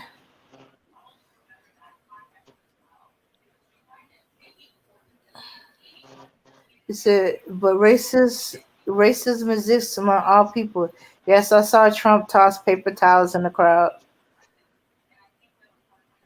Yeah, after the whole island lost power. That's how much you thought of that's how much you thought of Latinos. Don't Puerto Ricans count themselves as Latinos? That's what he thought of Latinos. You got millions of you got all these people with no power. They got kids, foods, and the refrigerators that are going bad, whatever. And he showed up with paper towels. That's absolute blatant disrespect and a total disregard for the lives of the people on that island. And we're not going to do the all people have racism thing. I don't understand why you got. Now I can understand you having racism towards white folks. I get it. But towards black people, I don't get it. We've never done anything to you. And again, you may not want to acknowledge this. You wouldn't even be able to come to this country if it weren't for us. Okay. He got some Latinos have internalized white racism. Let's talk about Cubans. Many Cubans have a lot of white blood in them. They wish to shed their minority status and assimilate into white culture to avoid hate.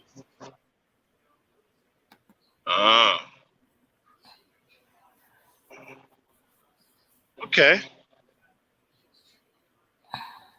Okay. I'll roll with that. Good answer, my brother. Okay. I wonder if he's going to answer Dream question. Question.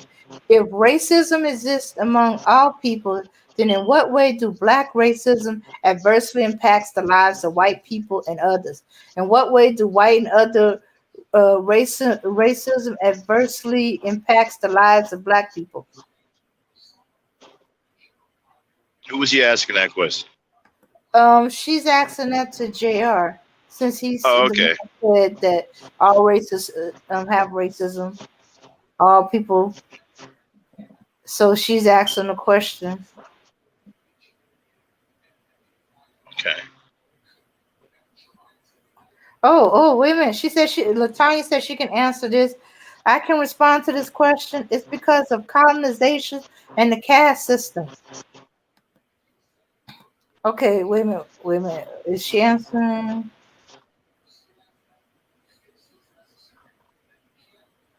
Okay, I just realized I don't know if she's answering. I don't think she's answering Dream Crusher's question. Let's see. Oh, okay. She's answering JR question. In what ways do white and other races? Sounds like an interesting conversation is building up. Uh-huh. Oh, nope. She was answering Dreamcatcher's question. Okay, but it sounded like he answered part of the question or not it at all. The question is, if racism exists among all people, then in what way do black racism adversely impact the lives of white people and others? And in what way do white people and other racism adversely impact the lives of black people? Mm-hmm. JR says, yes, I understand what Dreamcatcher is saying. Whites have power structure to impose racism upon blacks and other minorities. And Dreamcatcher's added on Cuban isn't a race. Multiple races are in Cuba. Well, yeah, that's true. There's black Cubano, white Cubano. I don't know if there's Chinese Cubano. Well, there might be, since what is it? North Korea is part of the Soviet system, so I guess there could be North Koreans up in there. Korean Cubanos.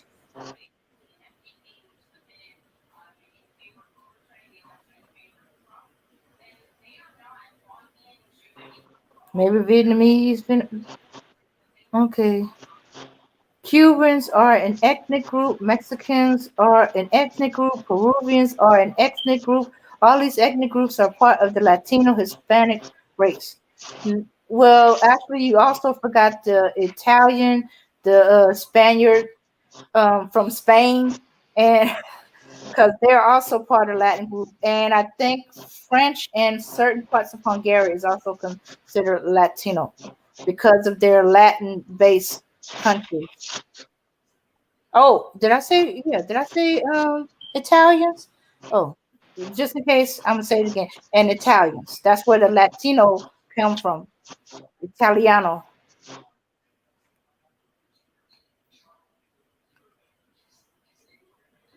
Okay, Aaron is.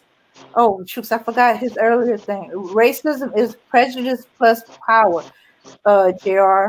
White people have systematically used their power to enforce legislation and laws to physically, culturally, and mentally, and other ways to oppress Black people globally. So,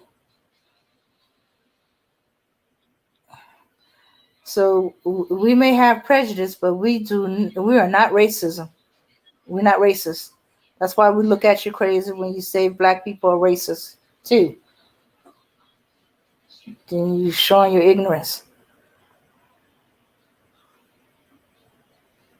Oh, okay. Latanya said Latino is a nationality, not a race. We need to teach that. Yeah, well, it's true. Italian, Italy. Uh, Let me see. Spain, Spaniard. Spaniard. Okay, okay. All the European Latinos are white. All the American Latinos are mixed black, Indian, and white. Now, depending which percentages of what group is mixed into them, so we might as well say, hey, everything is white, black, and Asian. Can you hear me there? I can hear you now, Max.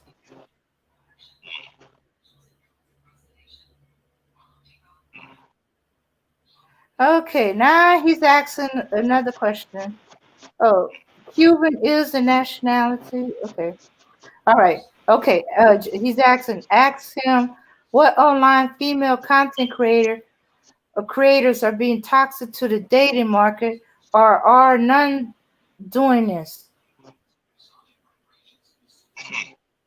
There's a lot of people being toxic to the dating market. It ain't just online person. A bunch of people toxic. The whole manosphere is toxic to dating. Oh, he wants to know about the female ones. Oh, there's several out there. You know, um, I think Kristen Carolan is toxic. I think women like her are toxic. I think she promotes separatism between black men and black women, and she wants black women to pursue white men. I think that's problematic. There's several out there.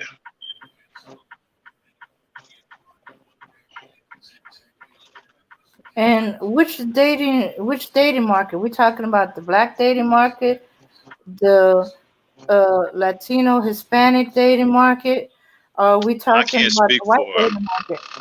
I can't Be speak for. specific, sir. I can't. I can't speak for Latinos and whites, but yeah, definitely the black dating market. Yeah,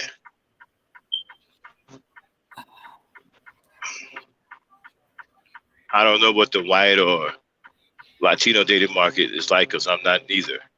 I'm neither white nor Latino.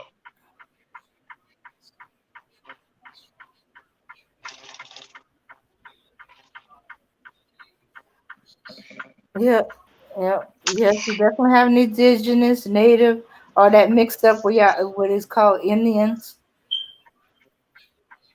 Oh, don't get mad, JR. I'm just messing with you. I know you meant black dating market, but dang it, you can't take that little love tap. Hey, don't just leave it what it is, okay? Okay, Now let's keep having the discussion. We don't want to okay. get into petty fights. I like the discussion. I want people to, be able to come here and voice their opinion, have their opinion heard, and we can talk about it. Okay. My apologies, JR. It's all right. Just you didn't mean it, Mhm. but I want people to come here and be able to, say what's on their mind and not be attacked. You know, everybody doesn't think the way we do. We have to be mindful of that. Okay. Everybody doesn't take ribbon the same way we do. Uh-huh. Some people find some things that may be said that we think are light. Some people find them extremely offensive. Everybody's a little different. Uh-huh. Okay. All right. Dreamcatcher says that's a triracial or Creole. Those that have all these uh, um, racial or ethnic groups in their bloodlines. Let's see. Yeah, Real Aaron Carter had many Latinos here have mestizo blood.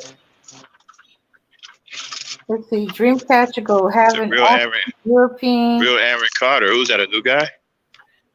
No, the real Aaron. Oh, I'm sorry. I said Carter. I'm sorry. I'm sorry. The real Aaron Collins. I'm sorry. Oh, Aaron, come. What up, Cam? What up, Aaron? I can't see the chat right now. Mhm. What up, Aaron? What's popping, bro? Okay, JR said I didn't even know what she said. Laugh out loud. This is fun. He's answering my questions. Well, Max, I guess he ain't been running to anybody that's been answering any questions.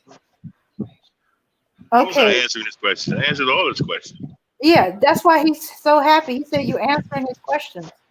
Yeah, Mm-hmm. yeah, JR. I just told you we relish it. We want people to come with difference of opinion so we can have a discussion. That's how you bring people together, my brother. It's called understanding. Okay, Dreamcatcher says having African, European, parentheses, French or other, and Native American ancestries are considered Creole or triracial. Okay, I did not know it was considered triracial. I know of it being Creole, but there's a little definition problem with Creole. Because Creole at one point used to mean anybody born in Louisiana. So you got these white Creoles, and they get very offended if you get them mixed up with the Creole that's triracial or biracial. So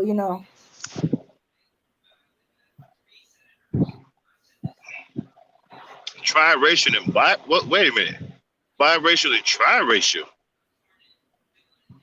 oh, that's another way. Us well, another way of saying, I guess, triracial. That means you have at least three.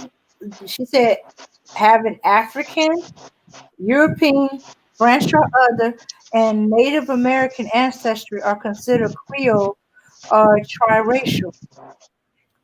I heard a woman say one time she had African, Italian, Irish, Jamaican. What else? Uh, some kind of Indian. She said too. I forgot the name of the Indian she spoke. We had all these things. So what would that make her? That still make her triracial because Africans and well, oh wait a minute, I forgot. Jamaicans are not just aren't just black. So depends on the Jamaican mixture that she is. Is she the black Jamaicans, the East Indian Jamaicans, or the let me see, wait. I forgot what the other third group that's in Jamaica, or a mixture of those. Yeah, but it sounds like she might be triracial. Or shoot, she might Okay. be quadracial. Okay. Hmm. I'm feeling that, man. We got a couple of triracial people in here. Feeling it. Okay, let's see. Aaron's laughing his butt off. Latanya said, I have Creole ancestry and Dreamcatcher is right. Okay.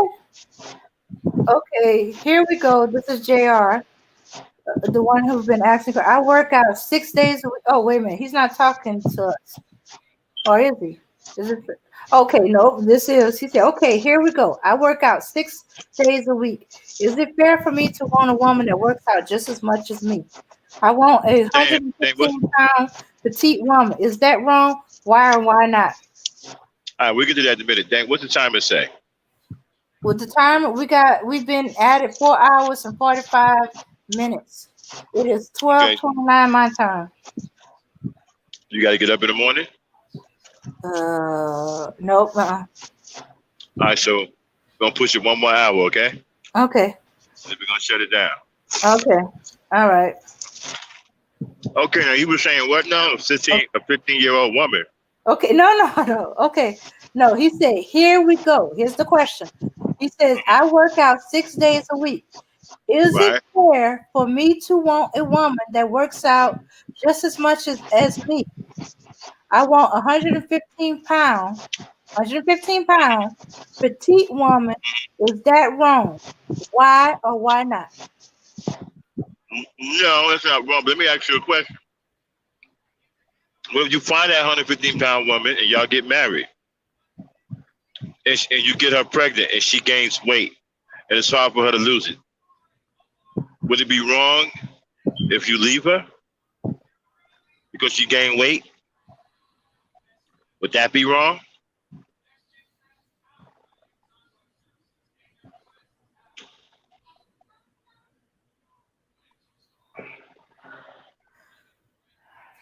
Well, we'll wait till his response kick in. Okay. Multiracial people. That's Dreamcatcher. Women's weight fluctuate. It's okay to want a petite woman, but to remain 115 is unrealistic.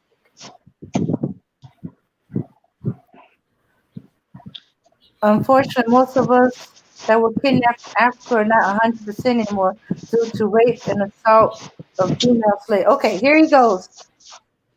Okay, this is JR. Kevin sees marriage as a business arrangement. I disagree. I want a woman that's with me for the right reason. In parentheses, personality / looks / character. In addition to financial reasons. What do you think? Well, JR, you didn't answer the first question, but I'm gonna let Max deal with what he wants. Well, all those things are good, but you're missing one important ingredient. Marriage isn't a business arrangement. Marriage is about love, my brother. There is no getting around that. If you want a good woman, you are going to have to love her, along with all the other things that you mentioned. You can have all them other things, but if you don't love the woman, she's either going to scram or she's going to make your life miserable because she don't feel love. Women need to be loved. They need to feel love. Love is important when you are dealing with women. It is extremely important. And you cannot separate love out of a relationship with a woman. The reason why he tell you that about marriages is because he's in love with other men. He doesn't love women.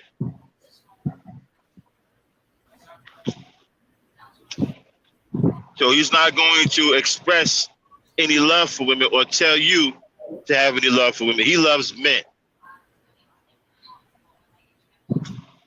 Love is the most important thing that you need with a woman. Without that, I don't give a fuck what you're doing. It ain't gonna work. Okay. Oh, he did. You can be a millionaire. Take your woman around the world, but if you don't love her, she out.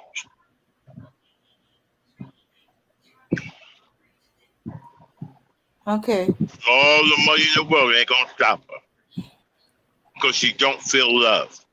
Women need to feel love. Go ahead, Dan.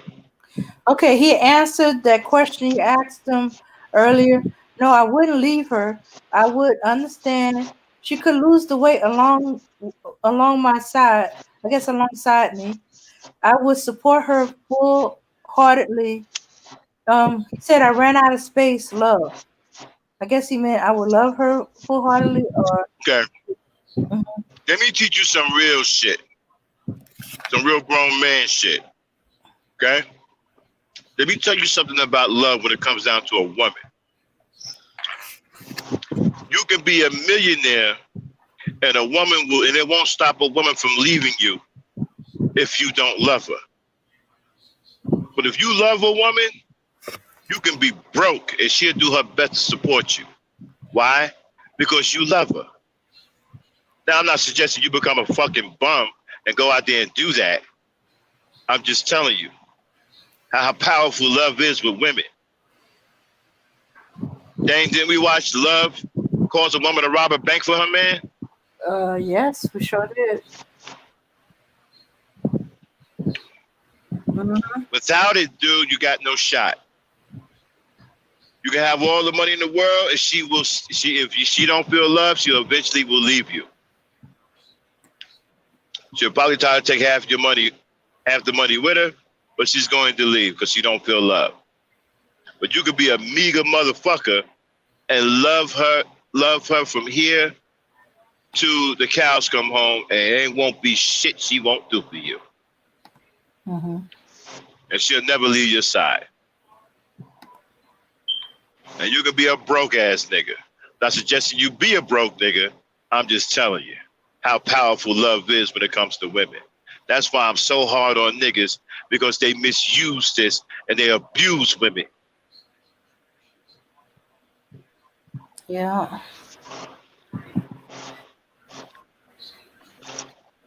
Like that fool who let his woman rob a bank. Woman love you like that, you don't put her in harm's way. You don't let her go rob no goddamn bank.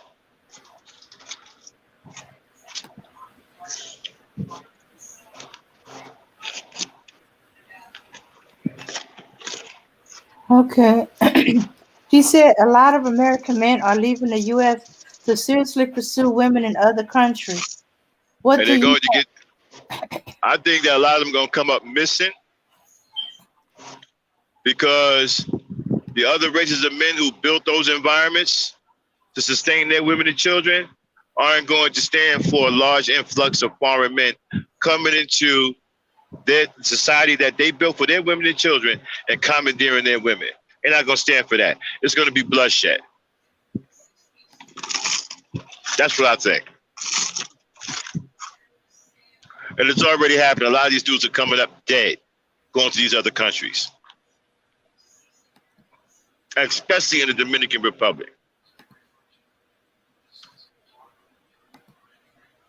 I'm not going to go in another man's country into his environment that he built for his women and children and his people and commandeer his women. That's unrealistic and that's a death wish.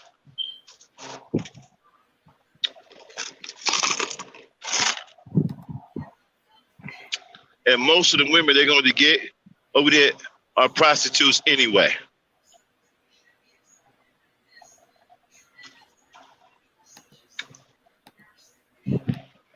Yeah. And since you're not taking them to America with you, they definitely gonna get rid of you, because that means you're gonna leave a child behind. That'd be another strain on their And environment. let me give you another piece of serious advice, my brother. Never take dating advice or advice about women from a man who loves men.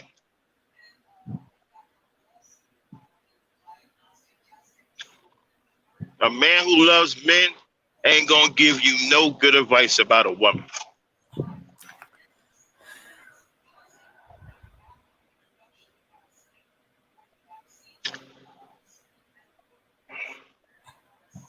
Yeah. Let's see. The real Aaron Carter goes, Kevin wants bussy. Boy, pussy. He put in parentheses. Okay. The Tanya's like, I was getting the vibe of him playing for the other team. That's why he's vile with his advice towards women. Competition. Okay, Dreamcatcher goes, I read that men are attracted to the body fat women carry in the lower body than upper because fat in the upper body is a sign of being unhealthy. A woman who has a little more fat in the lower, let me see, is seen as healthy and fertile. Yeah, that really don't like that. Yeah, I I'm guess. sorry. I didn't. Wait a minute. I'm sorry. One more time. I didn't get any of that. Okay, Dreamcatcher said, I read that men are attracted to the body fat women carry in the lower body. Uh, her behind, her hips. More than if the woman carries fat than upper body because fat in the upper body is a sign of being unhealthy. A woman who has a little more fat in the lower is seen as healthy and fertile. So it's not just any fat women that if she got fat on her lower body, which means her butt and her hips, she got that pear shape, then yeah, he's attracted to it because that means she's fertile and healthy. But if she got that apple shape where it's all in the abdomen area, then no, it's not. They're not attracted to it because they subconsciously pick up that woman is unhealthy, which usually that's what that means. Why don't you guys try being heroes for a Mhm. change instead of zeros? Stop being these zeros running around here talking about women are this and this and that. These are zeros. Try being a hero. Help your women out. If they got issues, help them work through their issues. Love them. Don't hate them. And again, going to a homosexual for advice on women, all he gonna do, right, is teach you how to get the woman to hate you. That's all he gonna do. Because I'm gonna tell you right now, the stuff you talking about, you repeat to other women, all they're gonna do is get mad at you and hate you. They ain't gonna want to be with you.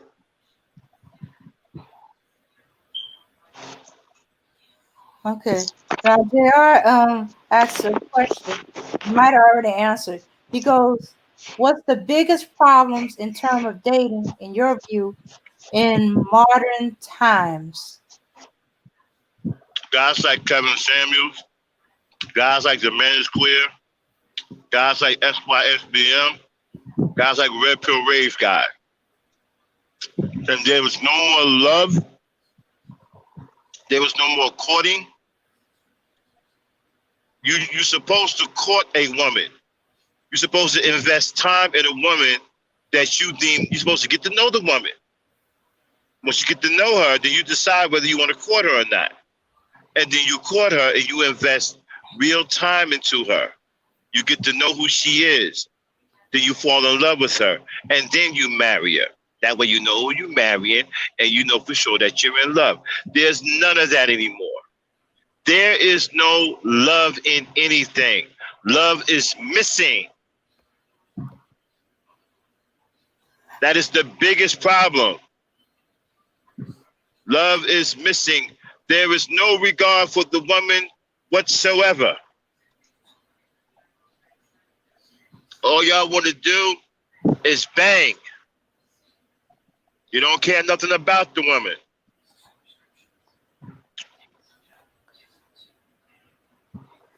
Okay. Now he wrote this before you got a chance to answer his previous question. He said Kevin is now the leader of the Manosphere. He's gaining 3,000 plus subscribers per day. What is going to happen with this in the future? Well, It's going to be shocking to the other leaders of the Manosphere. I don't know. They might turn on him and beat him up. There are already signs that they might do that. Yeah, they're already jealous little girls over there. Uh-huh. They're already starting to turn on him because he played them out. Okay. Might get ugly over there, JR. Stay tuned. Yeah. I like JR, man. JR's cool. Mm-hmm. JR, man, you're welcome here, man. Keep coming back, bro. I want to see you here again. Subscribe to the channel. I like you, my brother. Cool. You cool. Okay. All right. Let's see. Oh, yeah. The real Aaron Carter was responding to that other question. These cats are going to a foreign country thinking they're getting into something, but something's going to get into them instead, if you know what I mean. Yep. Oh, they're gonna get into something, all right. We call pine boxes and swamps. Called quicksand. We're gonna get into something, all right. Or they're going to be bent over and punked out.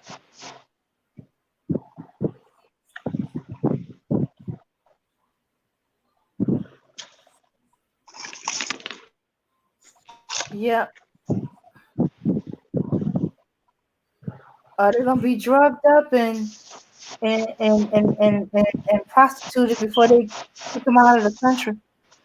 Yep, yep. My brother, get out of this superficial Mac pimp garbage about women. That ain't gonna get you no women. It ain't gonna get you no luck with no women. All that's going to do is teach women to hate you, and they're going to avoid you and stay away from you. Understand a woman's nature and understand love. You need love to deal with women. Women need to feel love, brother. Without that, you got nothing.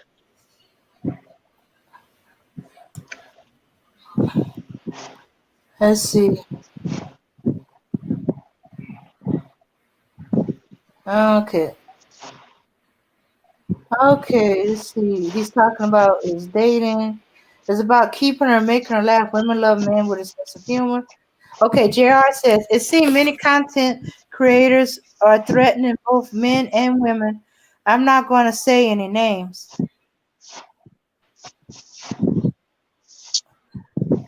And Listen, okay, JR, let me tell you something, man. Mm-hmm. Women, come on, Dane. Let me tell you something about women, bro. Women respect you for being you. Don't try to be something you're not. If you're not a funny person and you can't make a woman laugh, don't try. Just be the best JR you can be. That's what impresses women. You being the best you. Whether you can make them laugh or not, you just focus on being the best you. That's what women like.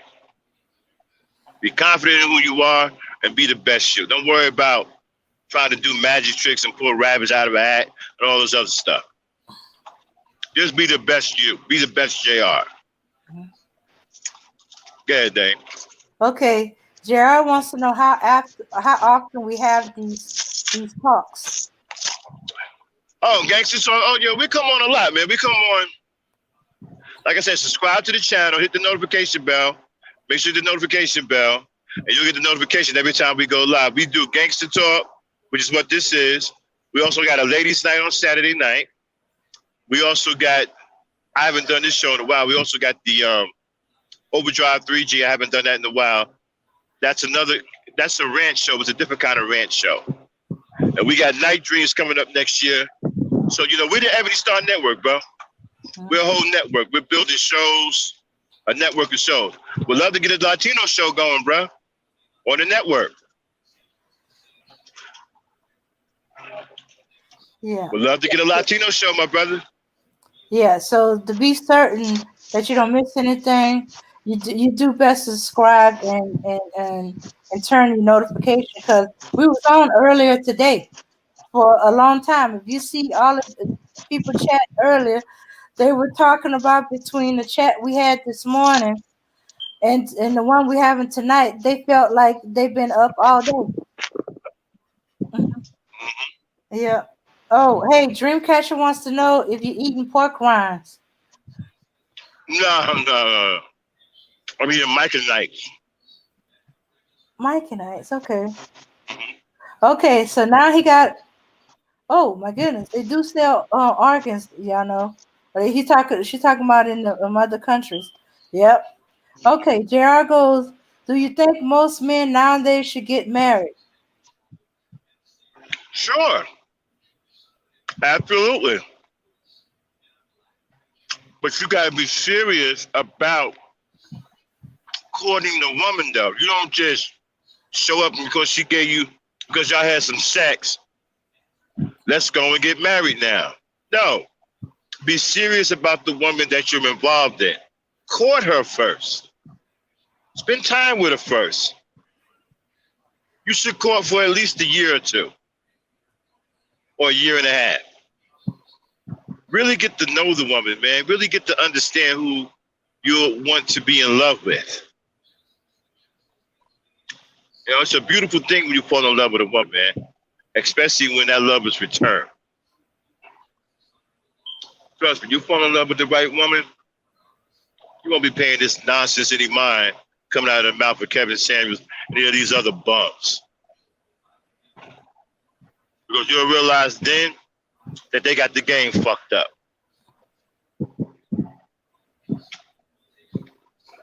Well, get serious about the woman. Pour some time into her.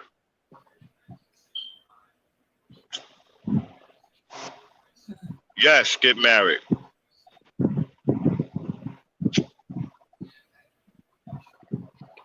Yeah. Okay, the real Aaron Carter is still responding to the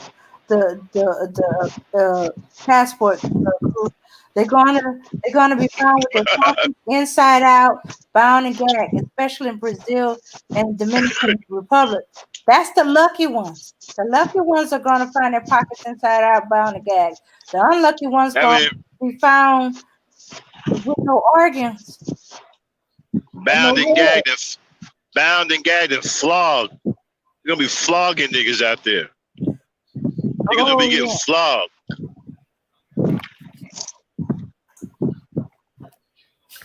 Niggas gonna be getting beat to death with coat hangers.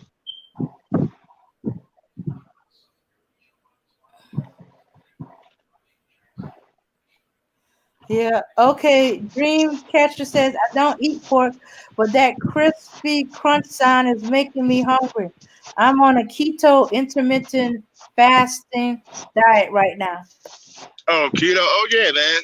That's a good one there. Yeah, man. That one's powerful, man. But I heard you can't do it too long though. You can only do it at certain times. You know? But it's powerful. I've seen that work. Wait a minute. Mike and Ice got pork in them? No, it sounds like you eating pork rinds when you eating the mic. Oh no. Oh hell Yeah. no. She wrote that before you answered. Oh. Uh-huh. Okay. Yeah. And I'll tell her we also do something here at the Ebony Star Network that we call the 1 o'clock challenge. That we've had women on and they successfully lost weight. So we're definitely into Black women's health, Latino women's health, Mm-hmm. Black women's health, Black men's health. You know, we're gonna be doing something for the brothers soon. We're gonna have 2 shows, one dedicated to Black women's health, one dedicated to Black men's health.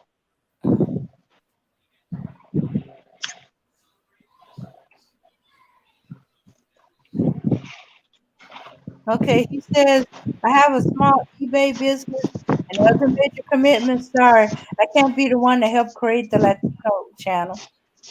All right, that's cool. But you can come by every now and then and do what you're doing now. You can come by every time we go live. You come by, do what you're doing now. That's fine too. We appreciate your support. But we still would love to get a Latino channel going. Pass the word on. Okay. All right. JR goes, many men think women actively seek to be disrespectful towards men in American society. Do you disagree or agree? Say it again. Many men think women actively seek to be disrespectful towards men in American society. Do you disagree or agree? I agree because the men have failed them. The men, the African American men in America are an absolute embarrassment. Many of them are effeminate. They are sellouts. They hate women. They encourage violence against women. They don't want to protect their women and they don't want to protect their children. And they treat black women with the utmost disrespect. So yeah,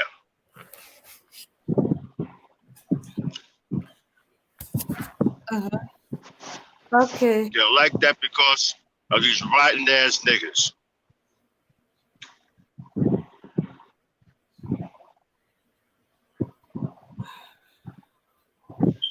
Okay. Um, let's see. Oh, Latanya goes, Kevin Samuels seemed like a man who is lonely and toxic, very superficial and has no class. Okay. Dreamcatcher is telling Latanya it's hard to do a diet when you don't eat much or often, and when I get hungry, it be at random times. Uh, okay. That means then that your body's gonna have to eat your body fat, eat But up your that's what body fat. that's what the 1 o'clock challenge is all about. The 1 o'clock challenge is not a diet. It's about disciplining your mind. It's not an actual diet. Women lose weight by disciplining their mind. It's a mentality that you take on.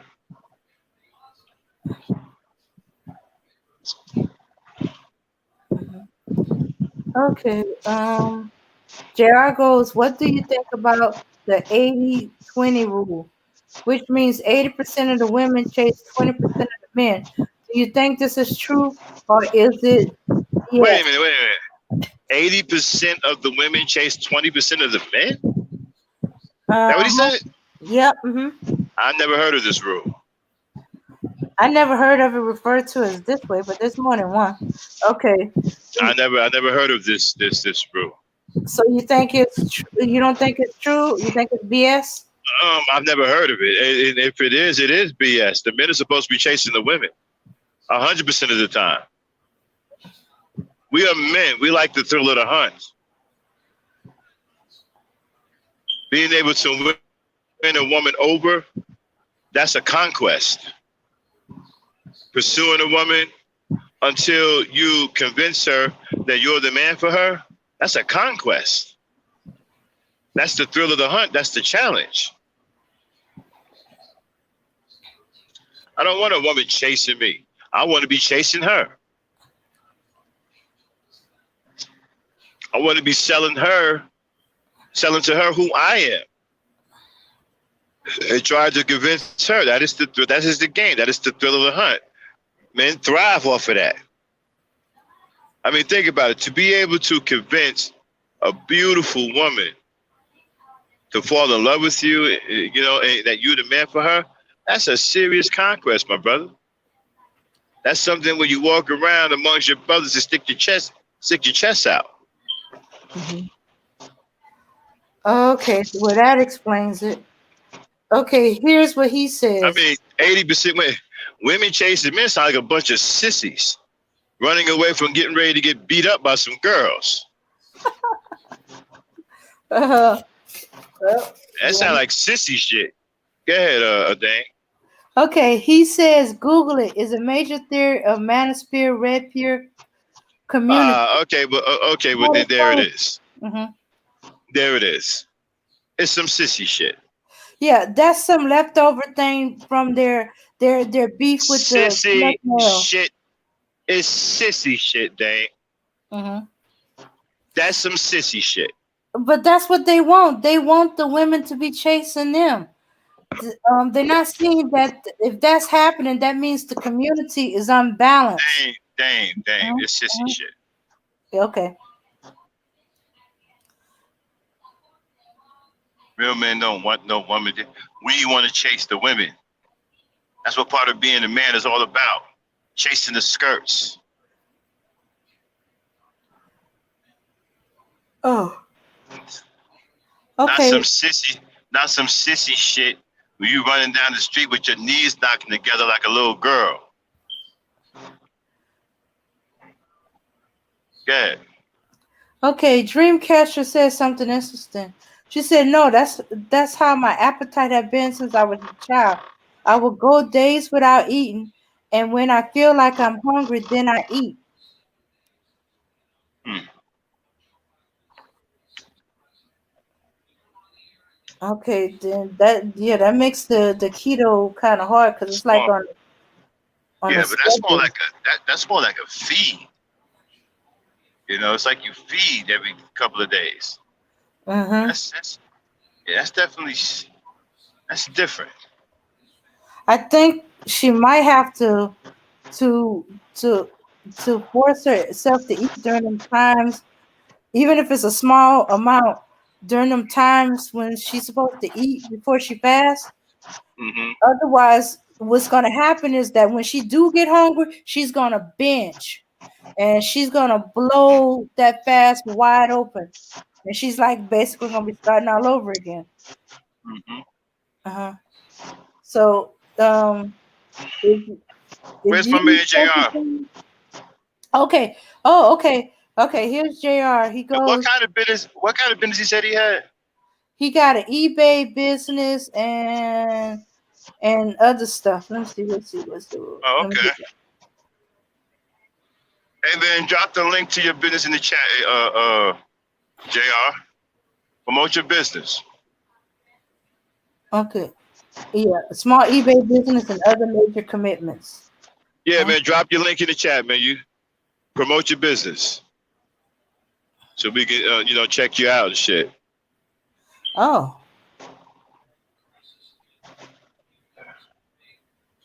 okay, all right. Dreamcatcher said a theory isn't a fact, though. A theory is a thought you had about something until proven. She said she don't binge eat even when she feels hungry. Okay, well, But then she has incredible control over her mind. mm-hmm. A person like that should be able to accomplish anything she wants.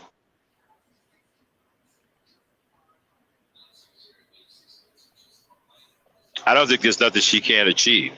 Mm-hmm. She got that kind of control over her own mind. I don't think there's anything she can't control. The sky's the limit. Okay. Okay. JR goes, if I make people mad, they will flag my items. LOL. Sorry, can't. So if you make people who? If I make if I make people mad, they will flag my items. LOL. Sorry, can't. If you make, I'm confused. Make people mad about what? I don't know. Maybe he's not supposed to show an interest in our channel. I don't know. Wait a minute. Oh, He answers this. The manosphere believes this, that the vast majority of women do not marry men for love, that women mostly just marry men for his resources. Is this true? What do you think? okay. Again, I answered this earlier. Women are supposed to marry men for resources. Women are natural consumers. It takes resources to raise children, run a household, and take care of a husband. She is supposed to go after a man that can financially lead and provide.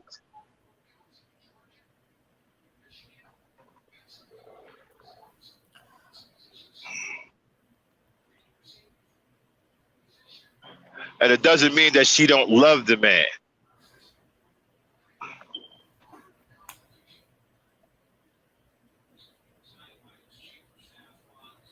Okay, so JR, You're not supposed to be over here. Okay, so people are watching you. Like, don't you support them niggas over there? Oh, okay.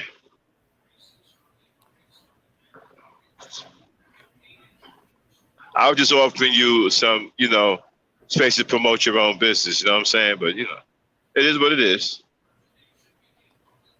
Yeah, Dreamcatcher says I don't emotionally eat, but stress is her issue. Stress? I guess if she's stressed, I don't know if she means she eats, she more likely to eat when she's stressed, or she more likely not to eat when she's stressed. Try not to be, okay. Is she young or she's an older woman or? I don't know. We didn't talk about age. Well, stress, we have to, see if she's a younger woman or an old. You don't have to tell us your age or anything, but are you a younger woman or middle-aged woman or an older woman?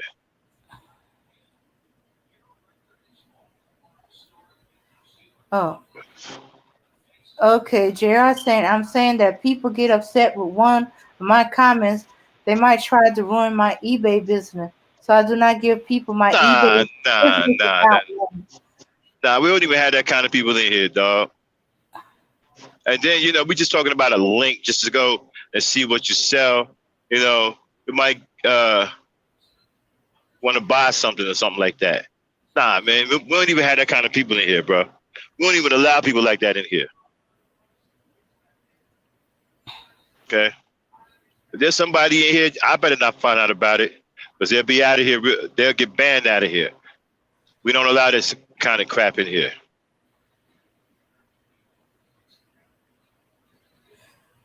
Okay. All right. The manosphere is teaching men to marry each other. Okay, Yeah, JR. pretty much. Okay, JR says love plus resources plus personality plus character plus looks. Well. Okay. When you have the love, all the personality and all that stuff comes with it. The looks, you see that before you get the love. So the looks is what attracted you to the love. And the love is going to show you the personality. Okay? The resources, you have to bring the resources.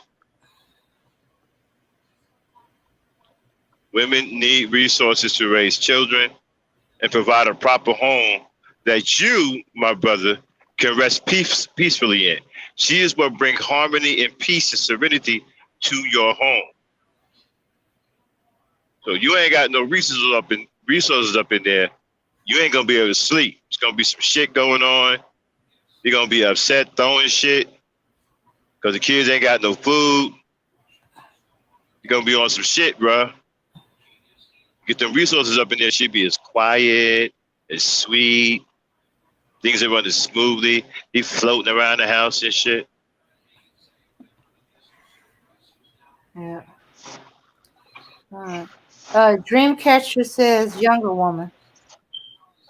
Okay, well, that's sad that younger women are stressing. I'm starting to get a lot of this. Younger people are being stressed out, and y'all shouldn't be. Are you taking on older people problems? Not to get into your business, but are you taking on problems that don't necessarily have anything to do with you? What I've seen a lot of younger people do because they like someone or a person is a family member, they tend to try to take on that person's problems. And it causes a lot of undue stress. How is your stress coming about? Is it something that is bothering you that you can't achieve? Or is it a bunch of people in your life doing some crazy stuff? Without telling me your business, that's why I'm asking vague questions like, is it just people doing crazy things? Are you trying to take on a burden from someone that don't belong to you because you like them or you feel some kind of way about them? Or they may be a family member that you love?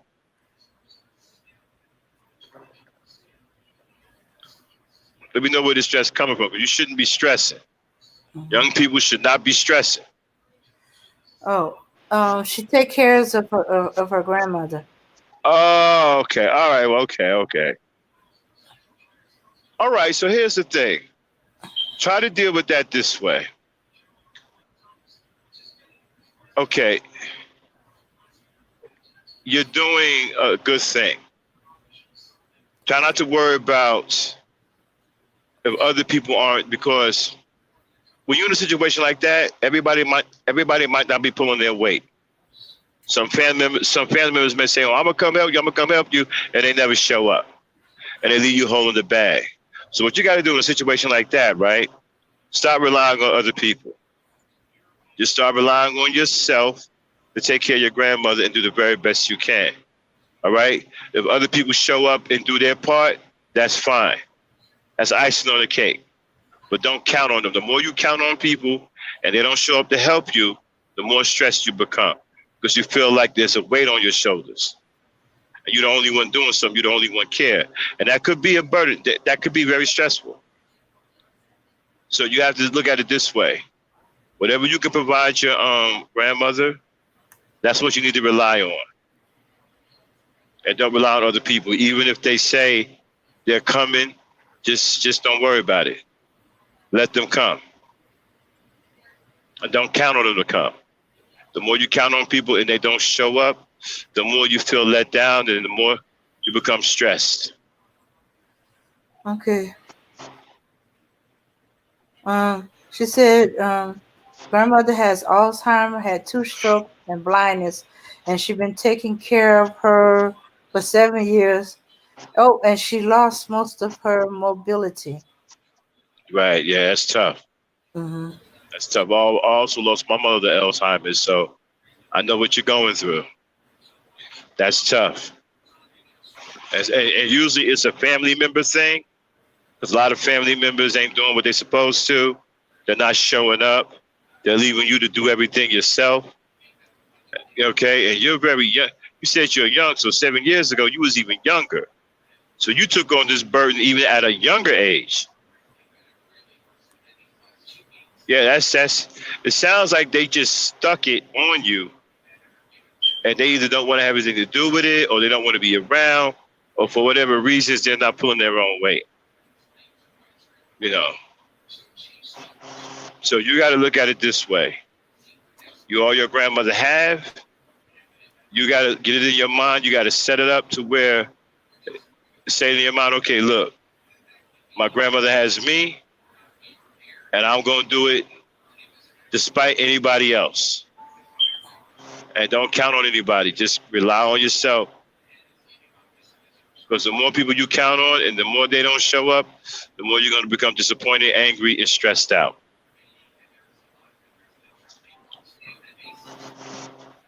Yeah. I took care of my grandparents. I know, and most of I actually did binge eat because I was so busy taking care of them. I didn't eat regularly, so when they slept, that was the quietest moment where I could go out at night and just go get me some quick fast food. The cheesier, the better. That's why Taco Bell people were starting to recognize me on site. They asked if something was wrong when I didn't show up a couple of nights. Are you okay? And another, In a couple of days. and you know what? And another tough thing about that is you're young, so a lot of your young life is being taken away from you. You're not experiencing some of the things you should be experiencing as a young person, because you have this heavy burden on you that you probably aren't getting any help with. If you was getting help with, you wouldn't be. If you was getting the help that you need with this situation, you wouldn't be stressed. So by you saying that you're stressed, tells me that you're not getting the help that you need.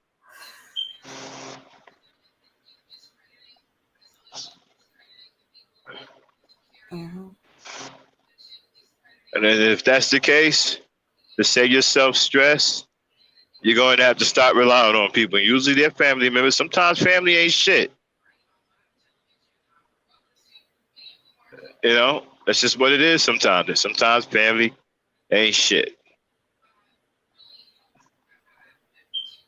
Oh, okay. They'll say that they'll do. Oh, she says my immediate family help, just not her other children. My mom and dad help. Right. But my Right. parents are older. Mm-hmm. Well, they're doing the best they can. Everybody's doing the best they can. You just try to do the best you can and try to find a way to get yourself some me time. You're young. Mm-hmm. It's important that you have your some me time. Try to, whatever time you spend with them, try to figure a way out how you can spend that time a little quicker, or maybe get a spare a day or something like that to start getting you some you time in. You know, you need to do you. You're too young to have most of your young life taken away from you. You shouldn't be in that situation, but for whatever reason, you're in that situation. You should be out living your young life. But unfortunately, this burden has been put on you. You can't Uh-oh. allow it to. What's that? She says my pop is pushing 70 and he's starting to become forgetful now. I think he might be developing Alzheimer and it bothers me. Okay, try not to let it bother you. Try not to let it bother you. See if you can solicit help from other members of the family. Um, if not, because we didn't want to put my mother in the home, because we don't trust these homes. So, see if you got another level-headed thinking member in the family that you can find and confide in that person and say, "Hey, I need a little bit of help." Maybe it's a cousin. You didn't think, that would help. Ask around to the family, talk to your cousin, say, "Hey, look, I need a little help," to see if you can get at least another person to help you. Yeah. And check with the aid program, the home health aid program. Sometimes they have sitter programs or they can let you know about sitter programs. So when Right. you need that little bit of me time, and since your father's in his 70s, he can have an age, your grandmother can have an age. I dealt with that with my grandfather and my grandmother. They each had their own aids. Um, and sometimes I had to get a sitter program for my grandmother because she needed the most help. My grandfather just go visit his brother, and he'd be all right. And I feel for you because you're a young person, and you should be this heavy burden shouldn't be yours to bear. There should be older people in the family who should be taking on this burden. This burden shouldn't fall to the youngest. It should fall to the oldest, not the youngest.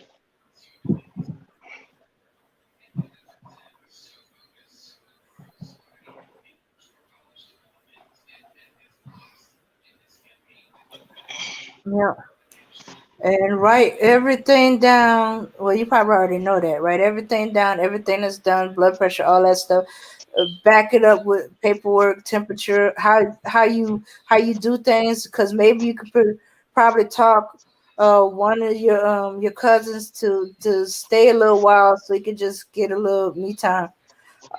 Uh-oh. Oh, that's why I wasn't going to put my granny in a home. My aunts and cousin were supposed to help then. Attitudes and grudges got in the way. My mom is also sick. Yeah, that's family for you. Been there and done that.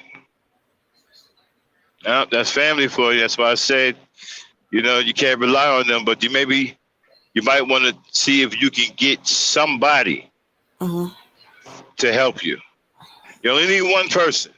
Mm-hmm. Forget about trying to get them all in there, because obviously they got issues that they can't fit. They can't seem to come together on. But this is typical family. Mm-hmm.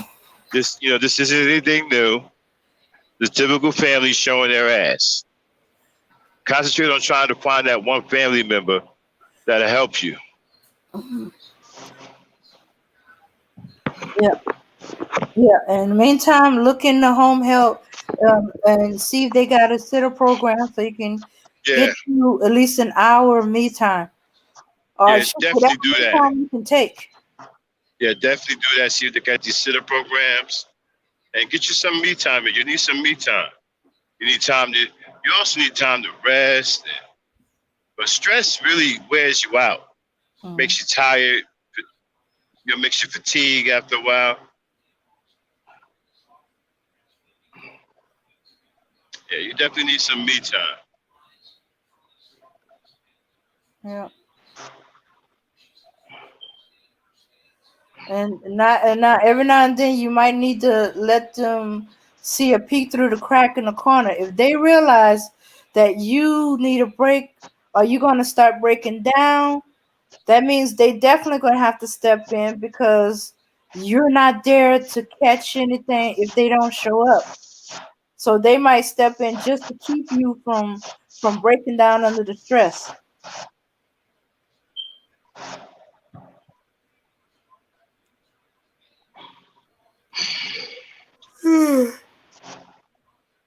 Oh, sorry about that. Okay. What time you got there, Dane? I got 120. We did 5 hours and 35 minutes. All right, let's shut it down, y'all. All right, everybody, cue up the music. All right, everybody, thank you for tuning in. This broadcast at Ebony Star Network and Gangsta Talk. Don't forget we got Ladies Night coming up Saturday night. We'll probably be back sometime this week, but we're gonna give it a rest for a couple of days. Probably see you guys again on, I don't know, somewhere maybe Wednesday or Thursday. All right. Thanks everybody for showing support. Shout out to Cynthia G, Penny Sparks, Taz Students for coming through, Aaron Collins, and the rest of our E people, and T, Melody the Misfit, Marsha M. We appreciate the support. Thanks for coming through. Everybody have a good night. Peace, power, and unity. Hit it. Hit it, Dave. Yeah, son. There's mad kids out there getting cream for the 9-5, bro. Yeah, and I've been doing this for a long time. Shoot the game going for mine. Alright. And this is the year when mad cats get peeled. So I'ma spark this line, kick the reel. Bang them out. With all this chaos in the realms of the street, your local street dog got to make heads speak. The average Joe's far too slow for the ghetto pro. You better know, when I hit the streets, I like to glow, I like to glisten. And at the same time, stay low, listen, motherfuck the fame. I'm pursuing the dope. My stilo is symbolic to a kilo. Cash is popping, cookies cooking, beats copping. Ain't that some shit? A player that used to live in riches, now a sticky kid.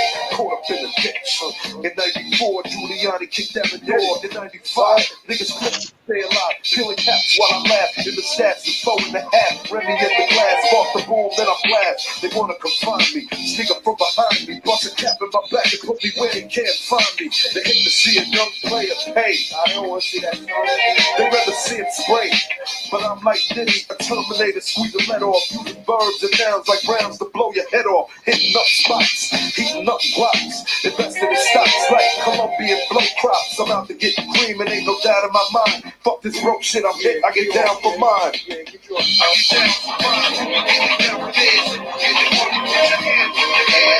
I get down for mine. I get down for this. I'm breaking up, shake that, no fear. I get down for mine. I get down for this. Get it on you, put your hands in the air. I get down for mine. I get down for this. I'm breaking up, shake that. I hear you wanna be a player. I ain't someplace you back. Yeah. Let's play a game of real nigga roulette. With this a DOA as I spray the melee. Content and punctuation is compared to AK. You in a day. Overdose for pure funk. I'm fucking off like time again. For karma's a booty smoke. Decapitated rappers in my trunk. I'm sick. Pumping skunk. Bouncing with my click. Popping mega jump. I'm getting back while these clowns be zigzagging. Once you talk about plenty keys, come on, you're nickel bagging. I'm blasting off wings and making downers believe it. You see, I was packing heaters when jokers was banging cheerleaders. Ain't nothing changed, it's still the same in the rap game. I'm known for banging rookies out the frame. Y'all have forgotten who was the pimp from the start. Sipping vintage wine, eating a la carte. I'm phenomenal from the abdominal. Far from comical lyrics that stick in the brains like barnacles. Never sleep. I'm bringing the drama to the street with techniques and rolling in fleets. Ain't nothing sweet about the street, so I'm poetically ill. I'm pure like cook up and lyrics shine like fish scale. I got the banger at your throat and you ain't showing no signs. Cave deaf, let them know I get down for mine. I get down for mine. I get